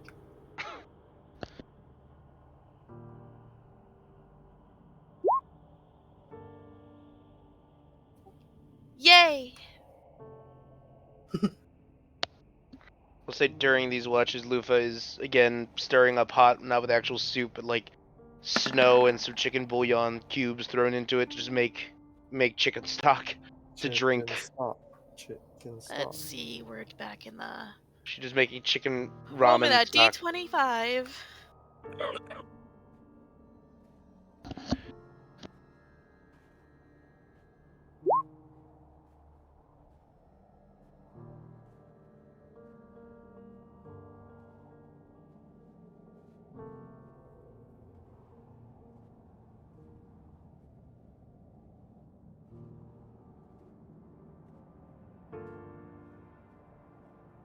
What the fuck is that? What the fuck? Roll Oh again. no. Roll Can you again. give me a name just because I'm curious? Zill. 2 L's? Yup. I think I've seen these before. Who is the boss? The Duke of Zill, of course. Wow, we rolled for a small settlement. That's impressive. Suddenly, a town appears in the middle of the night. Oh god. Roll me a d2. Oh, with an X. What the fuck is that? If it appears where I was, I'm murdering everyone in that town. No one gets to set up shop in my town. That's a. What the fuck is that? What the fuck? Okay, maybe I should stop doing watching. What the fuck is that? Hilarious.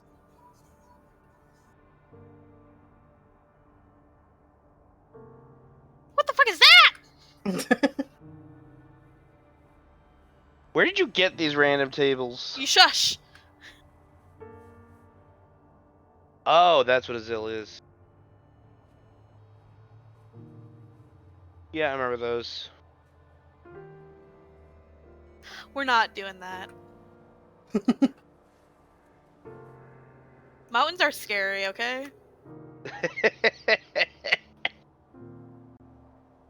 Alright, that's better. Though, I hope that you guys don't engage. Wait, is it a Zill with a Z or an X? X. Alright, so Aahana, you Oh no. sense just a abhorrent amount of dread. As well as hearing the faint flapping of large bat wings in the night.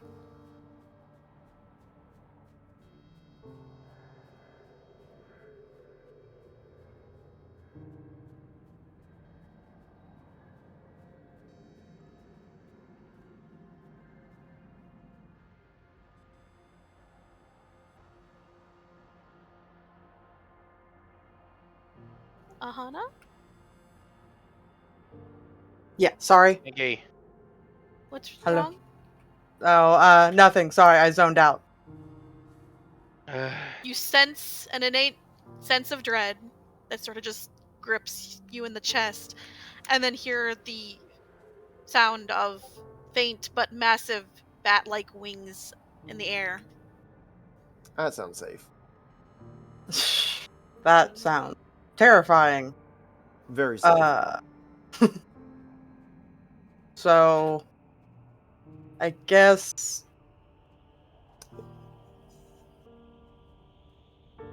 I'm gonna try and look to see if I can't see it. Whatever's making that noise real quick. So you'd like to try to peek through? Yeah. Alright. Perception. It is dark and nothing's really lighting this up. Yeah, I know. You're not sure. I'm going to wake up Wilk. Wilk, as you are woken up, you are immediately you fucking sense and feel and just like a knot of dread in your chest. I'm gonna use my divine detection.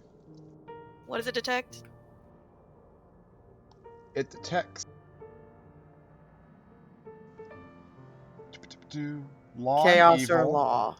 or chaos and law, of course, but also until the end of my next turn, know the location of celestials, fiends, aberrations, elementals, or undead 120 feet around me.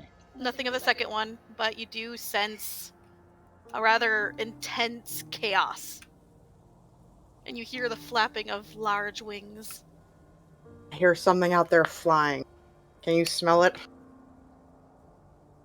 I'll smell for distance. Lay low. Lay low. So are you like stepping outside or just inside? I mean, I just poke like my nose outside. You smell snow. Oh man, there must be nothing out there. Let's be loud. But with a 20, it's like you get advantage, right? Because of smell. Yeah.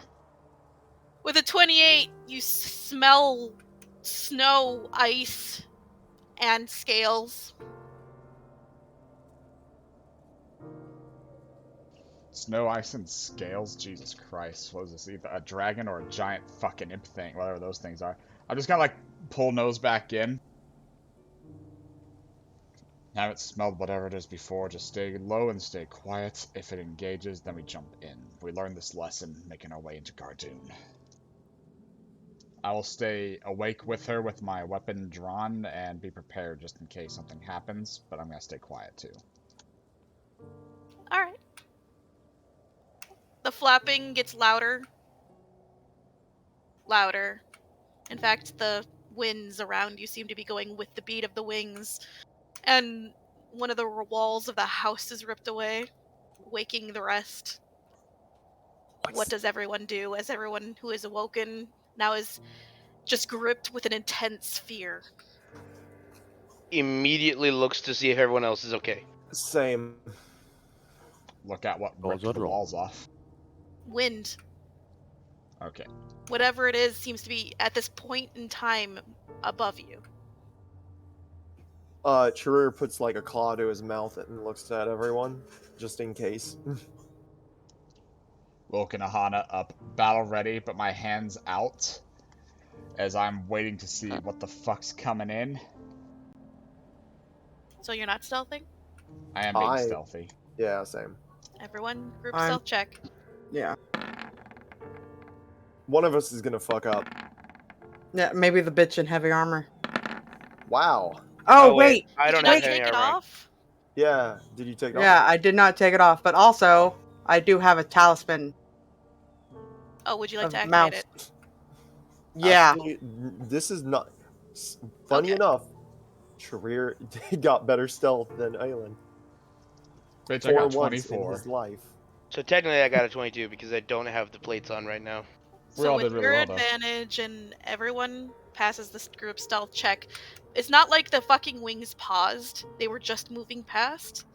But as it moves on or continues its flight, more of your little structure is blasted away. One of, like, a portion of the roof just sort of gets ripped away by the wind. Is there any chance I could try and grab the roof to stop it from getting ripped Not away? if you want to be stealthy. Well, one second. Your action was to stealth, wasn't it? Yeah. He's just Never moving, mind. so yeah. Yeah. Eventually, the sound of the wings sort of fades into the snowy distance, and your guys' sense of fear lessens. Fucking frightful presence ass bullshit. I'm looking to Lufa. How big was whatever the fuck that was? Lufa knows that was an ancient dragon. Oh, well, fuck. Lufa couldn't see anything because she could only see what's touching the ground.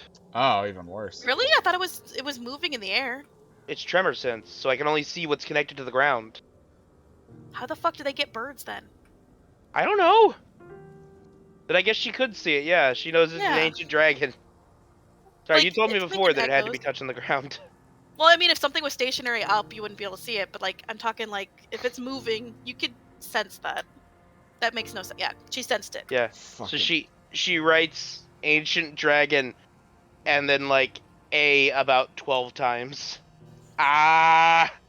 I'm gonna get up and start trying to put shit back together a little bit with Charir's help. It's gonna be a rough night, boys. Or maybe you should be doing it with... I should be doing it with your help. Yeah. Alright. You guys managed to sort of enclose it. That one wall in the front's gone. Like, it went off to the side of the mountain, but you get the roof back in place. Well, that was fucking terrifying. Aahana, stop rolling. I love you. You make it so that there's some actual encounters at night. Rolls for an ancient fucking dragon. Well, at the very least, dragons are smart. It would have just been like, fuck you guys doing here. We'd been like, traveling, and then it would have killed us. It would have been like, those drakes look pretty fucking tasty. Alright. So Jesus. after that, everyone else sort of just slowly settles in uneasy after that. But your watch is over. Aelin, you're next. Yeah, I'm on it. Joins the Drakes. D100. 10. Lovely. Roll me a D25. Good Because God. whatever it is, it's about to get eaten by an ancient dragon. That is hilarious.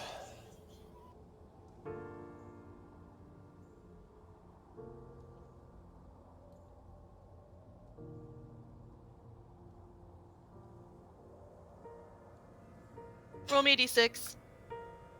6. Fucking ancient dragon. 5. That's probably one of the first, considering the fucking timeline. It's like a Naku's fucking daughter, right? But like taking a shit on our camp. Literally? No.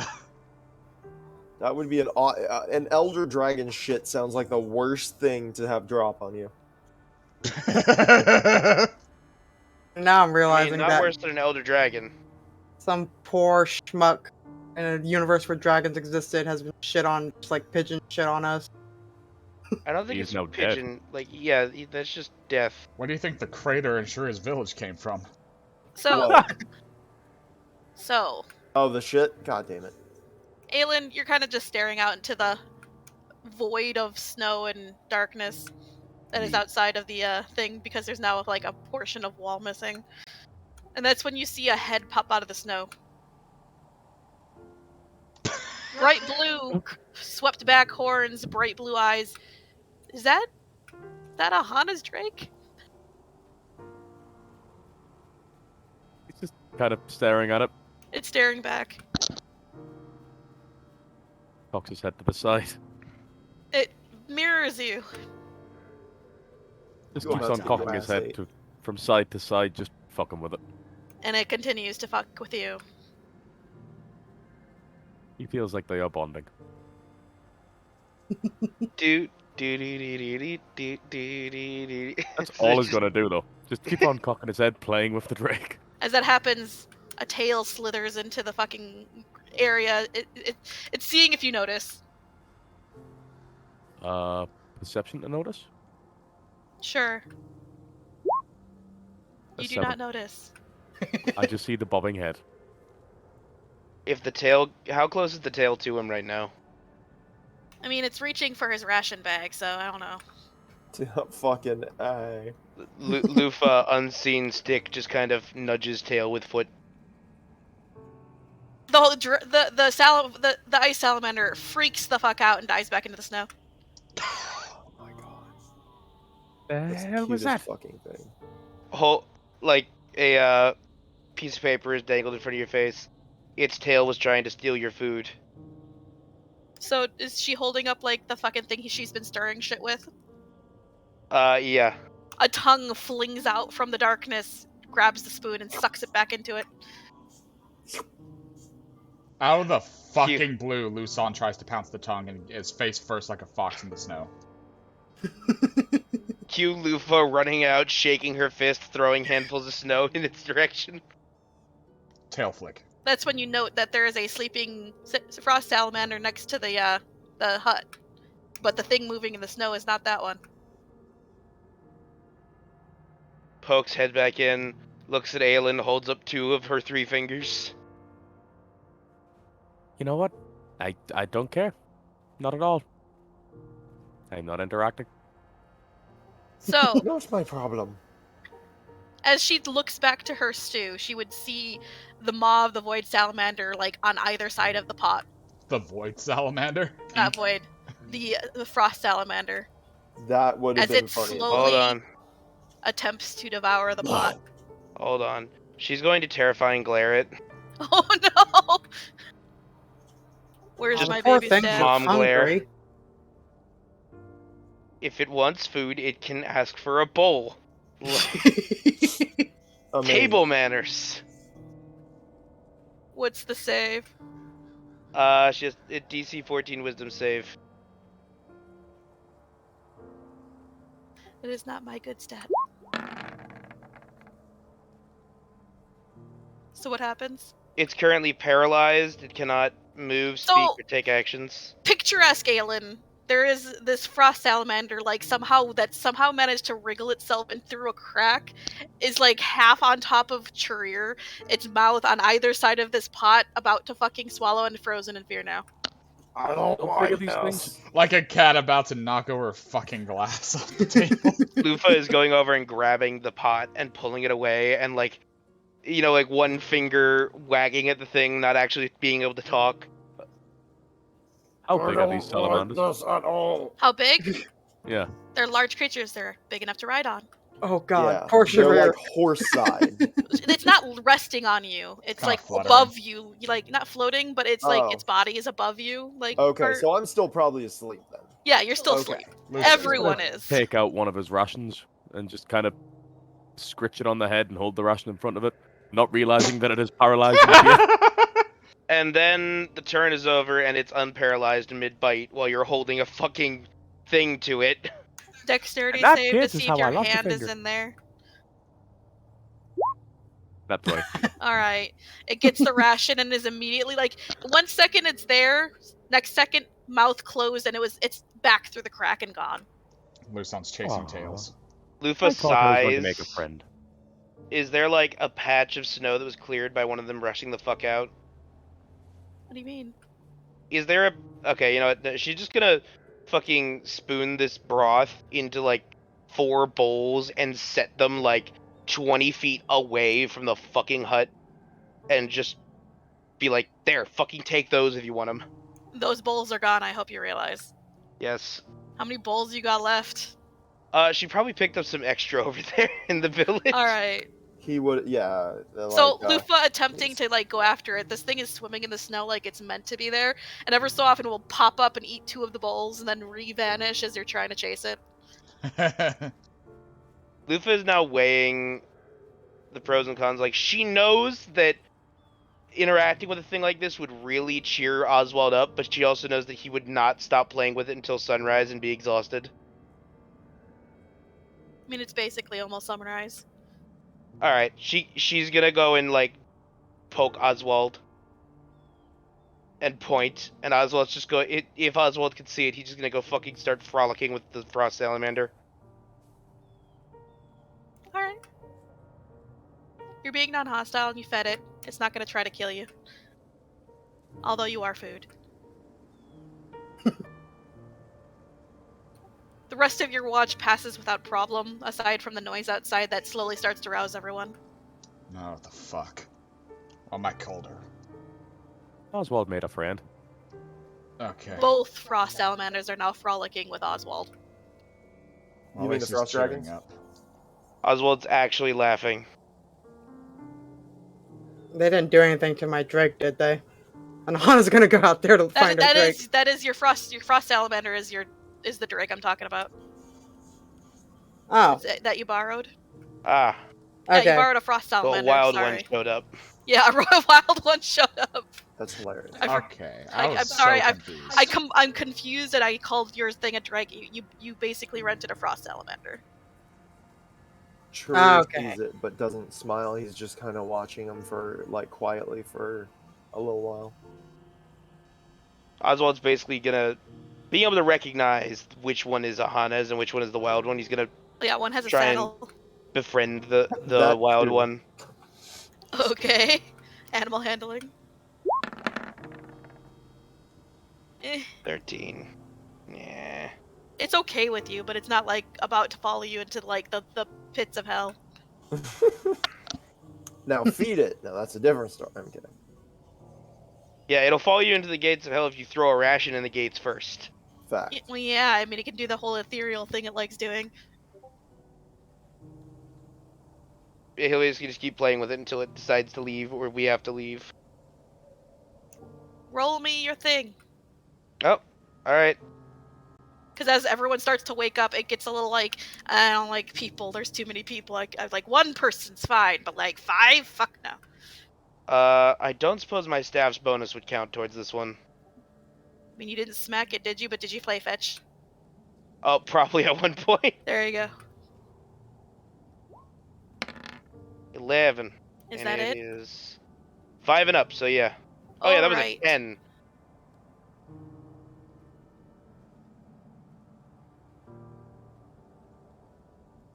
I still have in my my personality and traits: childish, carefree, optimistic.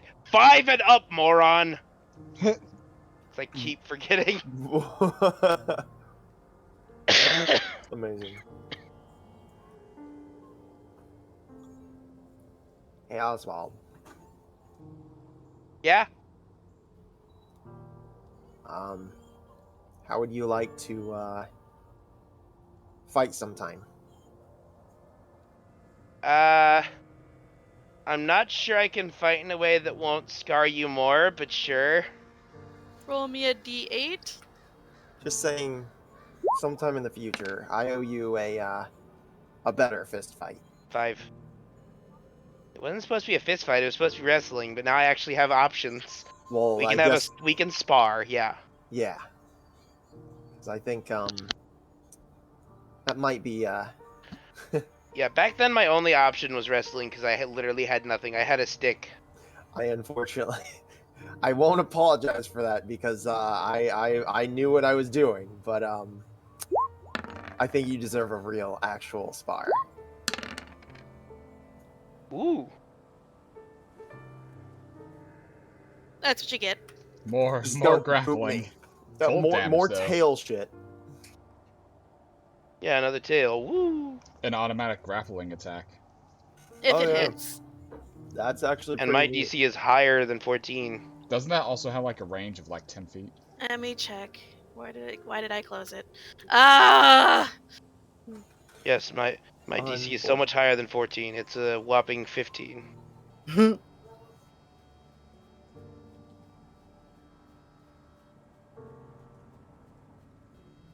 Yes, it has a 10-foot reach. Nice. Yay.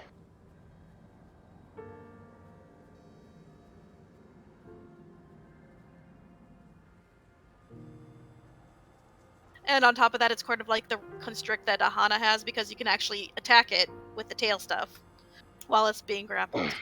So it's not just grapple and you can't do anything. Oh, good. Nice. If you read the thing, it says there, yeah. That deals fucking cold damage. It's actually got the same base damage as the basilisk plate. But as people start like stumbling out from the dilapidated hut, the one frost salamander like sort of like dives into the snow and just is gone, like a shart in the night. Oh, what? I'm You sorry. heard me. Well, I think we all sharded when we saw an ancient dragon. Just nearby, you just see like a giant pile. You're like, wow, thank goodness that wasn't us. The other one, upon seeing Aahana, moves to her side instead. Ahana's just gonna give it pets. Yeah, God, fun out there. Yes, the good girl. Yes. When Oswald eventually learns how to talk to animals, the world is gonna be over. You guys sort of slowly pack up and get ready to move on. You should hit Rex's city by nightfall. Wait, no, there's one more day between then, right? Descending. Yeah. Gotta go up a little further.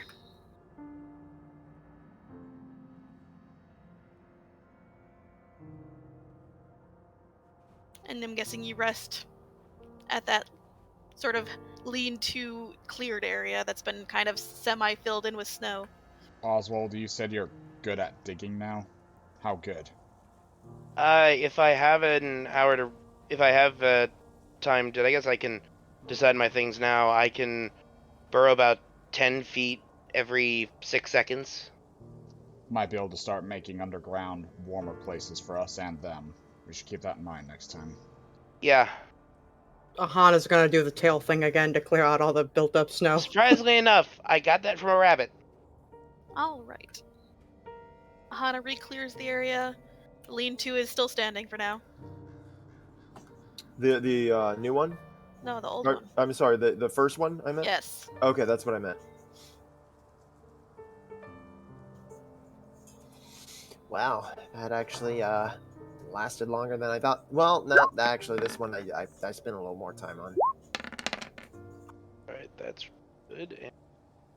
You do good work with your carpentry. I'm working on it. I do need to send some wood. Some wood. I wonder where I can do that. I'll have to figure that out. Probably near Rex's city. I'm sure that there'll be some couriers there that I could Now I have to pay for couriers. I didn't ask enough money. I didn't think we were doing it necessarily for the money. I know it wasn't. Either way. Let's get settled in. Hopefully that thing doesn't fly back over. Should I sort of dig a bit down so we can be warmer? Yeah, go ahead and dig it in some. Okay. He's just going to start burrowing with his rabbit abilities. Your dregs are not happy. You definitely should have gotten them their thing before coming here. It's much colder. Everyone needs to make a Constitution saving throw. Yes, you were used to it, which is why I didn't do it for the last one, but here, it's the cold spot. Yep. And I got advantage. Well, no, I don't. Wow. Remember, you have a +1. Oh. I think I have advantage. You said because I was used to it, I have advantage? Yeah, you're fine. I really wish Lufa's cooking gave advantage against other things, but it's just con save versus... The only one below 15 is Oswald. Everyone's really starting to feel it still. It's cold. Oswald, you're like, what the fuck? Maybe that's why she'd given you her clothes. Uh-huh. He doesn't complain, though. He just keeps digging. Aahana with those, like, constitution rolls for fucking, for cold weather, man. Right? She's single-handedly making the Lamia a warm-blooded race. Right. She's just doing perfectly fine in the cold, and she just smells like drakes now. As one does. Exactly.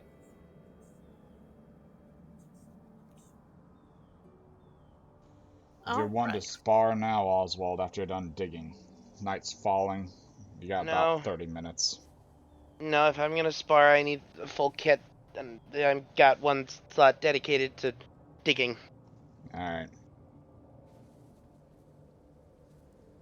Also, it's probably best not to expend energy when it's so cold. Also, well, I mean, it'd be a good way to keep warm, but I do agree. Getting exhausted in the snow is probably not a good idea.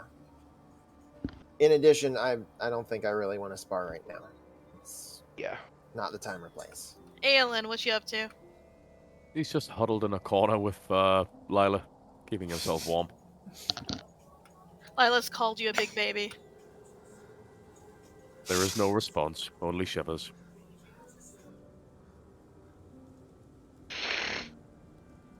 Yes. Mm-hmm. Who's taking first watch tonight? And make sure you guys write down ration.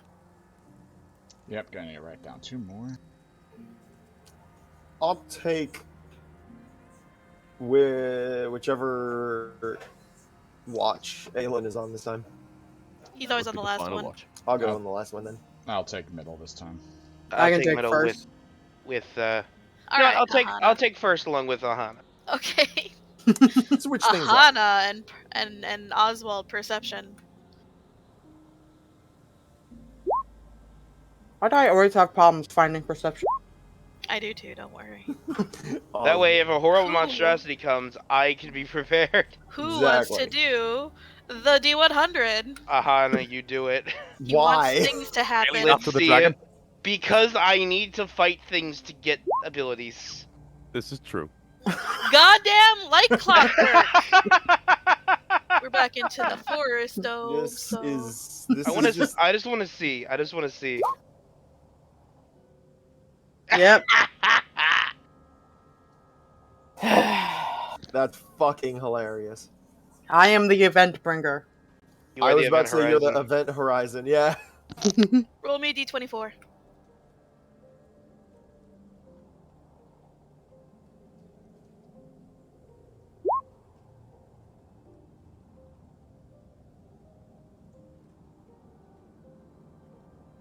It's always so low.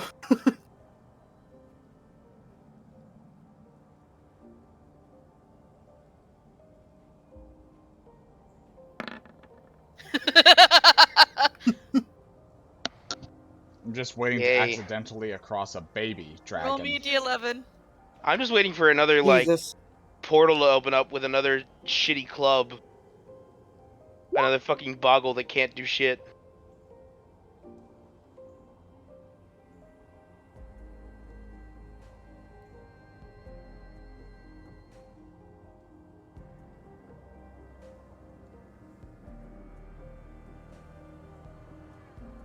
Well, I'm slightly worried.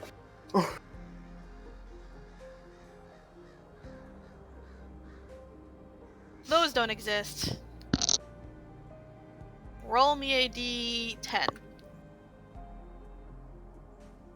There ain't any celestials in this world at the moment.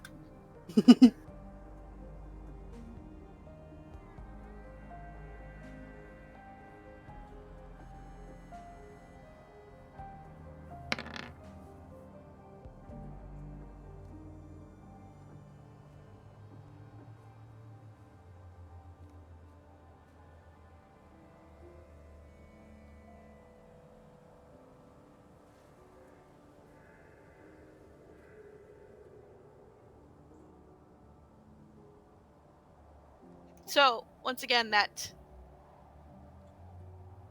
you remember that elk creature you saw that was glowing and shit? Yep. It's back. Fucking son of a bitch. Hold on. What was this? The glowing elk. Glowing blue, white, and silver elk with like moonstone horn antlers. It came the night before we got to Charir's home. Oh, that's right. Yeah. Aahana, do you see that? Yes. I think it's following us. Tell me if it starts leaving. And he's gonna try and, walk back to where the food is and grab some of the, some of the half-frozen vegetables Lufa scavenged from the village. He's gonna grab a carrot or something. And he's gonna try to step out. Does the thing see him? It's looking right at you. I hold up the carrot, and I start approaching. Are you carrying any magical items on you? That would be my staff. God damn it. What's your staff?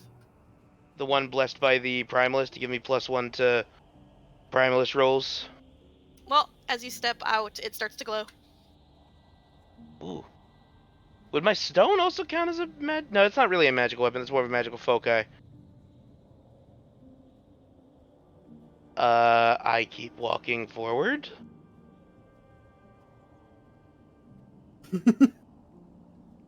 I'm Your very staff curious about glows this thing now. brighter. I look at the staff and I look at the thing. Is it looking at me or the staff? It's looking at you. Also, Aahana, all the magical items you guys are carrying with you are also glowing. Faintly, but they're glowing. Oswald. Maybe not. What? Everything's glowing. Or at least all the magical stuff is. I don't know if you should be approaching it. Well, it's a good thing I'm the one approaching it, because my staff only really, doesn't really help me as much as your stuff does. How close have I gotten to this thing? You're about halfway there. Your staff now is starting to heat up. Oh, okay. Ow, ow. I'm gonna drop it. The stag sort of just for the first time, moves, kind of shakes out its mane, turns to leave. I pick up the staff again. It's still hot. And I'm like, does it get its attention? No. He just keeps picking up and dropping it. Ow! I put it back Ow. down and I sort of he would know not to run at an animal because it would just spook it. Is it leaving with haste or is it just wandering? It's walking away. This creature doesn't seem to know what fear is.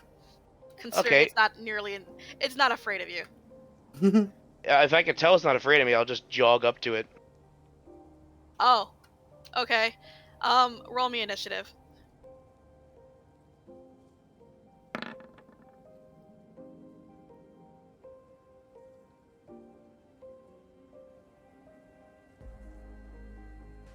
Do I need to roll initiative? We'll see.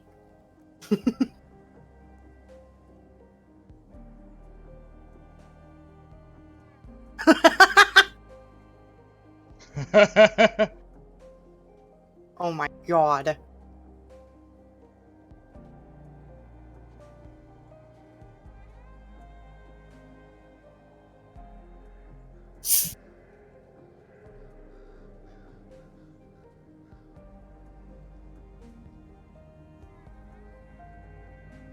So the first thing that happens, Oswald, is I need you to roll your staff against yourself.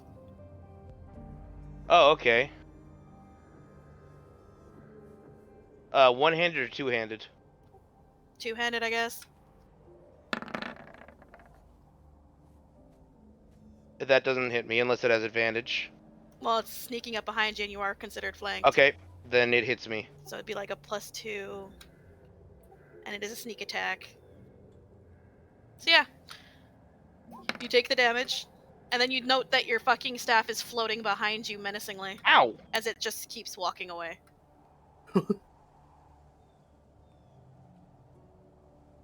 How close am I to it now? Well, it's walking away, so not very. Oswald, friend. Yeah, pretty much. He's gonna keep trying to approach it. All right, continue to roll your staff against yourself.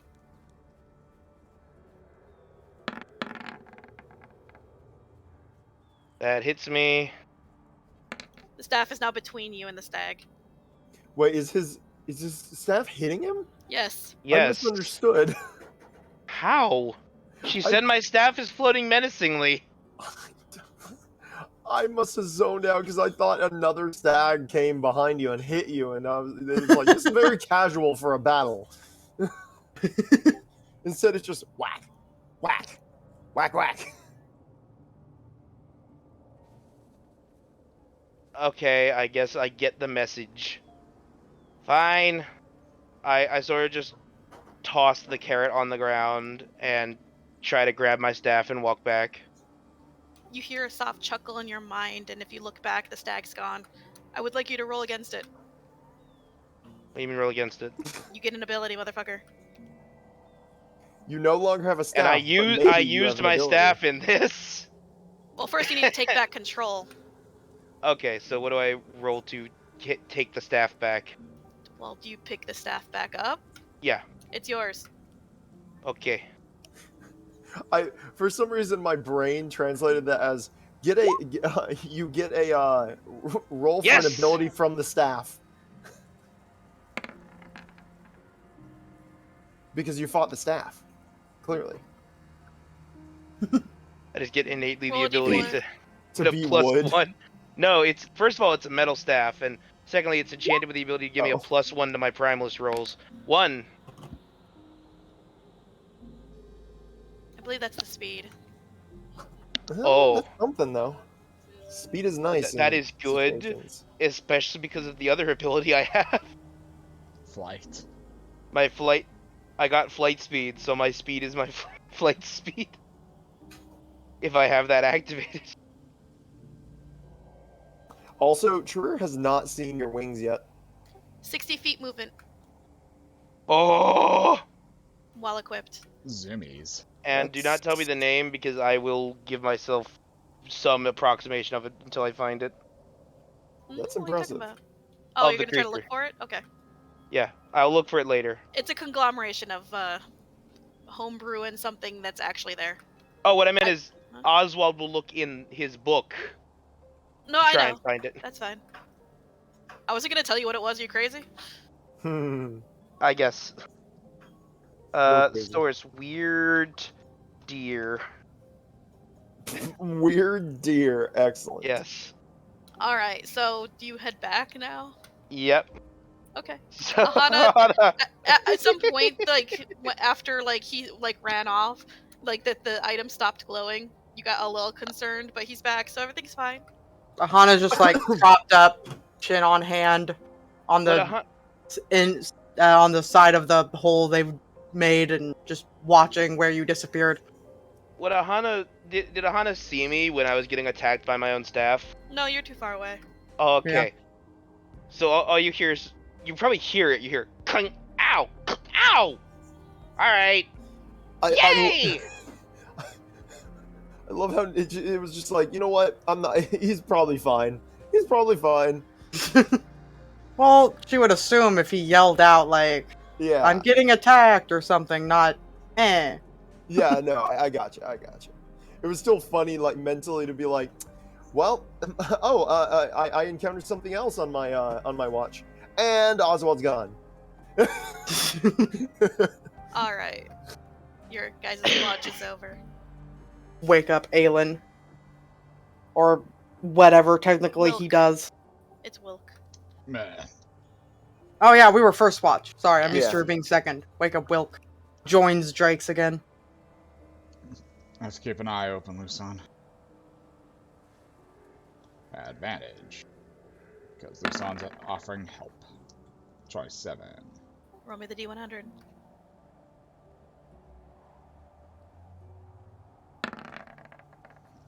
$64. Nothing happens. Have a very peaceful night. Keep the fire going. You don't even know that something happened prior to this. Nope. Yeah, Aahana doesn't tell people when something happens on her watch. Unless she has to. Whenever Aelin wakes up halfway through the watch naturally, and I'll let him know whenever it's his turn. Yee. Perception. He's gonna wake up Charir as well. You said they were Alright. gonna join. Perception. 6. Roll me that D100. And also perception, Charir. Can do. 8.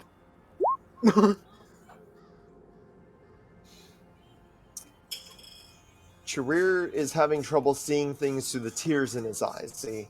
And, Roll me that D24. can I roll it this time? Yes. Yes. You see a weird glowing blue deer. Fuck. Alright, hold on. I That gotta is redo not it. a I D20. accidentally fucked it up. My fingers accidentally messed That is that a up. horribly low number, though, for 254. Right.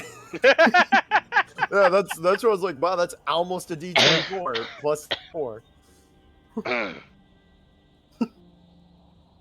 just had, a plus something to my D24.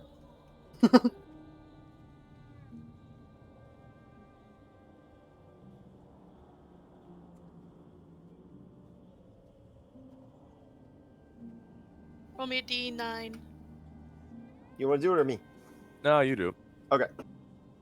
That way, if we die, it's your fault. Yay! My parents are dead.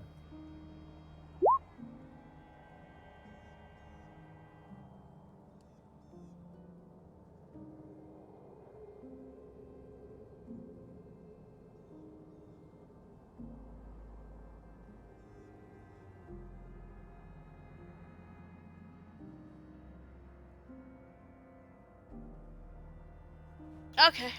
Well, both of you have shitty as fuck perception.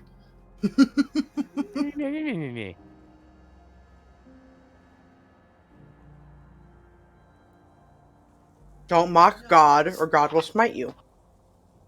So Oh, where that's are fine. either of you? I would have been on near the entrance, like just kind of standing around out there. Yeah, same. He's on the other side, I guess. Casually smoking a cigarette against the, I'm kidding. So you guys are inside or outside? Outside. Yeah, I am. outside.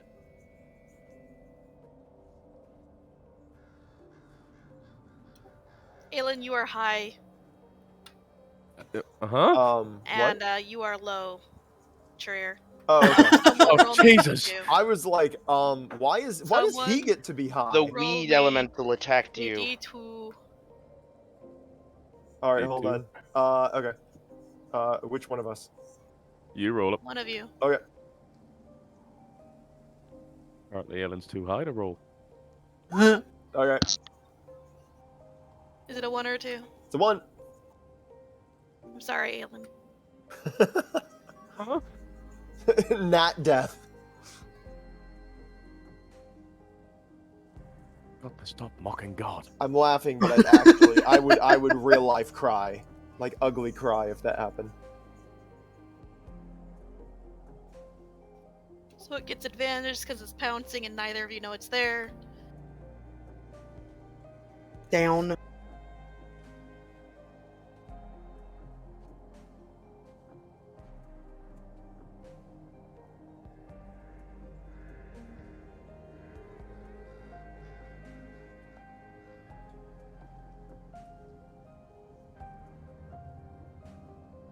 What's your AC right now? Oh god. He's He did 18. get new armor. It matches. So Charir, what happens is you're like staring out into the snow. So is he. But then something blurry, like, just sort of springs past, like, the peripheral of your vision. And Aelin, you have been tackled by what appears to be a large black and white tiger who is now Oh shit. clamping his jaws down on your shoulder. I have no words. Oh shit, we got out of the playful stuff and now it's just death. Right, and now it's just death, right. It'll be 12 piercing damage. Could I intervene? You didn't have time to react. You didn't know it was there. No reaction? No, No like, reaction. saving him No from You have reaction. to know it's Okay. coming to be able to react to it. Yeah. Okay. I tried, Aelin, I tried. I don't There's want to just a have to pull up the symphony. map for this, so I'm gonna just... We'll be doing this normally. Just That's everyone roll fine. your initiative.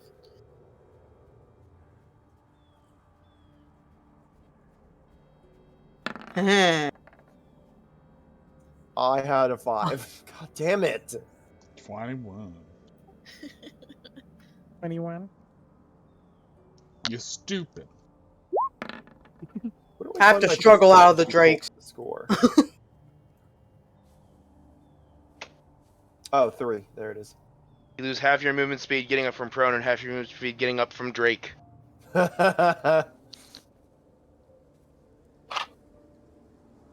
But everyone's asleep at the moment until either Aelin screams or I yell.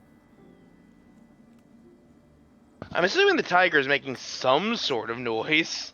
I mean, they're usually pretty quiet, fucking even when roller. taking people down. Like, they I'm growl, but it's like... My fucking passive perception's retarded that I can apparently wake up from a whisper if it's over 20. Aelin, you'll wake Yes. up to basically what amounts to a tiger snarl, and the scream from Aelin, who is being eaten. Who wakes up? Yeah, You said Aelin. I meant Wilk. Oh, okay. I immediately shout, "Up, everyone!" and leap into You glorious see action. what is the most gorgeous but also massive and terrifying white tiger you've ever seen in your life. I'm gonna eat that. The fuck's it doing here? Eating. Do I have You actions? bastard! Yeah. Were you gonna say that? I was actually about to throw, like, About it'd like be 10 feet away from you. Charir throws his caltrop. I'm going to try to, like, get it off of Charir by using my bonus It's not action. Charir, or it's on Aelin. Aelin. For once.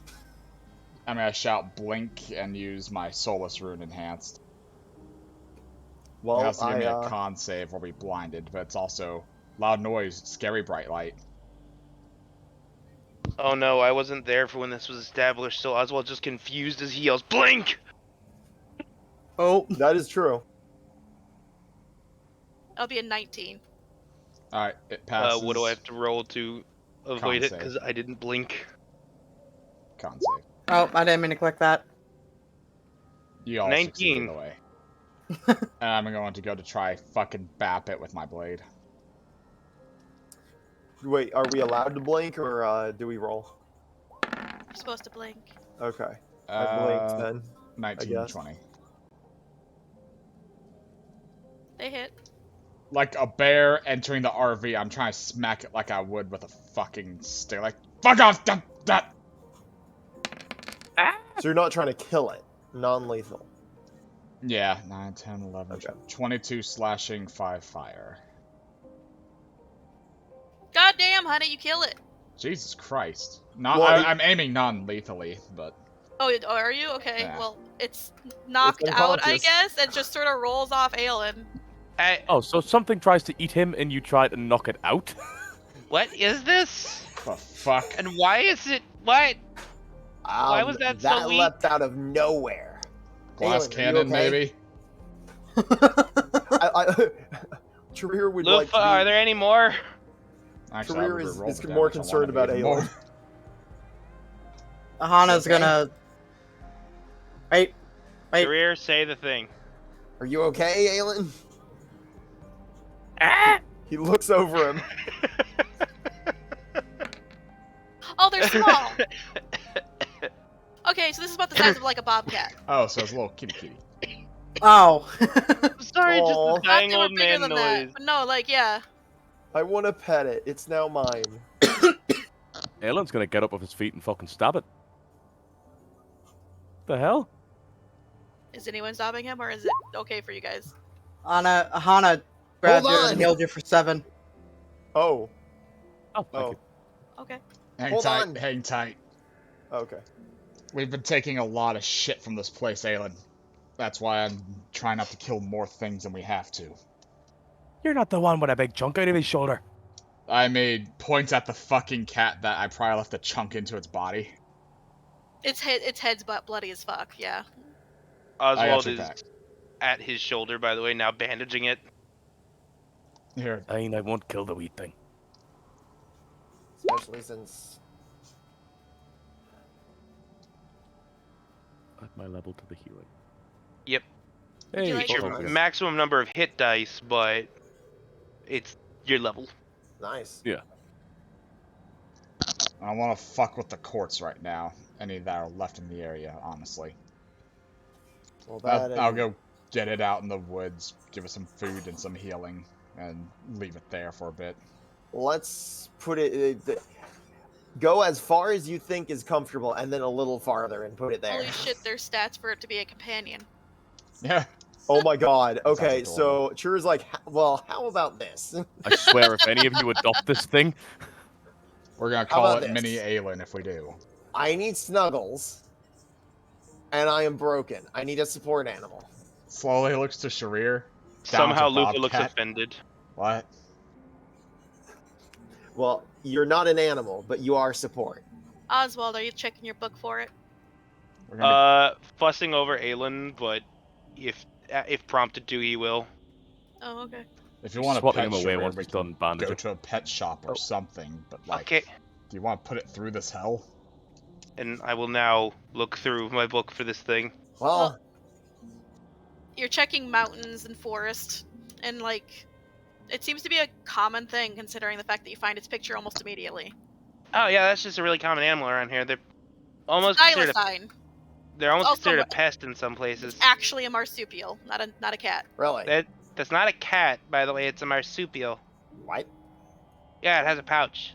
And he like turns it over and shows where the this one's pouch a is. male. Oh, Oh. it doesn't. It would have a pouch here, but it's a male. It That- has that a pouch. penis. Wait, that's a weird pouch. It's like No, it has a Called penis. English. thylacines. They're like mini tigers. that Sort of. is actually weirdly adorable. Mildly intelligent as well, which is why apparently it can be trained. They're little You're- shits is what they are. Do you actually want it? I'm if it You're It already looks- taking care of an egg. Probably- Technically, you're taking care of 3, but 2 are back in Dwarven place. okay. It's up I'll- to you. I'll take care of it and make sure it doesn't die, but once it wakes up, we're releasing it. Okay. These are not pack creatures. Apparently, they're very solitary. 13 for my healer's kit. All right. It's not gonna die now. That's good. Look, if you want to leave it up to choice, Charir, let fate decide. And I'm gonna hand him the little fluffy fluff, and a single healing potion, and a ration. Okay. I know you Okay, healed it, Oswald. I'm holding it. The healing potion's for him. I'm fine. Aelin is the one you're that holding it. Okay, sorry. I think he meant he was going to give you the healing potion for when you failed to tame it and it bit your finger off. Yeah. Okay. Shrug. Go out there, see if it Stalking wants, the tiger. then do your thing, and come back. Whether or not it's following you or not, it's up to it then. Alright. He sets it down. Well, he does that. He walks actually a little further than probably he needs to, just to make sure that if it wants to, it can either run or but it won't come back to camp. I look to Oswald. No, I completely agree. We don't need anything else. That's why I'm like 100% certain it's not going to follow us. I'm following him. What? I'm gonna make sure he doesn't get mauled to death out there, because this is a place full of a lot of hostile things. They have pictures of these things before they went extinct. Set him out there into the... They went extinct? Oh, it's a Tasmanian tiger! Yeah, thylacine is what they're called. Thylacines. Yeah, those things went extinct because they were considered a pest. Yeah. And then there was one left alive, and the scientists gave so little of a shit about it, they forgot to bring it in one night, and it froze to death. Are you serious? They didn't even examine it enough to know if it was a male or a female. They just it froze to death and they buried it. Jesus. Wow, what shitheads. I don't even know if they buried it. I think they just threw it in the trash. What shitheads. But yeah, they're like little tiger marsupial. Yeah. They're cool. For like 100 years, there was a bounty out for them in Australia, so people just hunted them to death. Oh my god, it totally is. That's it is so a little sad. shit. Oh my god. It's a little shit. That's so sad, though. Literally. Now I want to have it. On a 19. That's always been one of my favorite tragic animals, and now I want it. No! Well, it's in Charir's animal handling roles now. I don't have good animal handling, but I do have inspiration. Do you want help? Yeah. You know what?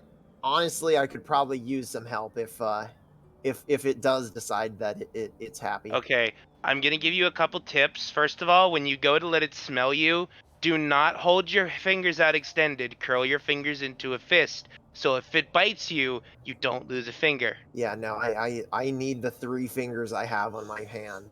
Yes. And then, just be calm, careful with it, and try to lead with the food. I'm giving him this advice to be advantage on the thing. Yeah. Okay. Well, for the sake of brevity, it does wake up within like a half hour. I offer Animal the food. handling. Oh, yeah, okay. Okay. That's not bad. I have it's inspiration. in pain, it's a little woozy, it smells food, and it immediately snatches food. Being the 6-foot-tall fucking raptor, terrifying death machine looking thing I am, I hide. Yeah, so it doesn't see me. Then again, it doesn't make things better that I'm like a little draconic creature that's like... Look, and you're smaller than it, so... That's 4-foot-tall predator versus 6 or 7-foot-tall predator. I didn't realize how tall it was. No, it's not that tall. It's for you, it'd be like a fucking husky size. Yeah, they're the size of Great Danes or something. Okay. But another or more animal German handling. Shepherds, yeah. Because it's now asking for more food. Are you giving it more food? I am giving it one of my... Actually, you know what? I'm giving it one of the... Give it the fireball. Not giving it the fireball. But I was going to make say it the that real little Aelin, make it drunk. I saved one of the dried meats, but I probably didn't say that, so I won't say that. I do give it one of my rations because I should have said that I bring. Mark some down of the ration. meats. Remove the inspiration. I'll let you keep the damn thing. Oh, it's intelligent enough to realize, hey, sticking with you might get me more food. Fuck it. It's true. Basically, you're gonna have to probably do a little more training for it to fight for you because it's not the bravest thing, but it's not gonna attack you and it's gonna follow you around. All right, done and done. They have food and a warm fire. What's the worst that can happen? 20,000 years later, pug. Oh no. 20,000 years? No, 5 minutes I'm gonna put it in a fucking dress. Oh my god. No, I mean, there's gonna be one that's bred to be able to choke on its own breath because that's cute somehow. Fact. God, why? Alright. You guys head back to the camp with your newfound I actually, quote-unquote, skittish, somewhat companion. Wilk, one single word as he sees that they actually managed to Fuck. keep the thing. Yeah, exactly. Fuck. Its name is Fluffy. Ugh. But it's not very fluffy. It's a short hair animal. That's kind of the irony. This one, by the way, considering the climate, there's varieties. You guys have the winter version. It's very fucking fluffy. All right, then it's no I'm not irony. joking. Like, you I take that rescind my fucking previous frame statement. and, like, fluff that bitch out and, like, make it white and black. All right, then it's unironic. His name is Fluffy. Fuck. There's a desert variety and a savanna variety. I needed this, Wilk. I still like Aelin Jr. All right. It's Fluffy Aelin Jr. The third. Huh? Yeah, the third. You guys- Rage is palpable. Verthicha. Let's pack up then. Every time it sees Aelin, it growls. He growls back. I can just Growling imagine Aelin one day, intensifies. like, looking left, looking right, pet it. For Adrian. Oh, Jesus. He just pets it and it explodes? Because he says Adrian, and Adrian just feels his rage and incinerates it. He's The probably going next to be time more we like go the home, dad we who just never see wanted a Adrian dog. sitting reading a book, and there's just the thing in his lap. Yes, and it lunges and attacks Aelin Ballsy immediately little after shithead, seeing him. too. Sylvan's just like, he hasn't moved from that chair for 4 days, no matter what I tell him, because the thing won't move from his lap. Oh my god, that's so wholesome. We do gotta wrap up for the night, so I will state you get to the place by nightfall. Once again. Once again, unto the fray. All right, let's do this. Ah, yes. Goblins. Goblins. I speak Goblin Slayer. Gnomish, Don't love. Goblins! I do actually speak Goblins. Before you close it off and everything, what do you guys want to call No. this episode? So he can actually, like, I enter want it, to or I can name enter this it. one. My family died. I can't. That really, that's what you wanted? That gives it away, come on. No. I didn't mean that. I was giving a reason for why I should name it. I Black was not Snow. saying that was the name. I like Black Snow. I was gonna say Black and Red Snow. Little furry Black Snow bastard. is so more simple. Yeah, just Black Snow. Black Snow. Black Snow. Fuck you, Wilk. Black Snow! You took everything from me. If you want me to make it even better, Black Snow, Bloody Hearts, Yeah. Bleeding Hearts. Broken Hearts. There we go. Black Snow, Broken I Hearts. approve. See, now I can approve of this. I Yeah. approve. I vote to name it Fluffy Little Aelin Jr. the Third Verthicha. No, that's the next one. Yes, you know what? I'm putting that as his name. Hold on. Oh my Alright. God. I'll have the stat block for it by next time. And all Thank that, you. I'll be cutting the stream and recording. It was good fun having you all. Yes, it was, and never cut it when I am not talking.